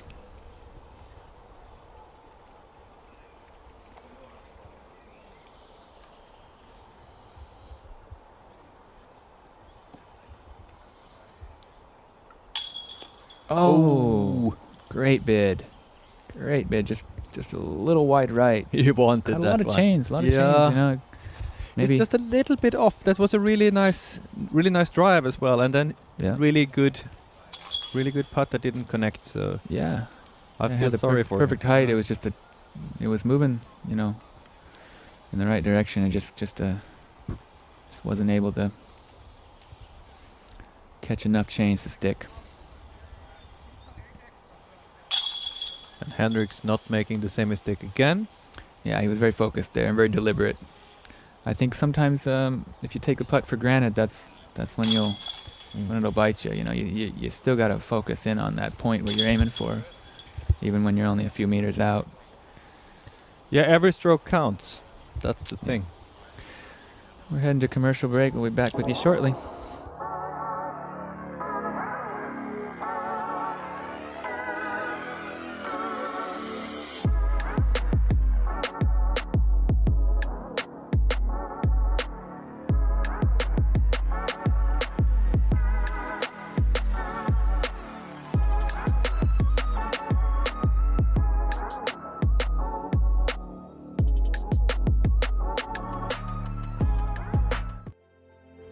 Do I have what it takes? I have the dedication. I have the right equipment. I have the fire.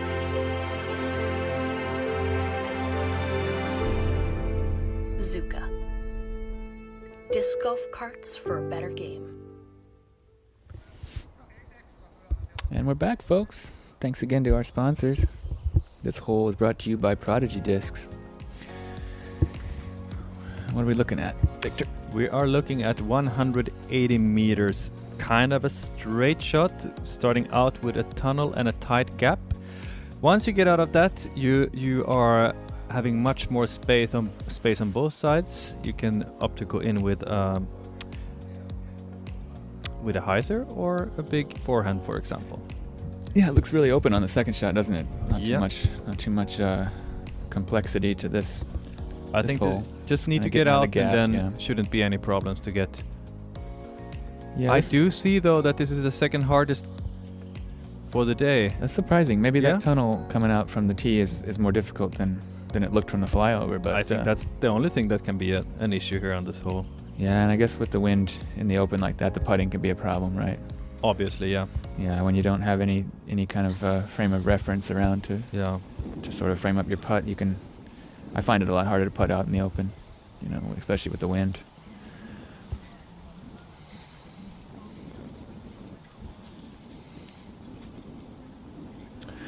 So 3 holes to go. Jonas is 2 shots behind our leader. I'm sure he wants to still get a few more birdies to get even closer to the absolute top. Yeah, he's definitely playing to win, so he's going to want to get as many birdies as he can. And Christian is not far behind. He's on -5 at the moment. He's Really also solid play from him. I'm impressed. Still has a chance for the lead card tomorrow. That's right. Ah, That's unfortunate not kick there. what he was hoping for, though. Yeah, it's a bummer. Pretty tight gap. Got to really cream it down there.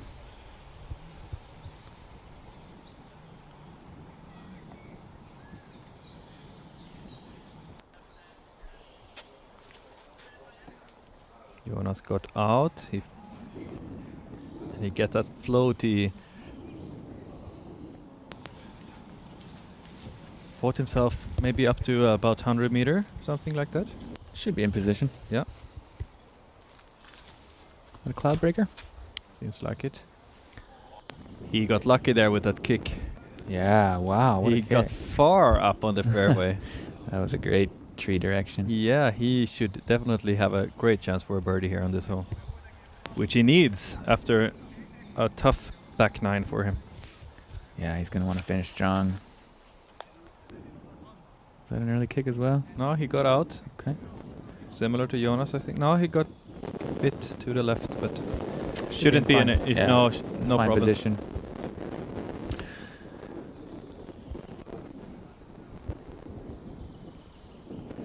Still quite a bit to go, but we have seen that all these guys have great power. Yeah, you can hear the wind ripping though still, so you're gonna want to put this approach as close as possible, just to take the edge off that putt, you know. Yeah, no, the basket is also a bit uphill so it's even more exposed to the wind. So you really want to get as close as possible on this one.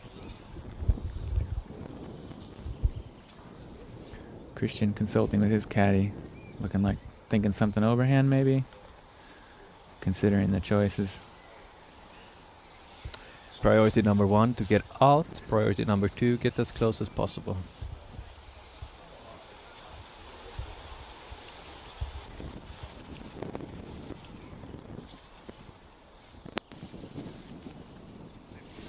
He's gonna go with a standstill forehand on an Anheuser angle.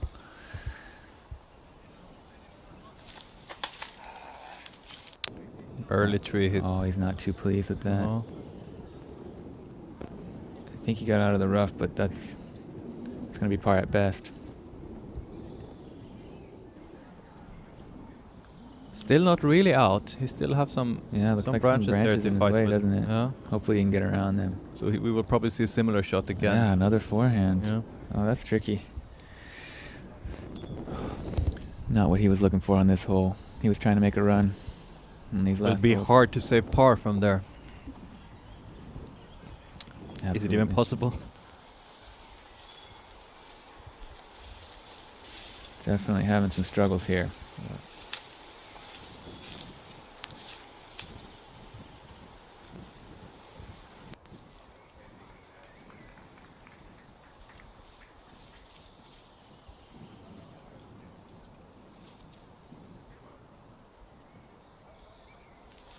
Going backhand from here. Kind of patent pending. That's a great shot though. Gets far up, not really close to basket, but still. Yeah. A lot of distance. Pretty solid. From that awkward standing position. Mm-hmm. Not much chance at the par, but shouldn't be taking a huge number at least.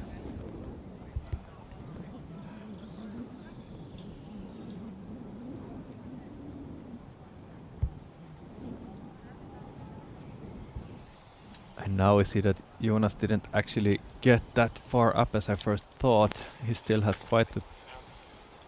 quite some distance to make.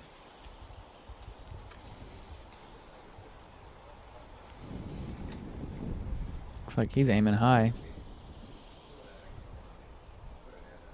Going for the big shot. FX2.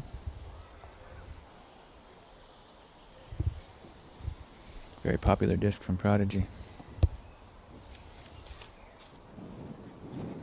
Is that what that? Yeah. High indeed.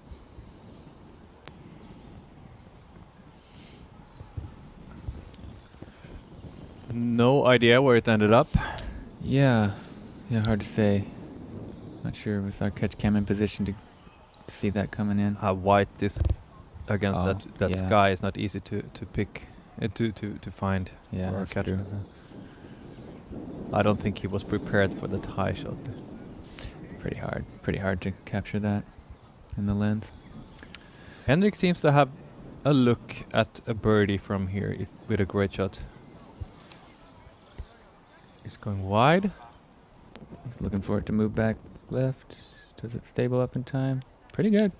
Yeah. Pretty good shot.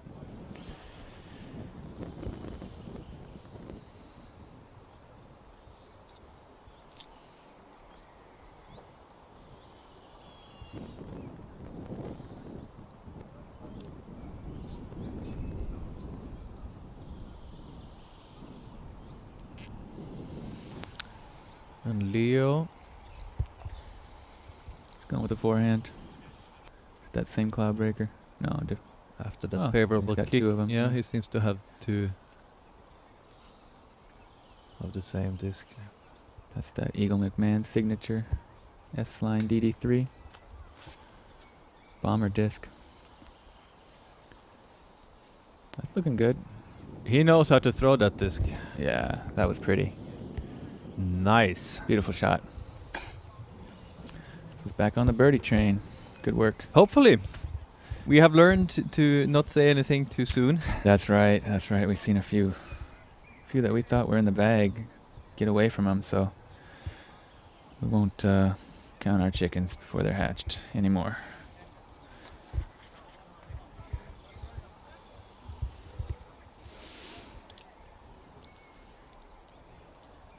It's pretty close, though.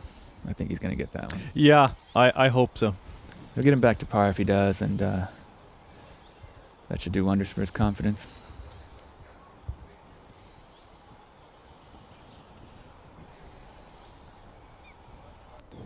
Christian lining up the forehand approach. Try to skip it up there, I think.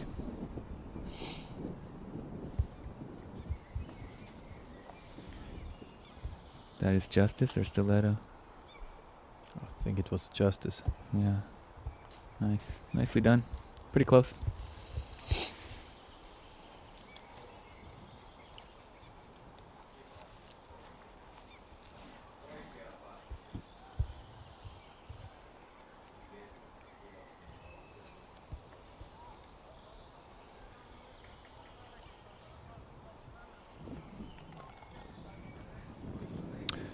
Good approach.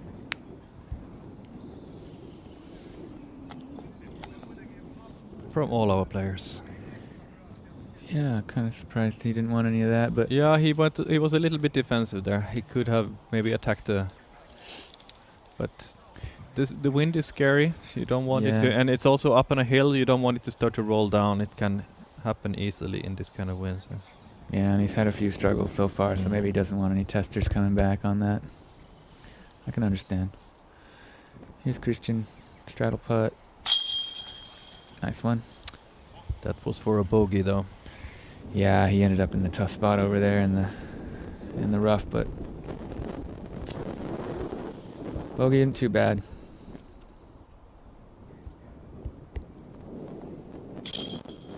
Nice birdie. Whoa, it's still hanging there. Yeah, the wind tried to push that out, Yeah. but that's a got it really, in. really good birdie for Leo. 2 holes to go. We still have Jonas on a 3rd place. Okay, so he's going to need a birdie the last 2 if he wants to match Daniel Davidson's hot round. Here's hole 17. Yep, this is a par 3, 94 meters or 308 feet. Looks like a chance to go through that tight little tunnel or go over the top here. But pretty well guarded green, as you can see. Lots of trees. Yeah, yet again a straight hole. You can go high maybe if you have a lot of power. Yeah, averaging right around par there and 10th hardest on the course. Looks like an opportunity for something, one of those trick shots like a grenade or something if we had anybody capable of that type thing. Maybe it's about out of range. That's pretty far, I guess, for that. It's still 94 meters. It's Yeah, I not guess it's so- doable. yeah. Let's see. Say big spike hyzer maybe or something. I think that most of them are going to go straight Through the gap. Yeah, but he's Let's having see. something. It's got a Majesty, yeah. Yeah. It's that active line Discmania plastic, I think. So he will go high, probably. Oh yeah. Yep, over the top with the big hyzer. Pretty good. Not the best reaction at the end of it, but Safe par at least. decent idea. Yeah, and he should be able to get a bit aggressive on that putt also. He's made a nice long one earlier. Hopefully he can do it again. Keep the momentum going. Jonas is going for the same shot, it seems like. Yeah. That's a D3. Okay. It looks like spike there, like kind of like the big hyzer is the play. Oh yeah. Those trees are not as close as I thought they were. Did they hang that out a bit wide or what? Was it too? Seems like it. No, That is not not where really he wanted ideal, to land, no. No. Henrik is. He's going with the big forehand. Yeah. He has shown he's got great speed with that. Got an H1.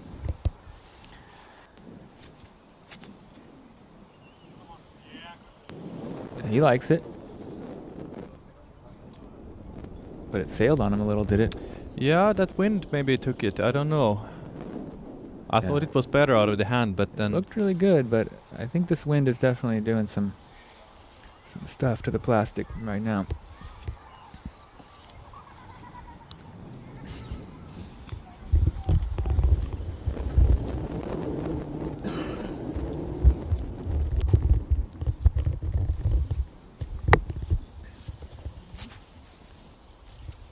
Christian going more straight.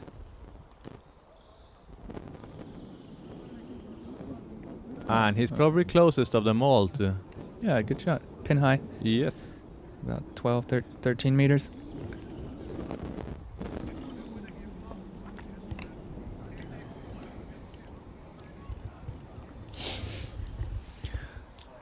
Yeah, so no, I guess it's not an easy hole either.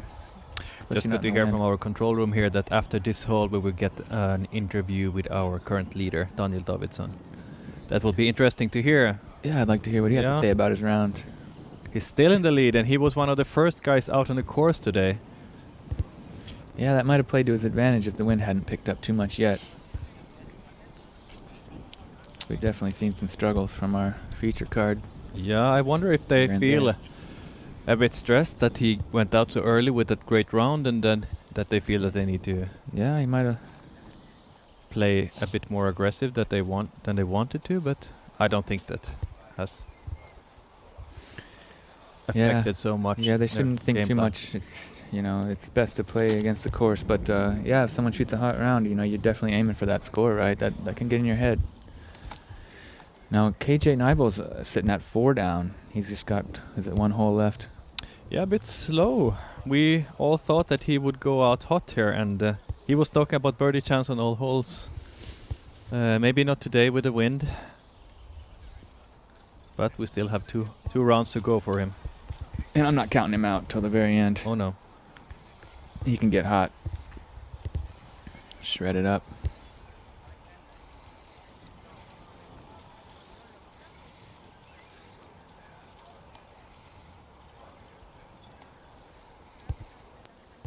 There we go. Henrik's gonna have to do some more scrambling. Try and get up and down for his par.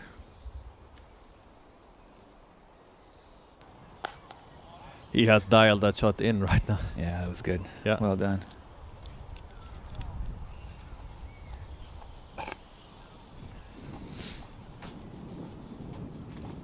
Yeah, KJ 63% circle C1X putting. I think the wind is making it really hard to putt high percentage today. Hitting the fairway clean though. 82% fairway hits. That's good. Let's hope he can finish with a birdie and move to 5 down. Now we see where Jonas ended up. Not good. Not a good position, huh? Seems like birdie is out of the question at least. Yeah, he's gonna have to go with some kind of roller here. Oh, he's gonna have to get creative even to get his par. Let's hope this goes right. He hasn't had a bogey yet. Laid that down nicely. I like that. Yeah, that was a good shot, but it's still a tester putt. He's around the circle's edge, right? Yeah, something like it. He's maybe closer to like 7 meters. 7, 8, yeah, 25 feet. But that's not an easy putt. We have seen it many times today. Yeah, his putter's kind of cooled down a little bit towards the end of the round. It was really hot in the beginning. So hot with like banging chains straight in the middle. But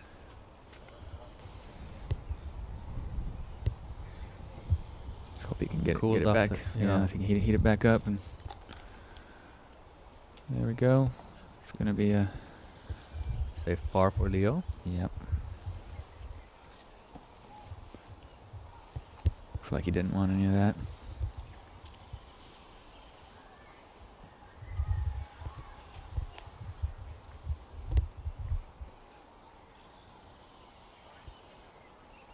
Oh, sorry. It seems like we have some confusion about who's about to throw, but here we see Christian's down on a knee here. This is a little bit unfortunate that he had that low ceiling, but if he can connect for this birdie, that'd be great.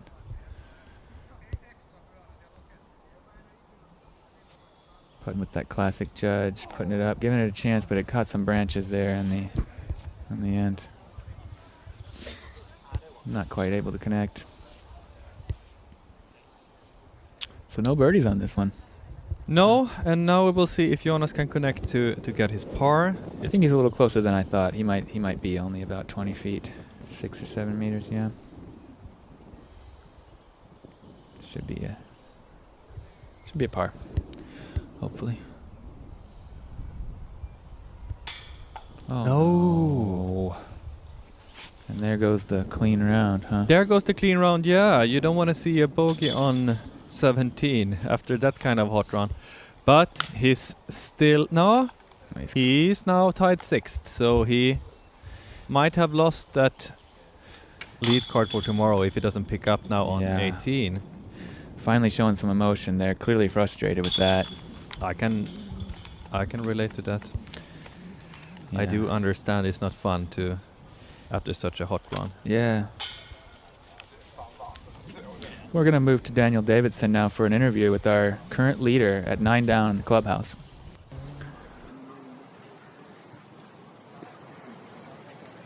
Okay, we are here with Daniel Davidson after round 1 of Copenhagen Open, the first European Pro Tour. How did it go today? Yeah, I had a pretty nice round.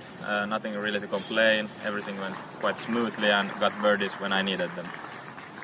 And with 9 under, you have a fairly good lead right now? Yeah, sitting in a pretty good position at the moment. I'm happy with that, yeah. Anything you're going to change for tomorrow? Not specifically, but on some holes I'm hoping for a little bit better result, but nothing big, no big changes for tomorrow. All right, thank you very much. Yeah, thanks. And amazing statistics we're seeing there. Oh yeah, let's have a look at the flyby here on 18 before we start to talk about that. Yes. This is the longest hole on the course. It's a par 5. By far the hardest. Look at this, 6.3 average. What a beast of a hole. 7% of the field able to birdie it, but definitely causing some major damage to a lot of folks out there. Oh yeah. This hole's brought to you by Discounter. Love that commercial from Spain. Beautiful scenery. Looking forward to broadcasting that at the end of the season. Yeah, you see here, the pin is elevated. It's a long hole, 327 meters, 1,073 feet. So, good luck with that one. Yeah, it's going to take a few throws. Yeah. But yeah, the Daniel Davidson statistic that stood out at me most was the 100% circle one. Oh yeah. putting. So he was on target. 100% circle 1 putting and 100% scramble. Fantastic performance. Yeah. He's got himself a cushy lead. Well earned. Oh yeah, from the looks of it. So what we have here on hole 18 is that we have a big zone in between 2 landing zones. So you need to place yourself and then throw over an OB and then go back into fairway on the other side. That looks all right. That looks clean. That's about where you want to be.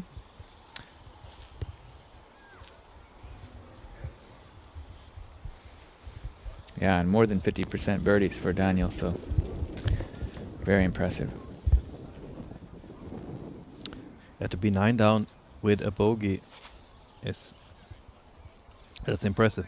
Yep. It'll be exciting to see him playing this course tomorrow.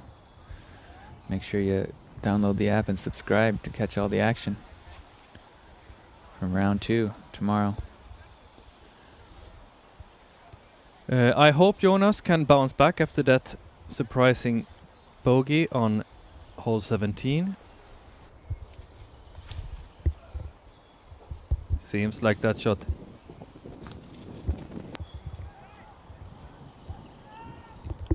That was a great shot from Jonas.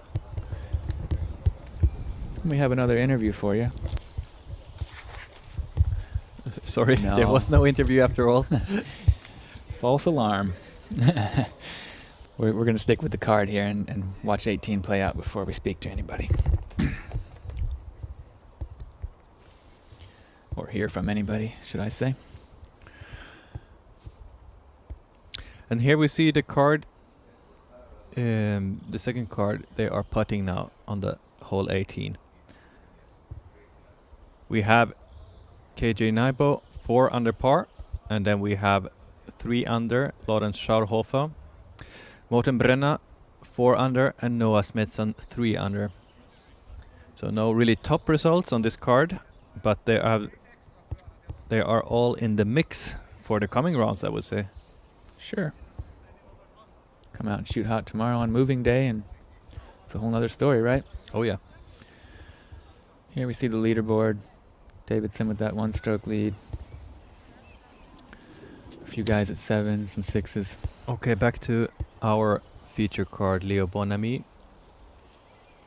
That Majesty again. Worked fine for him last time. And he gets over to the other landing zone, to the other fairway. I think that'll do. That's a good throw.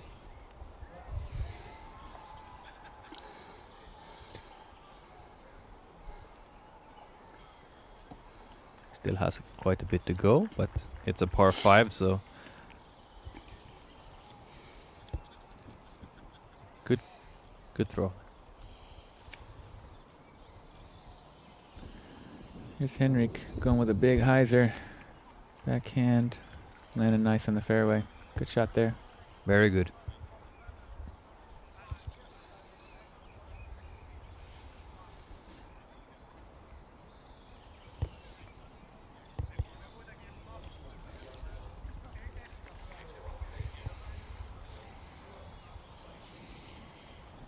Very long par 5, yeah. Playing like almost like a par 6 on the average, but Yeah, just stay in bounds. Then should be safe, but Jonas going with a safe second throw.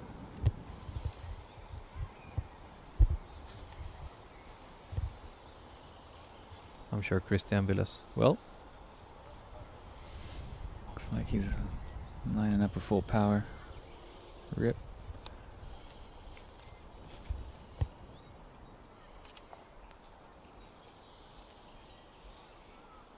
No. Seems like I don't think he got it. Spotter showing the red flag. Oh yeah, that's not what you want to see. No, I think he didn't quite get enough on that one. Maybe it's too low. Hard to see what actually happened and where he landed, but somewhere there in between those two fairways, I guess. Yeah.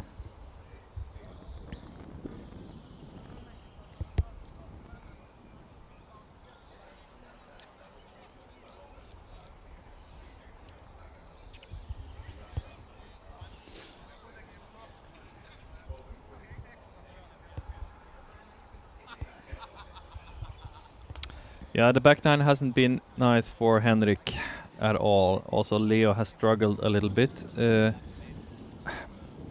More or less everyone has had a hard back nine. Yeah, the wind's been a challenge. Course is definitely showing some difficulty in these conditions. It's not an easy course.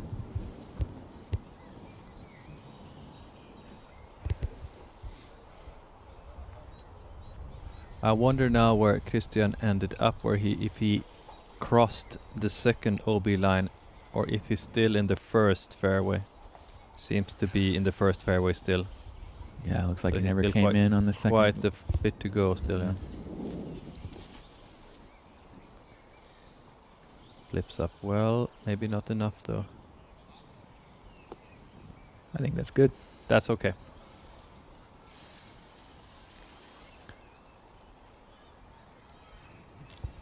Not the finish he was looking for though. It's going to be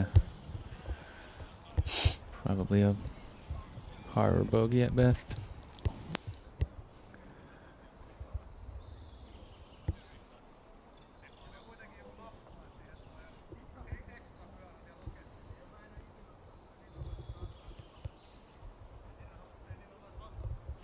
Here we see the top 10. Daniel on top there. And also still Elias Griper as on the second place. Yeah, great job from him. Jonathan Hamme will be on our lead card. And one of those two guys, Rasmus or Levi, whoever has the lower PDJ number, I believe.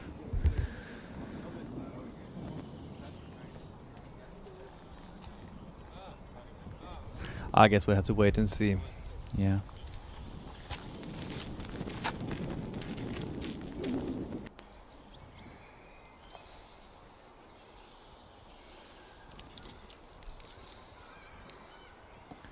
Yeah, I think Rasmus has a lower PDGA number than Levi, so Might be him we will see tomorrow.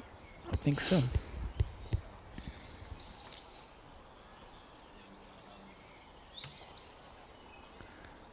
Rasmus from Espoo, Helsinki local. Oh yeah.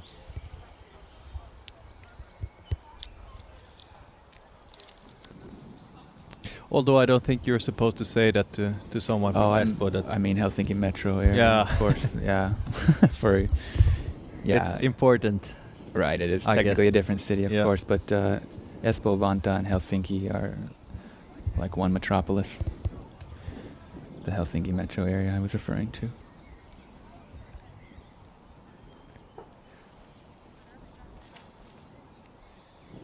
Leo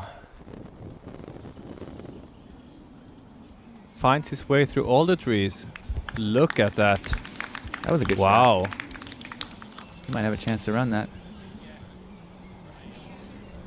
It's got a bit of a headwind, but and an elevated pin. That was a nice shot. That was, yeah, very good.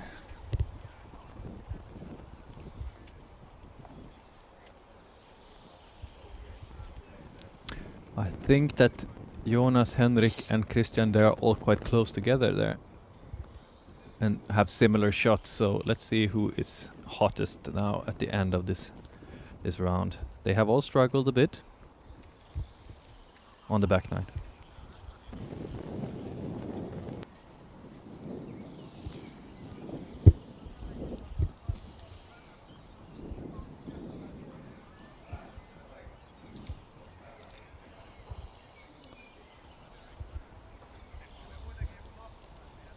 Here we're seeing Jonas.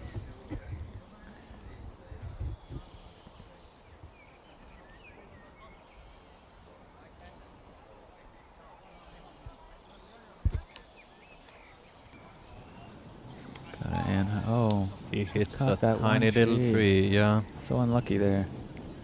Wasn't much in the way, but he found the only object in his path, unfortunately. They tend to pop up when you throw something. Yeah, that's unfortunate for Jonas. He had such a great start. He kind of stalled out there in the end, and definitely not out of the game yet, but you can still save the par here on this hole. Yeah. 6 down would be a pretty good start. Oh, yeah. And definitely still in contention.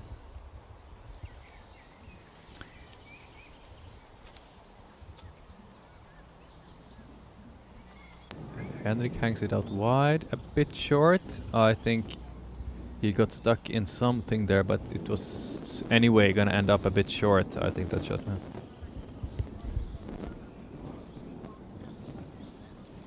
Birdie will be difficult from there. Most definitely.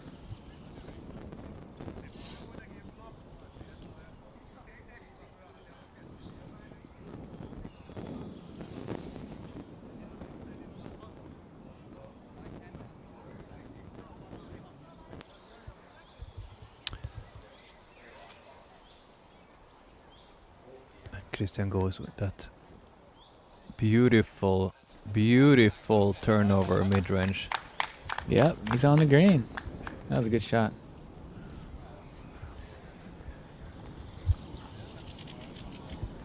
Who's up next? Yeah, I'm not sure. I think Henrik? it might be... No, it must be Jonas, because he hit Oh that, yeah, he hit that little... Yeah, that's right. He didn't get too far. Invisible tree. So if you can put this close. Is that an A3? I think.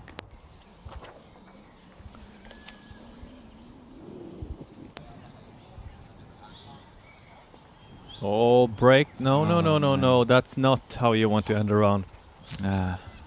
Hate to see that.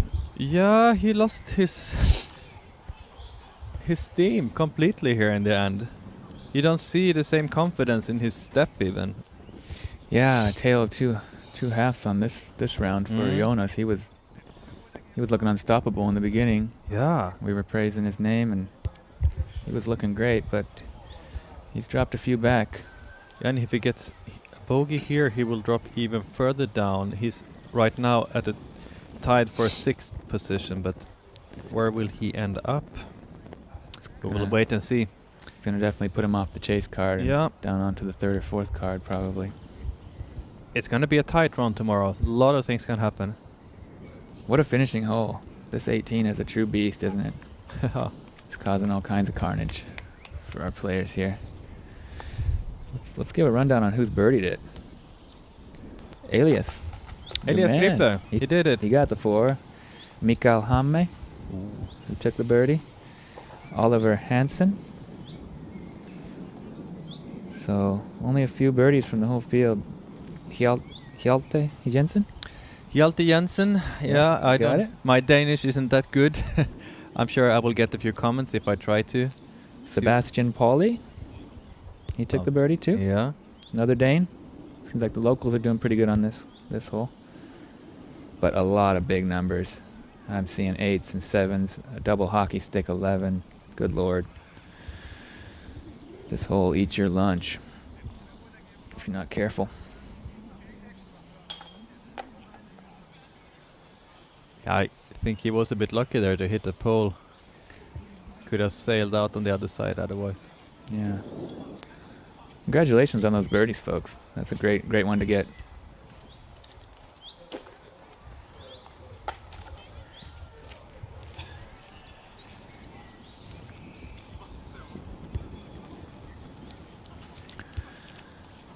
So, this is going to be it for the first round. Yeah, we're wrapping up the first round of Copenhagen Open 2022. First stop of European Pro Tour. Yeah, the inaugural event. So exciting. It has been. It has been great. So much good action. We have a lot of good disc golf to look forward to. Yeah, make sure you come back and join us tomorrow and Sunday. And also have a look at the post-production coming at you with KJ Disc and MDG Media. And I think we are soon going to see an interview with our leader on the FPO side, Rachel Turton. That will be exciting. Yes, that'd be great to see what she has to say.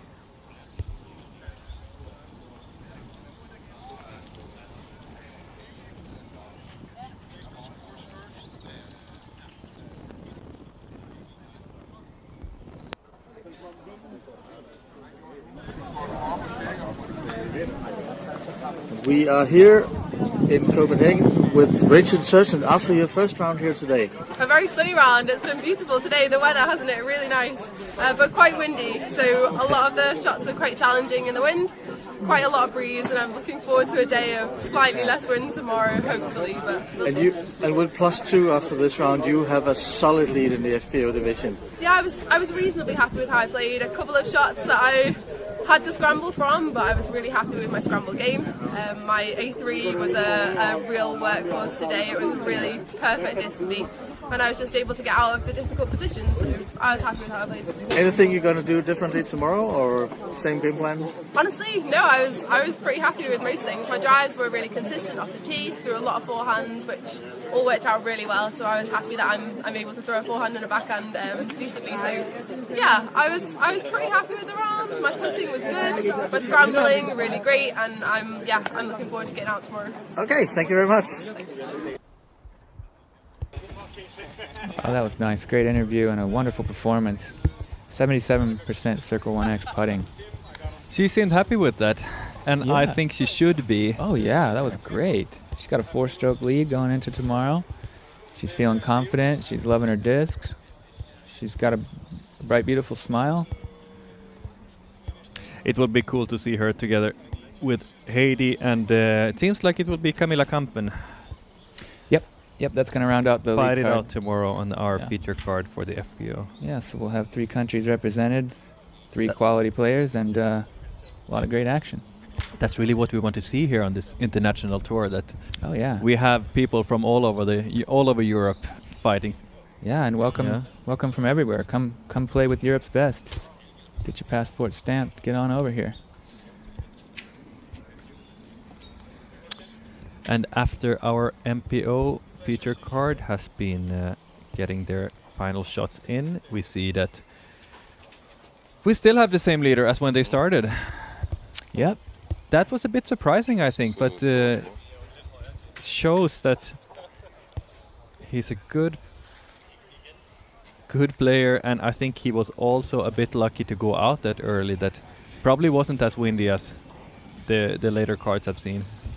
Yeah, he's done really well. Nice work. Relax now. Thank you. Welcome back to the studio, and thanks for watching that. That was a lot of fun. Yeah. Cool. Finally, we have started. We're started, and we have. This was the first time for us, and I guess we were a bit nervous before we started. I think the players were nervous. Naturally, I Yeah. think that's normal. We had a lot of fun though, and we're really happy you joined us. Yeah. So what are we gonna see tomorrow? We got Rachel and Heidi and Camilla on the FPO side. That will be huge. I think it's going to be great to see them all. Yep, and then on the MPO, Daniel, Elias, Jonathan Hamme, and Rasmus Tuominen. Yeah, three Finns and one Swede, and it's a tight race. They are all within 2 shots, and behind we're gonna have a chase card with also they are 6 down and 7 down, so it's gonna be tight. It's gonna be a great moving day. Make sure you download the app and subscribe so you can come back and join us tomorrow and Sunday.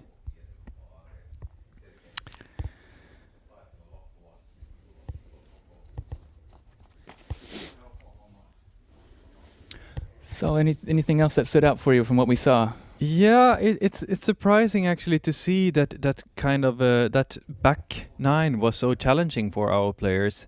It felt a little bit like they lost the steam after a while, but yeah, I think the wind was definitely an issue for a lot of players. I know myself when I'm out playing and it's windy and you like it's easy to lose that that confidence and energy when you have a few bad shots, and then like not to have that affect your common your next holes. That's tough. Yeah, it can definitely drain your energy, and it's just a lot less comfortable when it's blowing around like that. But it was a beautiful day. Okay. Yes, and we will see tomorrow's we start at 14. Yep, 2:00 here. That's Finnish time, right? Or no, that's local time. Sorry. Yes, that's the local Danish time. So 3:00, 3:00 Finnish time, 7 a.m. U.S. Central Standard Time. We'll start with the FPO teeing off at 2:15, and then we'll follow them through about 5 holes, and then switch over to the MPO at 3:00.